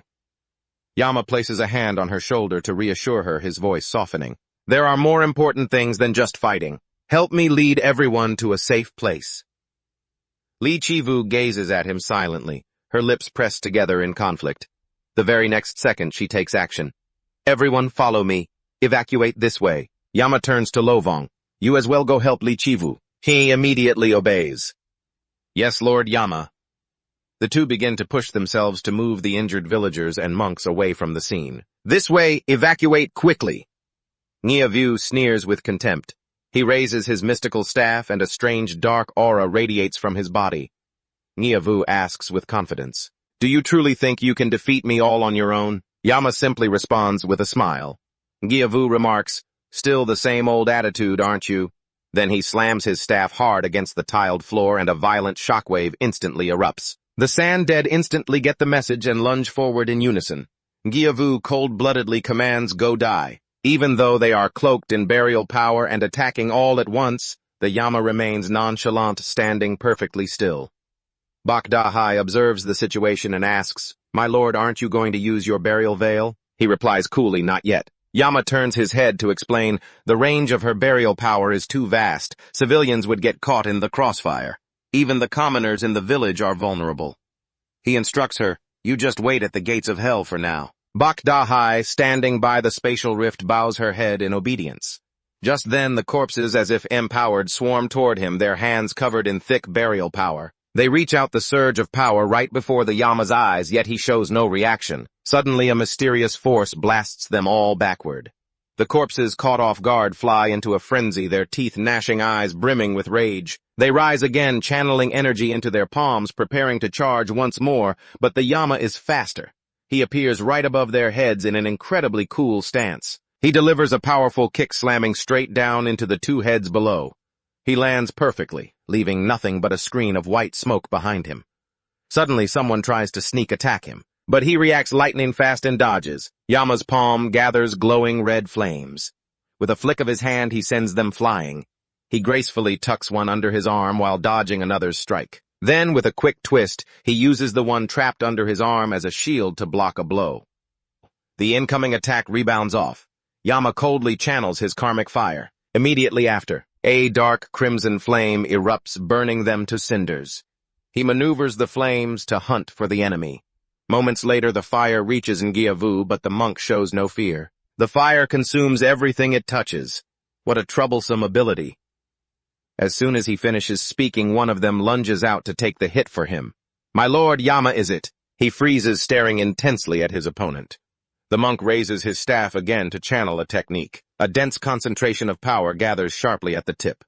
Aren't you underestimating us a bit too much? As he finishes the sentence, he brings the staff down hard to show off his power. Ngiavu laughs savagely, his face full of confidence. Sowing sin, black constant Rakshasa, Buddha beads. A strange sign begins to appear. A black force is slowly enveloping the entire orb. Yama smirks to himself, calculating normal karmic fire won't work on you. Right, let me try out the new technique. At that exact moment, he detects another sneak attack and prepares to block. He eyes the attacker with a judgmental gaze.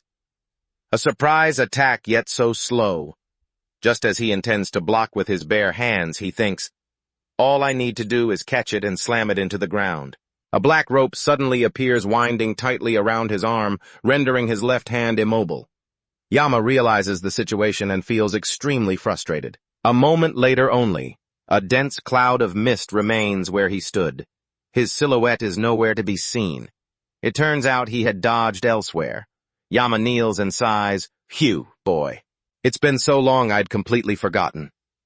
On his face a wound is trickling blood. Ngiavu's burial veil is none other than the black constant Rakshasa.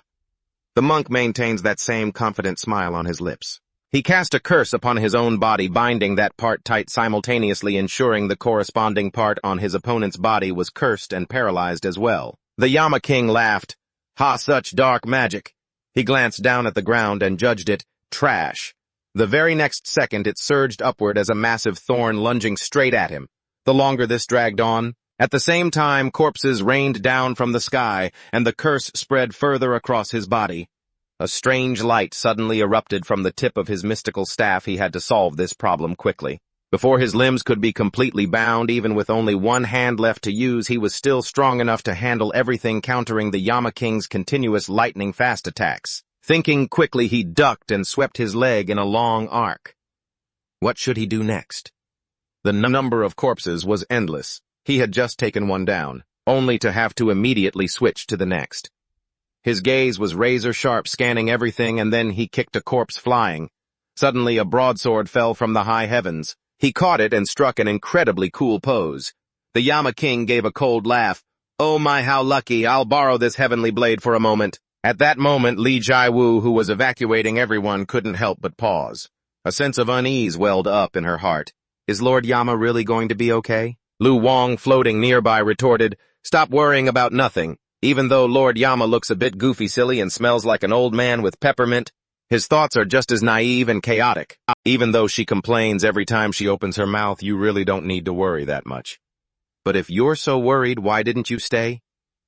Lai Chivu gave a forced smile and replied, "I wanted to, of course, but that's when he said, 'There are more important things than fighting.'" Lai Chivu's face still held a smile, but deep down she felt disappointed that he had used such a tactful excuse. It felt as if staying behind wouldn't help at all. Lo Vong had a different thought. "I don't think Lord Yama meant it like that." Lai Chivu lowered her voice. "I'm fine. Humans without spiritual power are helpless no matter how much they want to do something."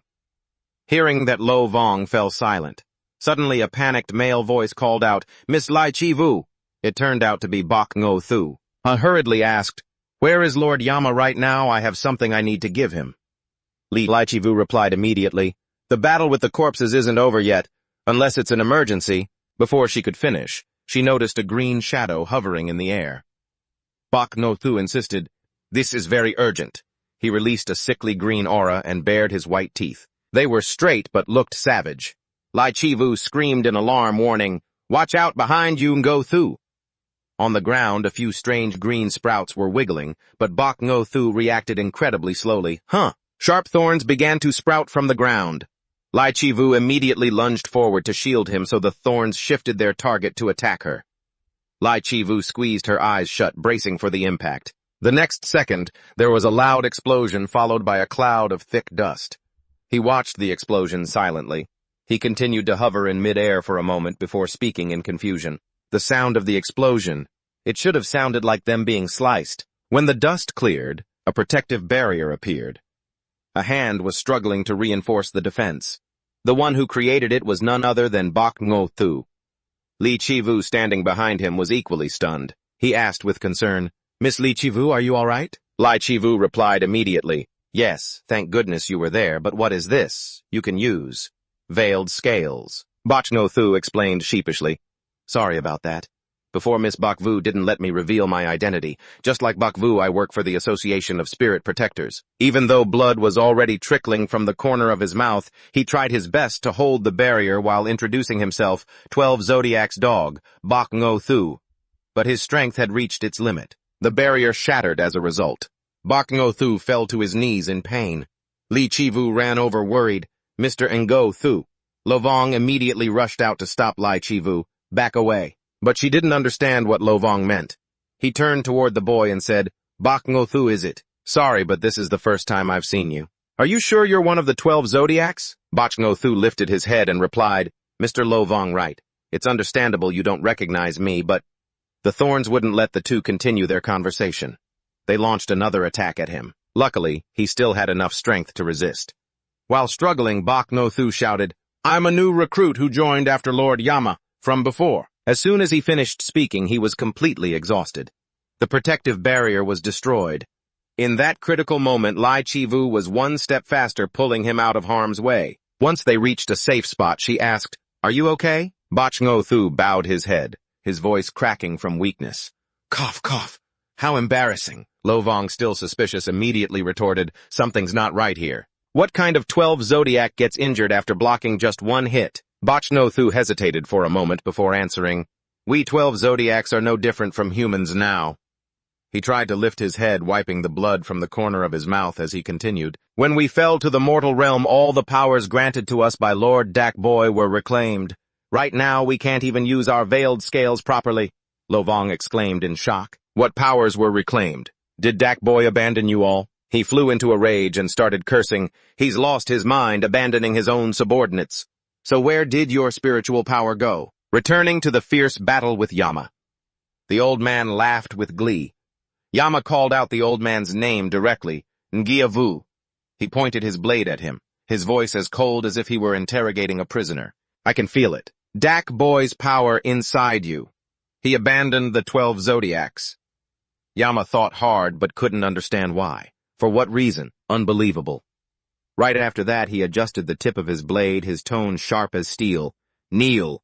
If you surrender, I'll overlook our past and grant you a punishment that will make you wish you were dead. Ngiavu calmly asked, Is that supposed to be a persuasion? He replied with a single word, No. Yama enunciated every syllable. You're going to be punished anyway. Answer me now.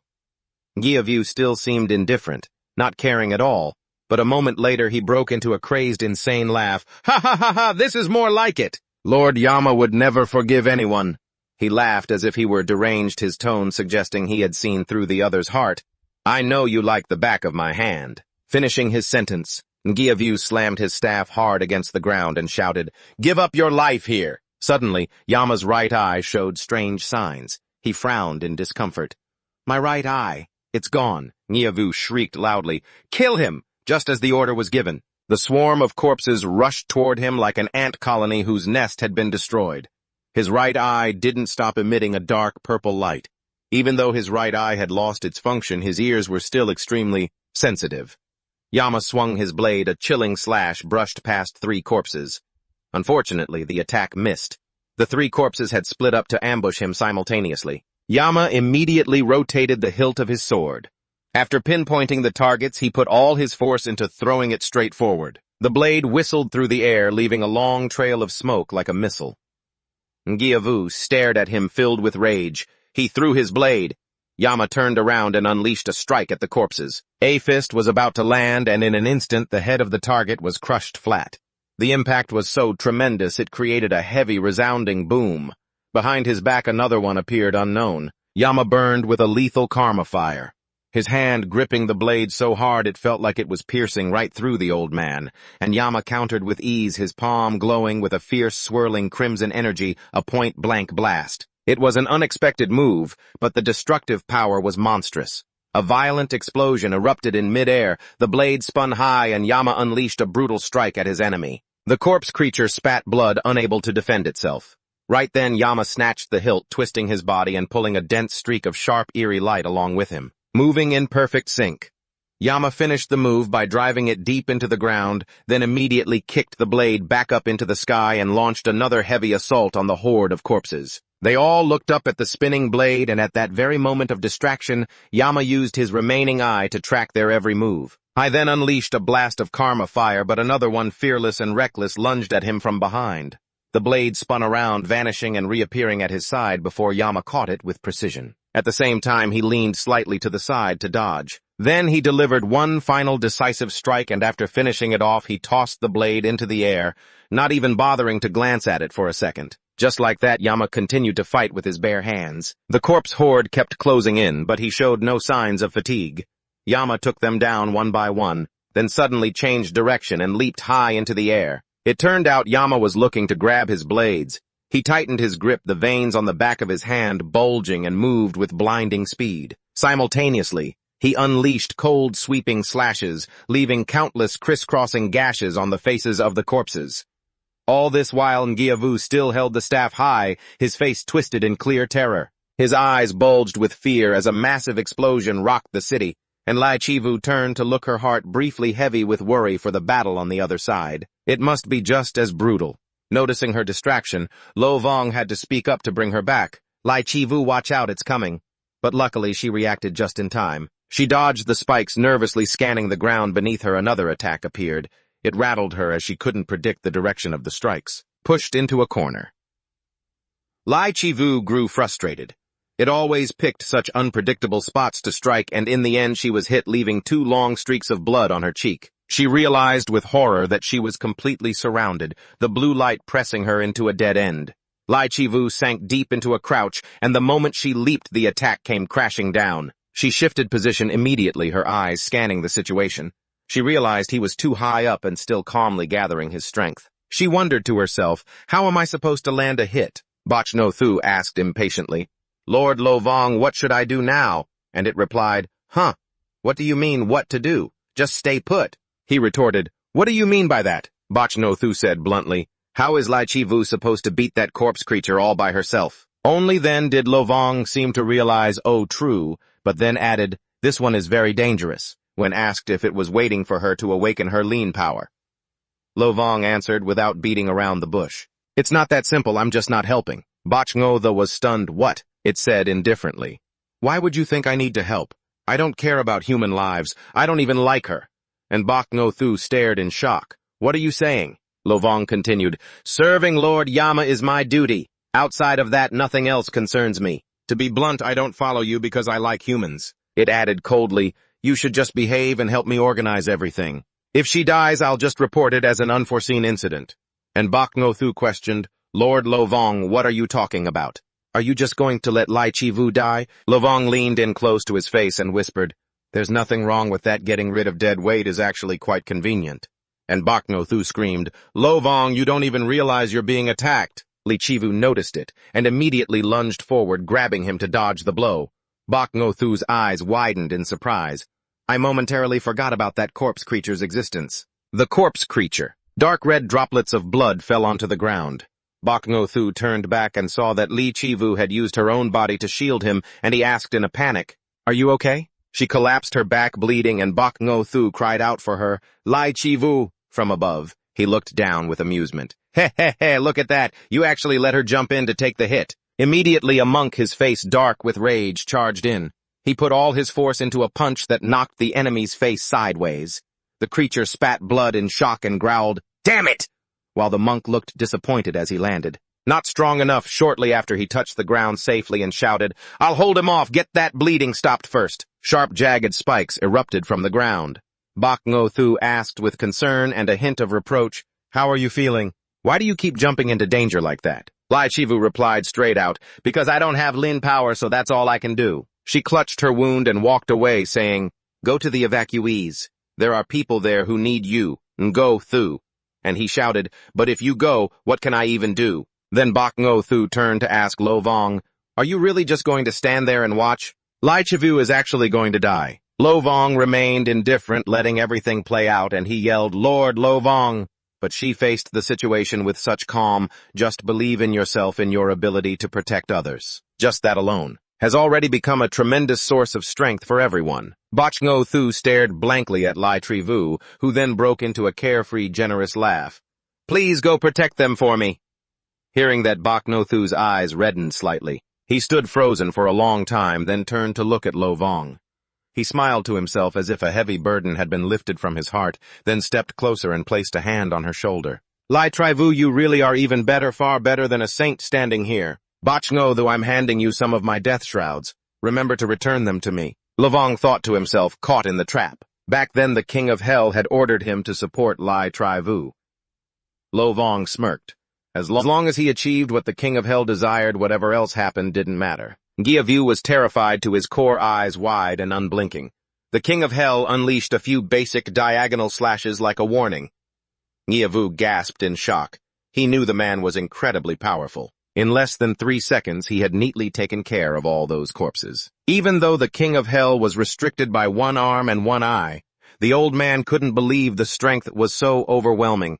2 corpses still tried to throw themselves at him, but the ridiculous part was, throughout that long, drawn-out period of time, Giavu broke into a cold sweat. I have never once seen his true nature. In the old man's memory, a gloomy night appeared alongside a mysterious light with a long line of people waiting for him. It had always been like this, looking down on all living beings from above. The majestic silhouette of the king of hell appeared, just one word or a flick of his hand, and a solid, powerful figure emerged. Everyone had to prostrate themselves at his feet.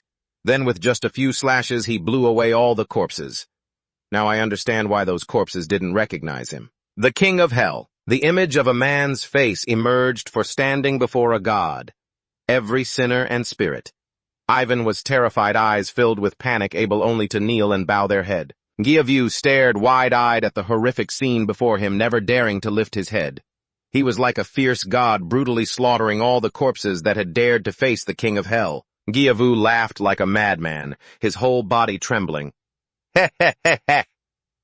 The King of Hell hoisted his blade onto his shoulder, looking for all the world like an old judge coming to collect souls. He coldly asked, "Your underlings have all been torn to pieces," yet he still laughed. The old man replied calmly, "I'm laughing because, isn't this a bit excessive to think that using this old blade could be this powerful?" Giavu added a taunting remark, "You aren't cheating, are you?" The King of Hell retorted, "And what if I am? Are you also begging for my forgiveness like that other person?" "Who?" Suddenly the staff in Giavu's hand dropped with a thud. "How could I dare?" Suddenly the King of Hell's eyes returned to normal. He was surprised to see the man removing his burial shroud. The old man threw this garment aside. "If these trifles are nothing to you—" Giavu stomped hard on the ground, then channeled his strength, adding, "I'll have to rely on my own power." Giavu gave a cold laugh, raising both hands, "And the power that Lord Boy bestowed upon me." He stared fixedly at the old man, thinking to himself, "The gates of hell have opened. This eerie green light, perhaps it is." A moment later, Giavu was surrounded by strange glowing threads. The black impermanence of hell appeared. In a different turn of events, Lai Trivu asked in confusion, "You're lending me some burial shrouds." Bachno Thu urged her impatiently, "Yes, hurry up." But Lai Trivu still said slowly, "Wait a moment. Having some shrouds is certainly fortunate, but—" Bachno Thu saw her muttering too much, so he cut in, "In any case, we have no hope left from Lo Vong anyway. He's just waiting for you to die. My soul power will surely be compatible with yours." Lai Trivu raised a hand to signal him to calm down. "Hold on, first of all. What do you mean, waiting for me to die? How could Lo Vong be like that?" She turned toward him and said, "Say something." Lo Vong Bak Ngo Thu seems to be misunderstanding something. But Lo Vong just casually whistled, leaving Lai Trivu stunned. Really now, she was speechless, not knowing what else to say. Bak Ngo Thu screamed anxiously, "Lai Trivu, I don't have enough strength left to help you anymore, so hurry up." Suddenly, a black shadow streaked past her face. It slammed into the wall, sending dust and smoke flying. When the smoke cleared, a large crack was revealed. A foot poked out. He stumbled out, his face splattered with blood. He tried to speak, "Sorry, everyone," before fainting. Even then, he managed to add, "Run." Then he completely lost consciousness, all his strength gone, and collapsed. The enemy gave a faint, mocking laugh. "Come on now, don't run away. I like humans so much," he continued. "Why hide, stay and play? It'll be fun." He licked his lips greedily. "Let me set the table. This time remember to watch your step." Understood. Right where he lay, unconscious sharp spikes began to emerge. Lai Trivu gritted her teeth, staring fixedly at them. The spikes grew larger and larger. They were clearly about to launch an attack on his body at that very moment. Lai Chivu didn't hesitate for a second. She snatched up the burial shrouds, and Bak Ngo Thu told her, "Make sure you use them well." Lai Chivu draped the shrouds over the monk lying below to protect him. In her eyes, the number 9 appeared, and the green energy beams pierced straight toward her. Suddenly, a streak of white light tore through the space surrounded by faint green energy currents. Bachno Thu stood by, watching the block of light as it kept expanding. The glow had now turned into a pillar of light reaching toward the heavens. Lo Vong suddenly shuddered. The power of the burial shrouds. Little Than, I thought this power would be compatible with Lai Chivu. As the smoke gradually cleared, Lai Chivu was still standing there completely unharmed. It saw that scene and was left speechless. To this extent, really, Giavu was clasping his hands together in prayer, a gloomy aura covering his body. It was one of the 8 levels of hell created by the King of Hell himself. He let out a twisted, eerie laugh. Heh! The ropes of hell. Strands of rope manifested one after another, tightening around the body. It was a place for murderers or those with evil faith to fall into. A place where black ropes bind the sinners. Giavu walked calmly toward him. In the past, this was just a place to punish the damned. He raised his hand. Looking like he was savoring the thrill, he continued, "But now it is a sacred place connecting me to Lord Boy. A blue-violet evil energy swirled around his hand. Hell is being rebuilt by these very hands. Yahello unleashed an even more intense wave of dark energy. He used his own body as the binding vessel. Only then could he feel the power surging those pitch-black ropes, wrapped around every muscle on his body. When everything was complete, Yahello sneered mockingly. "Listen here, King of Hell." His eyes swept toward him sharp as blades. "When you die, remember to let me hear your tragic screams." Yahello laughed maniacally and swung his hand. Instantly, thick streams of black energy erupted from his body. The King of Hell met the attack calmly. He nimbly dodged while countering. The King of Hell blocked with his blade. "So heavy. Is this the power of Dak Boy?" He glanced at the sneak attack. Though it didn't cause any significant trouble, he still blocked the strike easily. The King of Hell frowned when he noticed a crack appearing on his blade. Then Yahello immediately took advantage of the opening to strike again, focusing on controlling the streams of black energy to launch at him. The King of Hell looked straight ahead. Yahello appeared right in front of him in a strange posture. With a look of contempt on his lips, he slashed down hard at him. The King of Hell looked at Yahello with angry eyes. His laughter echoed louder and louder everywhere. "Ha ha ha ha! Do you really think that blunt blade can stand against evil?" Yahello gleefully pulled the black energy back his hand, tightening into a fist. The King of Hell stood his ground calmly while Yahello pressed down with even more force. The King of Hell's figure flickered after that impact. The very next second, the ground exploded. Rocks were hurled up and flung aside. From the green energy screen, the power stealthily snaked out, and the black energy currents acted like ropes tightening around him. Yahello laughed like a madman, like a total deviant. He slammed down hard, shattering the ground into pieces. His power kept rising. Energy erupted from the cracks, spewing even more black mist. The King of Hell suddenly appeared behind him. Yahello kept that twisted smile on his lips and spun around.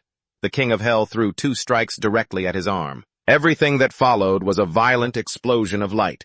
He didn't want to lose ground either, so he fanned out 3 long black streaks. "I'm sure to win." The King of Hell shifted his position and immediately counterattacked. A moment later, a thick cloud of smoke erupted from his side. After a round of combat, Yahello spoke up. "How about that?" He was extremely smug. "This is the black discipline that Lord Dakboy has improved." Yahello coldly reiterated, "You have arbitrarily reset hell, a place created to punish sinners."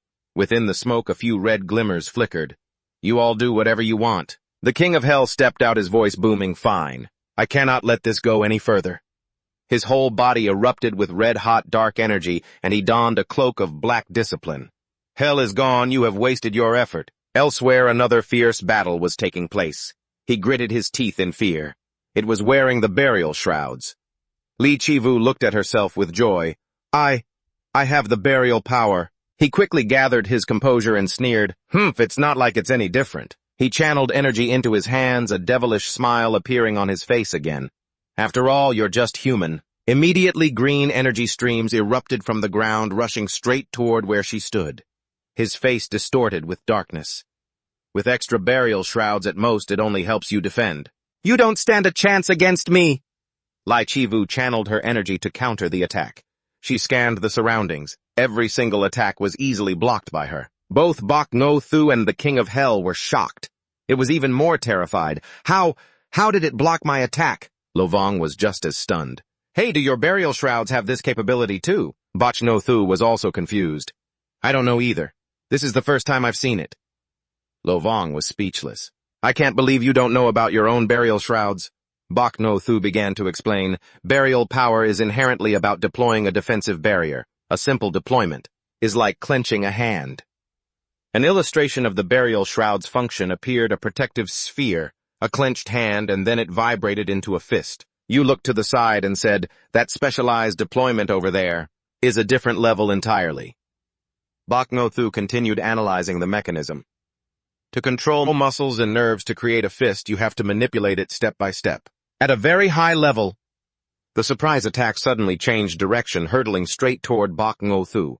You closed your eyes and turned away. Like thorns, they were blocked by an invisible barrier. Bok No Thu looked up at it in a daze. Li Chivu suddenly spoke up. "Sorry, brother No Thu." She smiled while controlling it. It's my first time using it, so it's a bit hard to control. Li Chivu had blocked another surprise attack. Bak No Thu called out in shock, Lord Lo Vong. Ever since she unlocked her psychic energy, her body became incredibly agile, leaping and bounding everywhere. Li Jiwu was truly in her element, laughing with pure exhilaration every time she landed a hit. Bai Wushu couldn't help but wonder if she was even human. In a corner of the city, beams of light converged, raining down strikes on that very spot. Massive boulders were blasted away instantly by the impact, turning the area into a swirl of dust and debris. He had completely lost his mind, lashing out with everything he had. You stupid humans, how dare you mess with me? Did just die already? Li Jiwu moved at the speed of light, flashing ahead and weaving through his relentless attacks. He kept firing blast after blast forward, but then his expression suddenly froze. His movements stalled. Li Jiwu had successfully closed the distance. Only now, when he could finally mount a defense, did he show fear. She pivoted into an attack stance and struck true. Li Jiwu followed through on her calculated path, making sure he took the hit head-on. How was stunned, his entire body trembling, his face turning pale. She felt that for her part, this was more than enough. Li Jiwu turned back and looked at her. I did it, Senior. That day, as the sunset faded on the rooftop, the two were chatting. Senior asked, So have you remembered who you are yet? She replied, not yet. Li Jiwu asked with concern, But why do you look so exhausted? She slumped against the railing, answering, Work is drowning me. It's killing me. Senior was frustrated, having to sell her life to the corporation while her hot-tempered boss was having all the fun. Shouldn't we just overthrow them? Li Jiwu suddenly gave her back a firm pat to snap her out of it. Senior yelped in pain. Ow! Rubbing her back, she turned around and complained, That hurts. What kind of girl has that much strength in her hands? Don't you dare touch me again! That wasn't a pat, that was a punch! Senior glared at her and shouted, And wipe that blank look off your face. I don't want to see it. What do you want? I didn't do anything wrong. Li Jiwu explained earnestly, If other monks said that it would just be a joke. But you're my senior. It's different. You have enough influence, she continued. You have enough influence that in the eyes of our superiors, maybe you... But Senior didn't want to hear it anymore. She covered her face and then groaned, all right, I get it. It's all my fault. Then she flipped the script, but Li Jiwu really... When it's just the two of us, you have to call me properly, okay? Hearing that, she blushed slightly and tried to dodge the question. It's just Senior. Why are you changing the subject? Senior slumped back against the railing, sighing. Ugh, the youth these days have no sentiment at all. Sentiment, she relented. Fine, I promise I'll call you that next time, okay? Next time, Senior replied sluggishly. Yeah, whatever. You annoying kid. Senior softened. Take care of yourself first. Li Jiwu blinked, confused. What are you going to hit me? Senior flashed a brilliant smile. I'm talking about tomorrow's mission. Be careful, don't get hurt. Your health is the most important thing you hear. Back to the present battle, she was fighting hard against the corpse. Li Jiwu created shards of energy to deflect Senior's attacks, then gathered her momentum and launched herself straight at him. He gritted his teeth, panicked to see her completely unharmed. In the next second, face-to-face at point-blank range, she suddenly remembered what the King of Hell had told her. If you play a major role in finding the special one, I will let you meet that person. Because of this, Li Jiwu fought with every ounce of her strength. She used her psychic energy to manifest a barrier. We can finally meet again. As soon as she formed it, she launched them toward him. He didn't run. He stood his ground and tried to block, but nothing happened.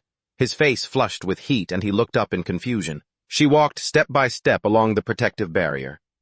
Soon, the overwhelming pressure radiating from her presence was palpable. Trembling with fear, he lowered his voice and begged, Wait, hold on, listen to me. Let's negotiate, shall we? As he backed away, he slammed into an invisible wall, the barrier. Cold sweat dripping, he looked behind him, thinking, Blocked off behind me. That means, at that thought, a chill ran down his spine. Is there really no way out? Li Jiwu channeled all her power into her leg and delivered a clean, crushing kick to his face. He took the blow completely, his body pierced by columns of light that multiplied by the second. I was pinned hard against the barrier. She rotated her leg, preparing to unleash a meteor kick. A blast of light from high above slammed directly into his gut. Then, the light pierced through every corner of him. He was sent flying in a long trail, crashing into the dust and rubble that blanketed the area. A moment later, as the smoke cleared, his crumpled form on the ground became visible. She landed safely. Li Jiwu wiped her brow, exhausted, but a bright smile spread across her lips. This guy is easier to take down than I thought. Elsewhere a foot is covered in black and red light. The Yama manifests with a cold expression challenging the enemy. Bring it on, black rope of hell. You're still just a greenhorn. Ngiavu laughs mockingly.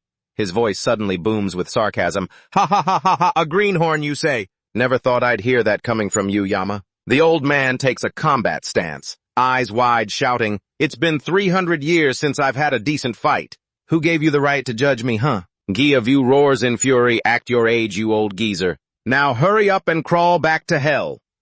He swings his rope to start the battle. The Yama coldly watches the pitch-black ropes ahead. As the Yama's eyes open, he unleashes his new move, Devour. Ngiavu is a few seconds slow to react. A giant white bone skull appears.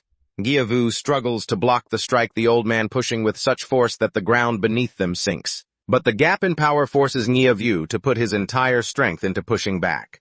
Blood vessels bulge in the old man's eyes. Ngiavu screams as if to draw out more power.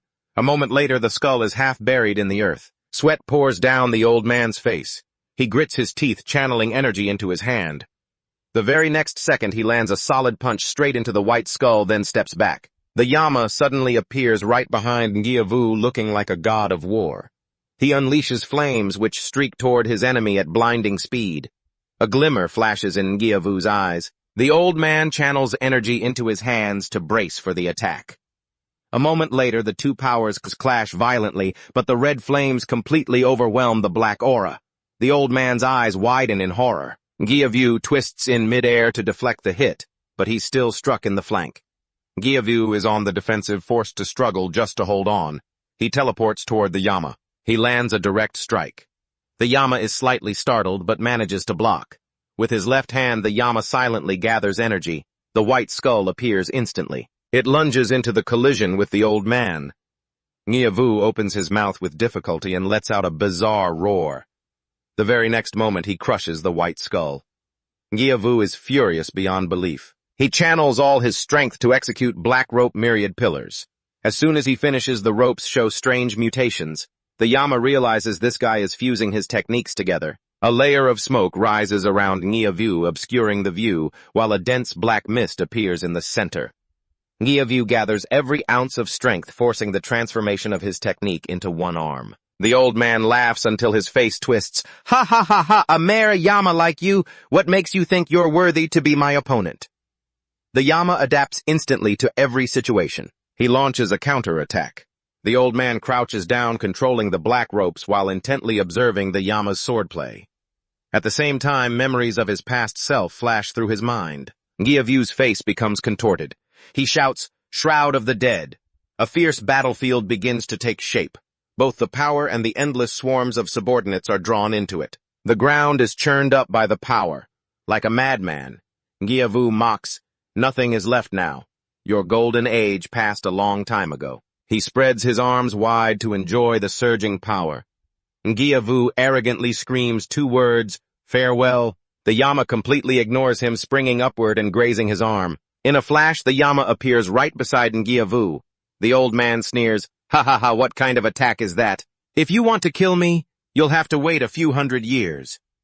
Ngiavu raises his severed arm, provoking him. At least put some effort into it. As he's rambling, he suddenly falls silent. Only then does the Yama speak, You took my blade and my fist head on. The Yama continues to question him, but when they turned into karma fire, you used the ropes again, didn't you? The Yama coldly lets him know the ropes contain the power of the abyss, so they are fine. But you yourself cannot control it. Karma fire. Remember, you are a corpse after all. Those words make the old man's spine turn cold. I had to think for a while, wondering how to channel the karma fire directly into you. He stares straight at the old man and says, And then you showed me how fusing techniques. That's it. I wanted to try it too. The Yama raises his half-broken sword high. He begins to channel his power to execute the trial. So I will combine the soul-devouring force of Dahai. Before him is the white skull, and the Yama hesitates for a moment. But in the end, he decides to fuse it with the spirit realm. Instantly, two massive sources of power manifest at the same time. The Yama stands there in a heroic stance. With one hand held high, a black ring appears around him, flickering in and out of existence. The ground is affected, shaking non-stop. Ngiavu stands frozen in place. The old man loses his balance and falls to his knees. The Yama points his sword tip at him, second form spirit realm. Ngiavu is so stunned he can't believe it, eyes wide as he stares at the Yama. A moment later, the old man roars in indignation, veins popping out all over his face. Ngiavu immediately gathers all the black ropes. From the Yama's sword radiates an extraordinary light. Devour instant fusion of two techniques. At the same time, he releases it. The destructive power of that strike is terrifyingly intense. The piercing power is sharply frightening. The old man's words seem to echo once more. Your golden age passed a long time ago. The Yama slightly curls his lips in a faint smile. His attack has cut a path stretching to the horizon. The Yama stands silently observing as he slowly approaches the old man. Upon reaching him, Ngiavu is already lying flat on the ground. He takes the chance to step on him. You're right about that. He admits it to himself. Thinking back, I am much weaker than before. At this moment, Ngiavu with bloodshot eyes can only wheeze, you demon. The old man laughs and says, don't think that this is the end. The Yama, not expecting the old man to still refuse to admit defeat, grabs him by the hair and pulls him up, scolding, you loud-mouthed bastard, but have you ever thought about why I don't just take your life? The Yama's face darkens. He whispers, well, Ngiavu, with a face as pale as death, and a voice cold enough to chill the bone. Ngiavu calmly replied, Kiki, we're here to discuss Lord Dakboy's plan. Do you know why Lord Dakboy left the 12 zodiacs behind in the mortal realm? Yama immediately shot back. You're saying there's a reason the 12 zodiacs are trapped here? Ngiavu let out a mocking laugh. Other than judging them honestly in this world, there is absolutely nothing that should concern you, Lord Yama. This world is far more chaotic and complex than you think. Two completely opposing extremes emerge simultaneously, creating an endless loop that is the essence of reincarnation. Humans are constantly cast into hell to suffer their punishments, only to be reincarnated again. An image of Bakdahai flashed by. The 12 zodiacs play a crucial role in that process. It is to guide the sinners when they receive their judgment. Ngiavu fell silent for a moment before continuing. Have you ever wondered why those hopeless sinners don't dare utter a single word when they descend to hell? Yama guessed. Is it because the 12 zodiacs are in charge? Ngiavu confirmed, exactly. Those born in the year of the rat cannot defy the zodiac rat. Those born in the year of the ox cannot defy the zodiac ox. Lord Dakboy placed great importance on this. A news screen appeared, aiming to correct the dirty, selfish, base and disgusting vices that had become deeply rooted in human nature. He raised an eyebrow in disdain, and slowly it strips away the freedom inherent to humanity. An invisible hand is trying to seize everything, using the 12 zodiacs to control every action that is Lord Dakboy's goal. Yama immediately retorted loudly, nonsense! How could the 12 zodiacs ever agree to do something like this? Ngiavu calmly continued his tale. First he found the subordinate he trusted most. In a room filled with thick swirling smoke, a man stood in the center. After that it took 1001 nights to convince him. That person was the Zodiac Dog. He argued with fervent spirit, I cannot do something so meaningless, and I refuse to listen to any more of your terrifying delusions. Don't say another word. He angrily flicked his sleeve. I will tell Lord Yama if he finds out. Then, even though he had resigned, he was immediately dealt with. Unfortunately, Lord Dakboy had already prepared a replacement. On the floor, only a few smeared streaks of color and a scrap of blue fabric remained. Dakboy had decided to accept that loss. Yama was so shocked he couldn't speak. Ngiavu didn't stop there. Do you know the easiest way to discover the true evil in humans? Suddenly a crack appeared high above, spreading endlessly. A crowded apartment complex appeared, but no people were in sight. Just then the rain began to pour down in sheets. A girl was huddled under the downpour, her long hair almost completely covering her mud-streaked face. A man holding an umbrella walked by and suddenly stopped. He reached out a hand with a gentle smile. Do you need my help? But that smile was just a deceitful mask. Before long, he revealed his disgusting nature. I helped you live like a human. It was me. You live in this world with nothing on your mind but eating. He barked furiously. Don't you dare call me Dad! His gaze as he looked down at her was like looking at something filth-ridden. You never... His face twisted accordingly. He denied it completely. I am not your father for even a second. Ngiavu said bluntly, to experience it firsthand is to see it clearly. Bakdahai collapsed on the spot, falling to her knees. Only then did he notice her unstable state. Bakdahai asked sadly, "Is that why Dak Boy abandoned us? Stripped of all strength and power?" Yama reassured her, "You don't need to worry."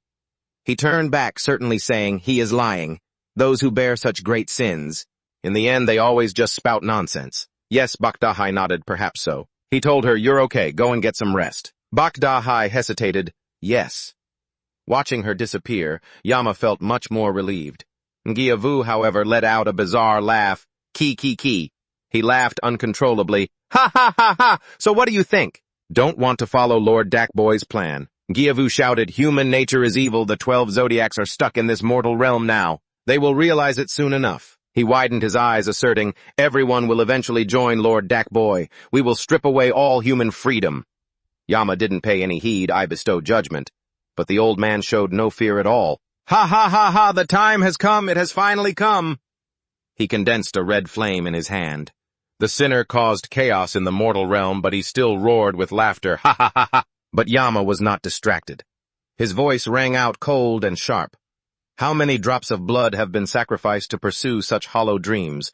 It is time to end the cycle of reincarnation." On the old man's face there was both madness and hidden sorrow. "Ha ha ha ha, that's right. Never let me reincarnate again. No coming back, no suffering, I will depart with empty hands." He chanted in a state of delirium, "Namo Amitabha Buddha Avalokiteshvara Bodhisattva." Yama quietly interrupted, "But as a monk," he declared loudly, "because the faith the sinner worships is the breaking of the reincarnation cycle, they view it as a blessing, not a punishment." Hearing this, Ngiavu shouted, "Are you kidding me?" The flame in his hand flared up, glowing with a brilliant golden light. His eyes flashed.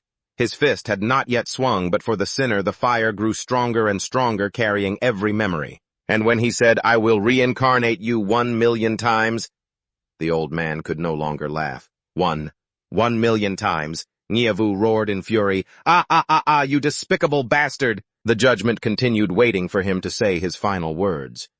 Ngiavu screamed madly, "I bear that great sin, don't I? More than anyone you know exactly how rotten humans are." The king of hell stood ready to deliver his judgment, and the old man screamed in a panic as a sudden memory flashed through his mind. "I'm truly sorry, my boy, that I couldn't protect you." Amidst the flames, he said the word human with a cold indifference. The image of the young girl darting across the road appeared once more, and he added, "You've worked hard, king of hell, now." Lai Chivu turned his head, wearing a radiant smile. "Let's clock out, shall we?" Even the king of hell was moved by that smile. He beamed brightly. "Excellent." A massive surge of power erupted. He returned to full strength, and Lai Chivu asked him solicitously, "Is that the old ruined hell song of your former subordinate you've gone through so much?" The king of hell replied calmly, "What's that worth compared to all this? As easy as flipping my hand." Lo Vong suddenly appeared and asked, "Are you not taking back the ruined hell song?" He replied, "That thing, once I defeat Ngiavu, the technique will automatically belong to me." Having said that, he turned to ask about the identity of the newcomer. "By the way, are you Ngothu the 12th of the zodiac, the white dog?" Ngothu immediately bowed respectfully.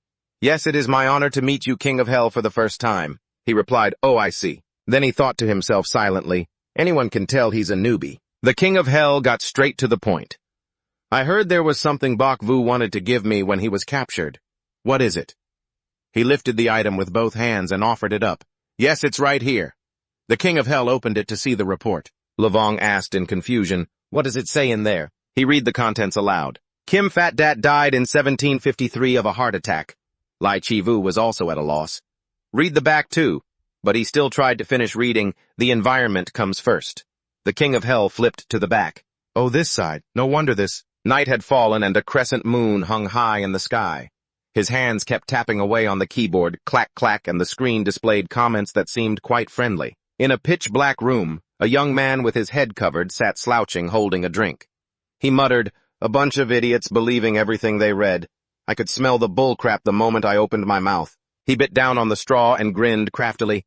"It's so much fun, how could I possibly log off? Sugar-coated lies are killing everyone." He shook the drink with irritation. "The acid's already gone, I drank it all." Still thirsty, 222 Tan scanned the room filled with trash, searching for more. "Where's the water?" He turned his gaze to a dark corner where a jug of filtered water was tossed aside. Seeing it, he felt annoyed. "That jug isn't even open yet, what a pain." Then Tutututan turned back to his desk and spotted a bowl of instant noodles, so he decided to pick it up. And drink it to quench my thirst. Noodle soup is basically water, right? Heh, 10 out of 10, perfect plan. He was so engrossed in drinking that he had no idea someone had broken into his room. The King of Hell leaned in close and whispered, "Do you resemble Mr. Kim?" It made him jump out of his skin. Tutututan spun around and screamed, "Ah, oh my God, save me, who's trying to rob my house?" He jumped up, backing away, step by step. "There's nothing worth stealing in this house." Lai Chivu immediately stepped in to scold him. "You see, my king, you scared him. I already told you should have knocked before coming in." The King of Hell still tried to argue, "But the door was left wide open, wasn't it? How is that any different from saying, 'Come on in'?" Tutututan stood there stunned, letting the two of them continue their argument. Lai Chivu said, "How can that be? This isn't the era of the mountain hermit anymore." The king still stubbornly countered, "But that's also a possibility." She could only plead, "Please, I beg you, just stop it." Tutututan suddenly spoke up, "Are you the King of Hell?" At this, the king grew even prouder. See, he recognized me the moment he saw me. His voice trembled.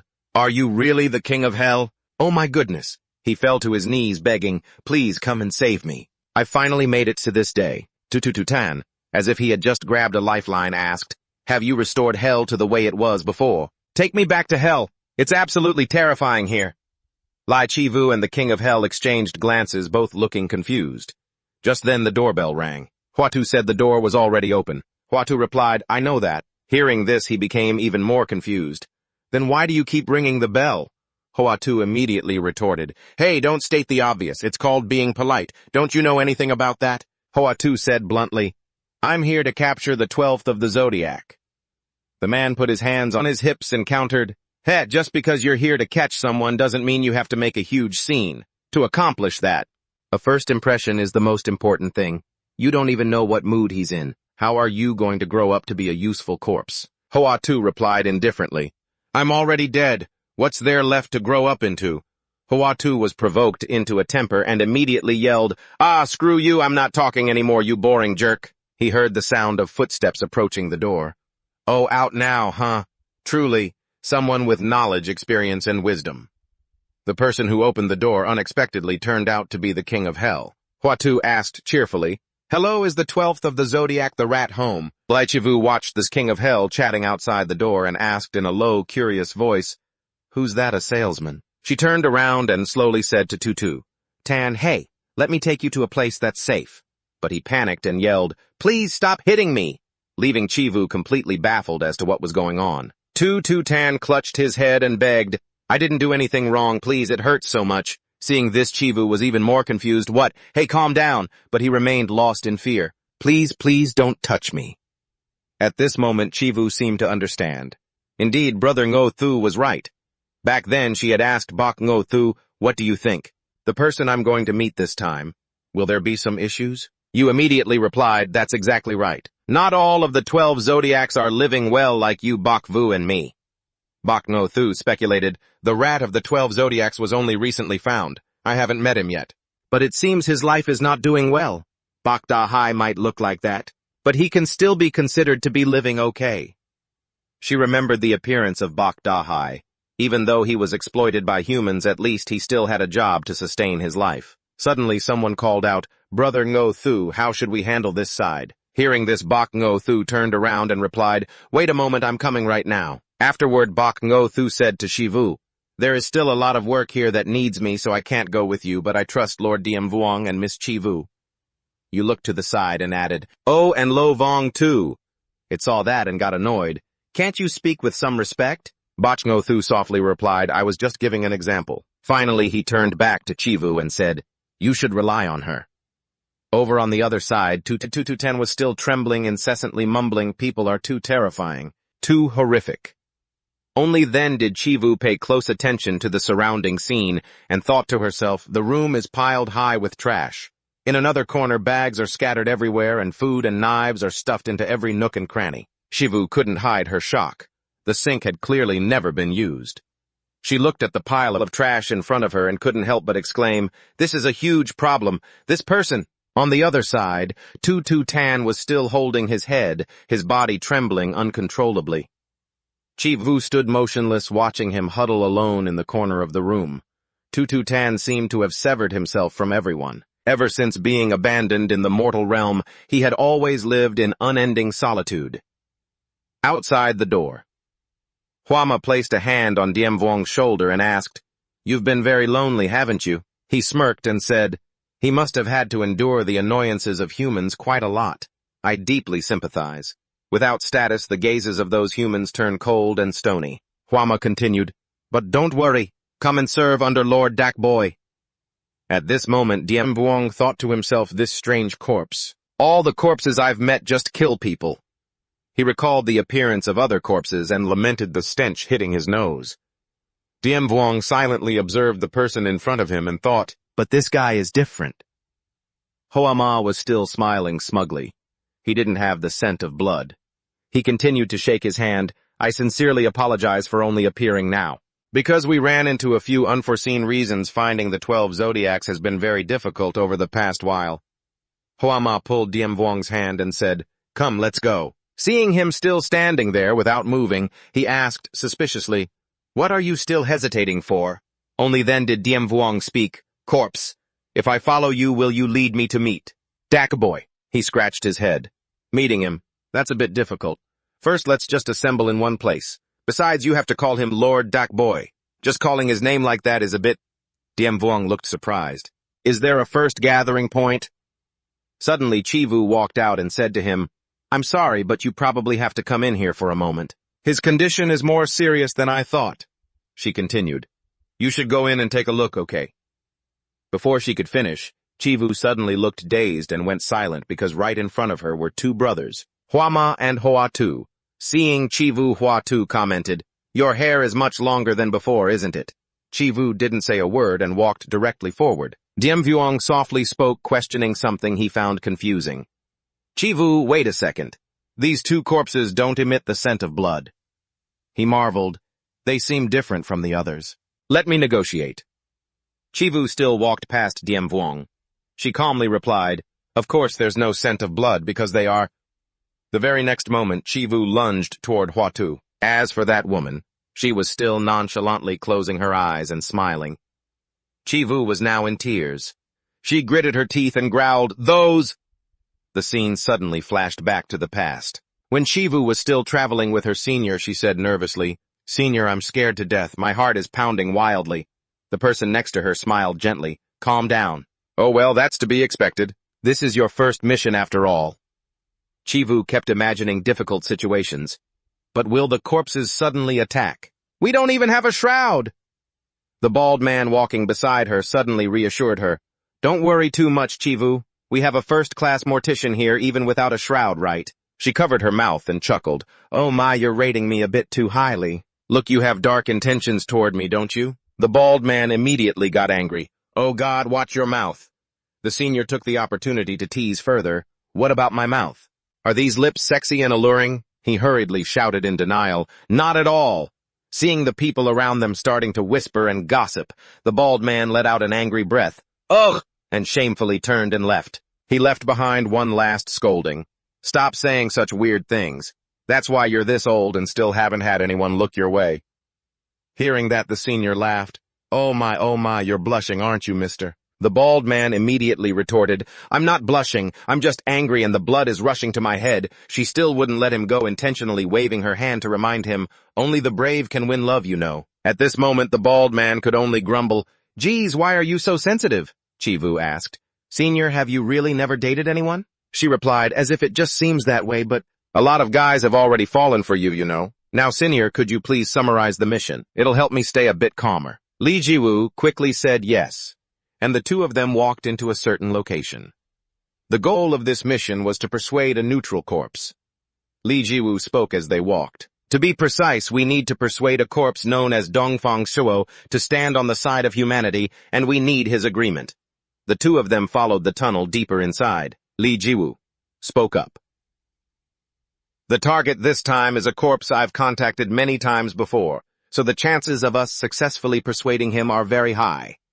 She continued, "In short, the danger level is C." The probability of encountering a corpse with murderous intent toward humans, she added, is 0. Right in front of them were the brother-sister duo Fire Demon and Huazi.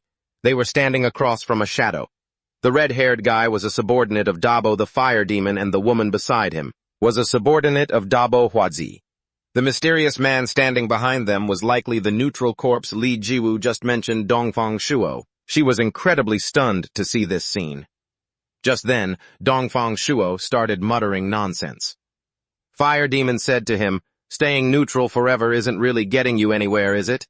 If you join Lord Dabo, the thing you are looking for." Suddenly, Li Jiwu shouted, "A corpse, senior, there's another corpse." Huazi standing beside him also warned Fire Demon, "Senior brother, the Hotan Master is coming." Meanwhile, Fire Demon kept talking to the person in front of him. "Lord Dabo will bestow great power upon you. You just need to promise me one thing, Dongfang Shuo." Huazi's voice rang out again, calling him senior brother. Fire Demon couldn't take it anymore and shouted, "So annoying. We got here first. Go deal with those rude pests." As usual, a flame roared to life with his words. After hearing the story, Yan Wang muttered in surprise, "Is that why they don't have the scent of blood?" At that moment, she stood before Huazi in a rage and shouted, "That's right, burn everything to a crisp, and where would the smell of blood come from?" Seeing a blade appear right in front of her, Li Jiwu was extremely startled and fell silent. A wave of energy erupted from the Fire Demon's entire body as he threatened, "Take your hand off my junior sister." Suddenly, Yan Wang's hand gripped his collar tightly. A dark red murderous aura emanated from his body, accompanied by a voice that made the Fire Demon shudder. "You too." Yan Wang's whole body was covered in a flow of energy. He warned, "Take your filthy hand off her." Hearing that, the guy broke into a sweat, thinking, "I heard the rat was a total coward, so I have to approach this carefully." As if he had sized up the situation. Fire Demon sneered, "Not scared at all, huh?" He quickly raised his blade toward Yan Wang and exclaimed, "You aren't the rat at all, are you?" At that moment, looking clearly at the blade the Fire Demon thrust forward, he was deeply surprised and thought to himself, "Dual blades." In the quiet apartment complex in the middle of the night, a flame suddenly flared up violently from that spot. Fire Demon hurriedly shouted, "Huazi, this guy isn't one of the 12 zodiacs. Keep looking for the rat, leave this to me." I replied, "I don't think so." Fire Demon was confused. "Huh." Just then, Huazi calmly grabbed Li Jiwu's wrist and said, "Brother, look at this girl's face. It's full of resentment." By now, her face was drenched in tears. A glint of murderous intent flashed in Li Jiwu's eyes. Huazi smiled. "An interesting face like that. How could I let it go? Besides, this kid is so angry she can't hear a word anyone says anyway." I closed my eyes and suggested, "Burn them all to death, then it won't be too late to keep looking." Yan Wang spoke up, "Zhonglin, is it?" On the other side, Li Jiwu kept crying. After that, she decisively dashed away. Huazi still stood in place, acting as if nothing had happened. Suddenly, Huazi's expression changed. Her face twisted into a truly grotesque look. Li Jiwu had returned to the 12 Zodiacs room and said, "Sir, the corpses have arrived. We have to run." But to her surprise, the room was completely empty. There was no one in sight. Li Jiwu quickly noticed the other side. The room's window had been wide open. Seeing that sight, she could only be stunned. They ran away. Li Jiwu immediately calmed herself down and thought, "That's fine, it's better than staying here. I have to quickly deal with those corpses and go find him." She remembered the scene of Zi Zaitan from earlier, clutching his head and crying, "Please don't hit me." In an instant, Li Jiwu froze and thought, "So afraid of humans?" She turned toward that open window. Li Jiwu couldn't help but be surprised. He ran outside again. "Over there." Huazi kept her ferocious expression and asked, "What did you say?" I asked calmly, trying to scare me with that murderous intent before running away. "That's a rare one." Huazi marveled, "I don't know why, but your meat looks delicious." As soon as she finished, a hand reached right in front of her. Huazi could only be shocked as she faced the intense flames right before her eyes. That spark was brought forth by Yan Wang as he, with a searing blast of sin, a surge of energy was instantly unleashed, soaring high above the rooftop of a nearby building. The energy suddenly converged as Fire Demon and Flower Child opened a portal and warped to this location. Fire Demon was panting heavily, wheezing, "Damn, that was almost the end of me." He turned his head in shock, glancing at Yama in the distance, and exclaimed, "That red and gloomy flame is giving me the creeps. That's hellfire, isn't it?" Flower Child stood there stunned. "So that's Yama. We need to go capture the rat Zodiac. Master Shan Wu said if we ever run into Yama we must. Fire Demon suddenly cut in, hey, Flower Child. How far have we run? She blinked, confused. Why are you asking about that all of a sudden? I urged her. Just answer me, hurry. Flower Child replied. I didn't have enough time to focus my power, so we're probably only about 600 meters from where we were. Fire Demon didn't hesitate. Open a portal. Wait, I don't even know what's going on yet. Fire Demon roared. Open the damn portal! Flower Child was startled. But why? He cut her off. Shut your mouth and open the gate, you little brat, Flower Child insisted. But why now? We already shook him off, didn't we? Fire Demon immediately looked back over his shoulder and dismissed it. Shook him off my foot, don't you see that bastard? Flower Child looked in the direction he was pointing and sighed. It's too far. How could I possibly see him? Fire Demon snapped angrily. Look properly, he's right there plain as day. He stared at Yama, whose body was surging with killing intent, and insisted, he's definitely looking this way. Flower Child quickly caught on. I see. So where do you want to go now? Fire Demon answered immediately. Anywhere before that guy gets here. Before he could even finish his sentence, Yama appeared. I instantly launched a blast of energy from his hand straight at Fire Demon. Fire Demon sensed something wrong and jerked his head back just as the massive force slammed into their position. Both of them were sent flying, crashing to the ground with groans of pain. Fire Demon turned, cursing, damn it, as he glared at Yama with intense, murderous intent. I thought to himself, even the reign of Zhenwu is... Fire Demon was shaking to his core. Fight him. Looking at Yama's silhouette standing in the distance, he was terrified of such a monster. Meanwhile, in the city, Li Jiwu kept calling out, Rat, where are you? She searched everywhere, feeling anxious. Where could he be? As she walked, Li Jiwu encouraged herself, come on, keep going. Her eyes were filled with determination. I'll definitely find him. She recalled the various zodiacs she had encountered before. Each one had unique traits from their physical condition and eating habits to their instinct to protect humans. Li Jiwu worried. So what about Rat? What are his traits? Suddenly the words Fire Demon once said echoed in her mind. Not scared at all, huh? You're not the rat. Then an image of Shu Zixin's room flashed in her mind, a cramped, pitch-black place piled high with trash. Li Jiwu froze as a thought struck her. He must be somewhere dark and prone to fear. She turned toward a narrow alley and sure enough saw Shu Zixin huddled inside. Li Jiwu's voice startled him. As she approached, the Zodiac said softly, Thank goodness it took me a while to find you. I'm so relieved. Shu Zixin immediately scrambled backward in a panic and screamed. A bag of disgusting trash was hurled straight at Li Jiwu's face. Trembling, Shu Zixin yelled, Stay away! Don't come near me! Li Jiwu waved her hands frantically. Calm down! I'm a subordinate of Lord Yama. She stopped. No, wait. What am I saying? My name is Jiwu. Hearing that? Shu Zixin asked in shock. A subordinate of Lord Yama. Bring Lord Yama here. Then I'll believe you. Li Jiwu replied awkwardly. He's busy dealing with those corpses back there. If you come with me... Before she could finish, Shu Zixin screamed, Lies, you humans are all liars. He recalled being dragged away by two strangers who kept saying, You just need to trust us, we'll protect you. One of them had lured him saying he'd have good food and a home if he just helped them. He yelled in anger, none of it was true. In his mind, scenes flashed of him being tricked into forced labor. Everyone there was working on computers, all of them skinny and haggard. Shu Zixin sobbed, Hick! Hick! That was when he was thrown into that living hell. The door leading to the outside world had slammed shut right behind him. All he could see was the wall separating him from the world, and then he was pushed into the workspace just like everyone else. Shu Zixin could only cry.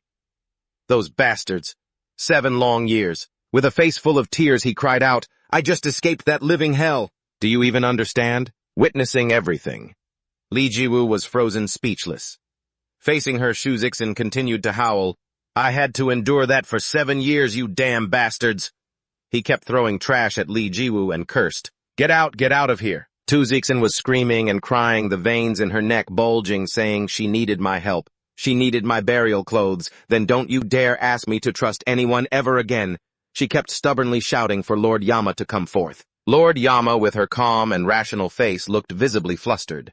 She suddenly remembered back to when she was at the grocery store having called out, Senior, senior, senior, and the other person had asked, What is it now? Li Jiwu spoke up. How did you manage to convince me the very first time we met? Senior looked surprised and asked back, Why are you asking that all of a sudden? She replied, It's nothing, I was just curious. When I first met you, you were just like a little wounded animal, weren't you? Senior replied while picking out groceries. How was it back then? I can't even remember myself, Chiwoo. How about this? This looks delicious. Lee Jiwoo replied softly, Anything is fine for me. Hearing that Senior felt a bit annoyed, this girl. It was your first time living on your own after all. Don't just pick anything at random focus and choose carefully. Lee Jiwoo stayed silent. She then continued, Oh, and since you don't know how to cook, you at least have to know how to make kimchi stew. I'll teach you the recipe, don't you dare forget it. Senior suddenly turned to look at her. What's with that look on your face? Lee Jiwoo whispered, Thank you. Hearing that the other girl blurted out, This girl. Right then Senior suddenly raised her hand. I remember now. The first time I met you, I did this. That was all it took. Lee Jiwoo's eyes welled up with tears, and she hugged Tu Jishin tightly. In her mind, the Senior's voice echoed she had held her throughout that entire alleyway. In that moment, only the image of Lee Jiwoo embracing Tu Jishin remained, to offer comfort.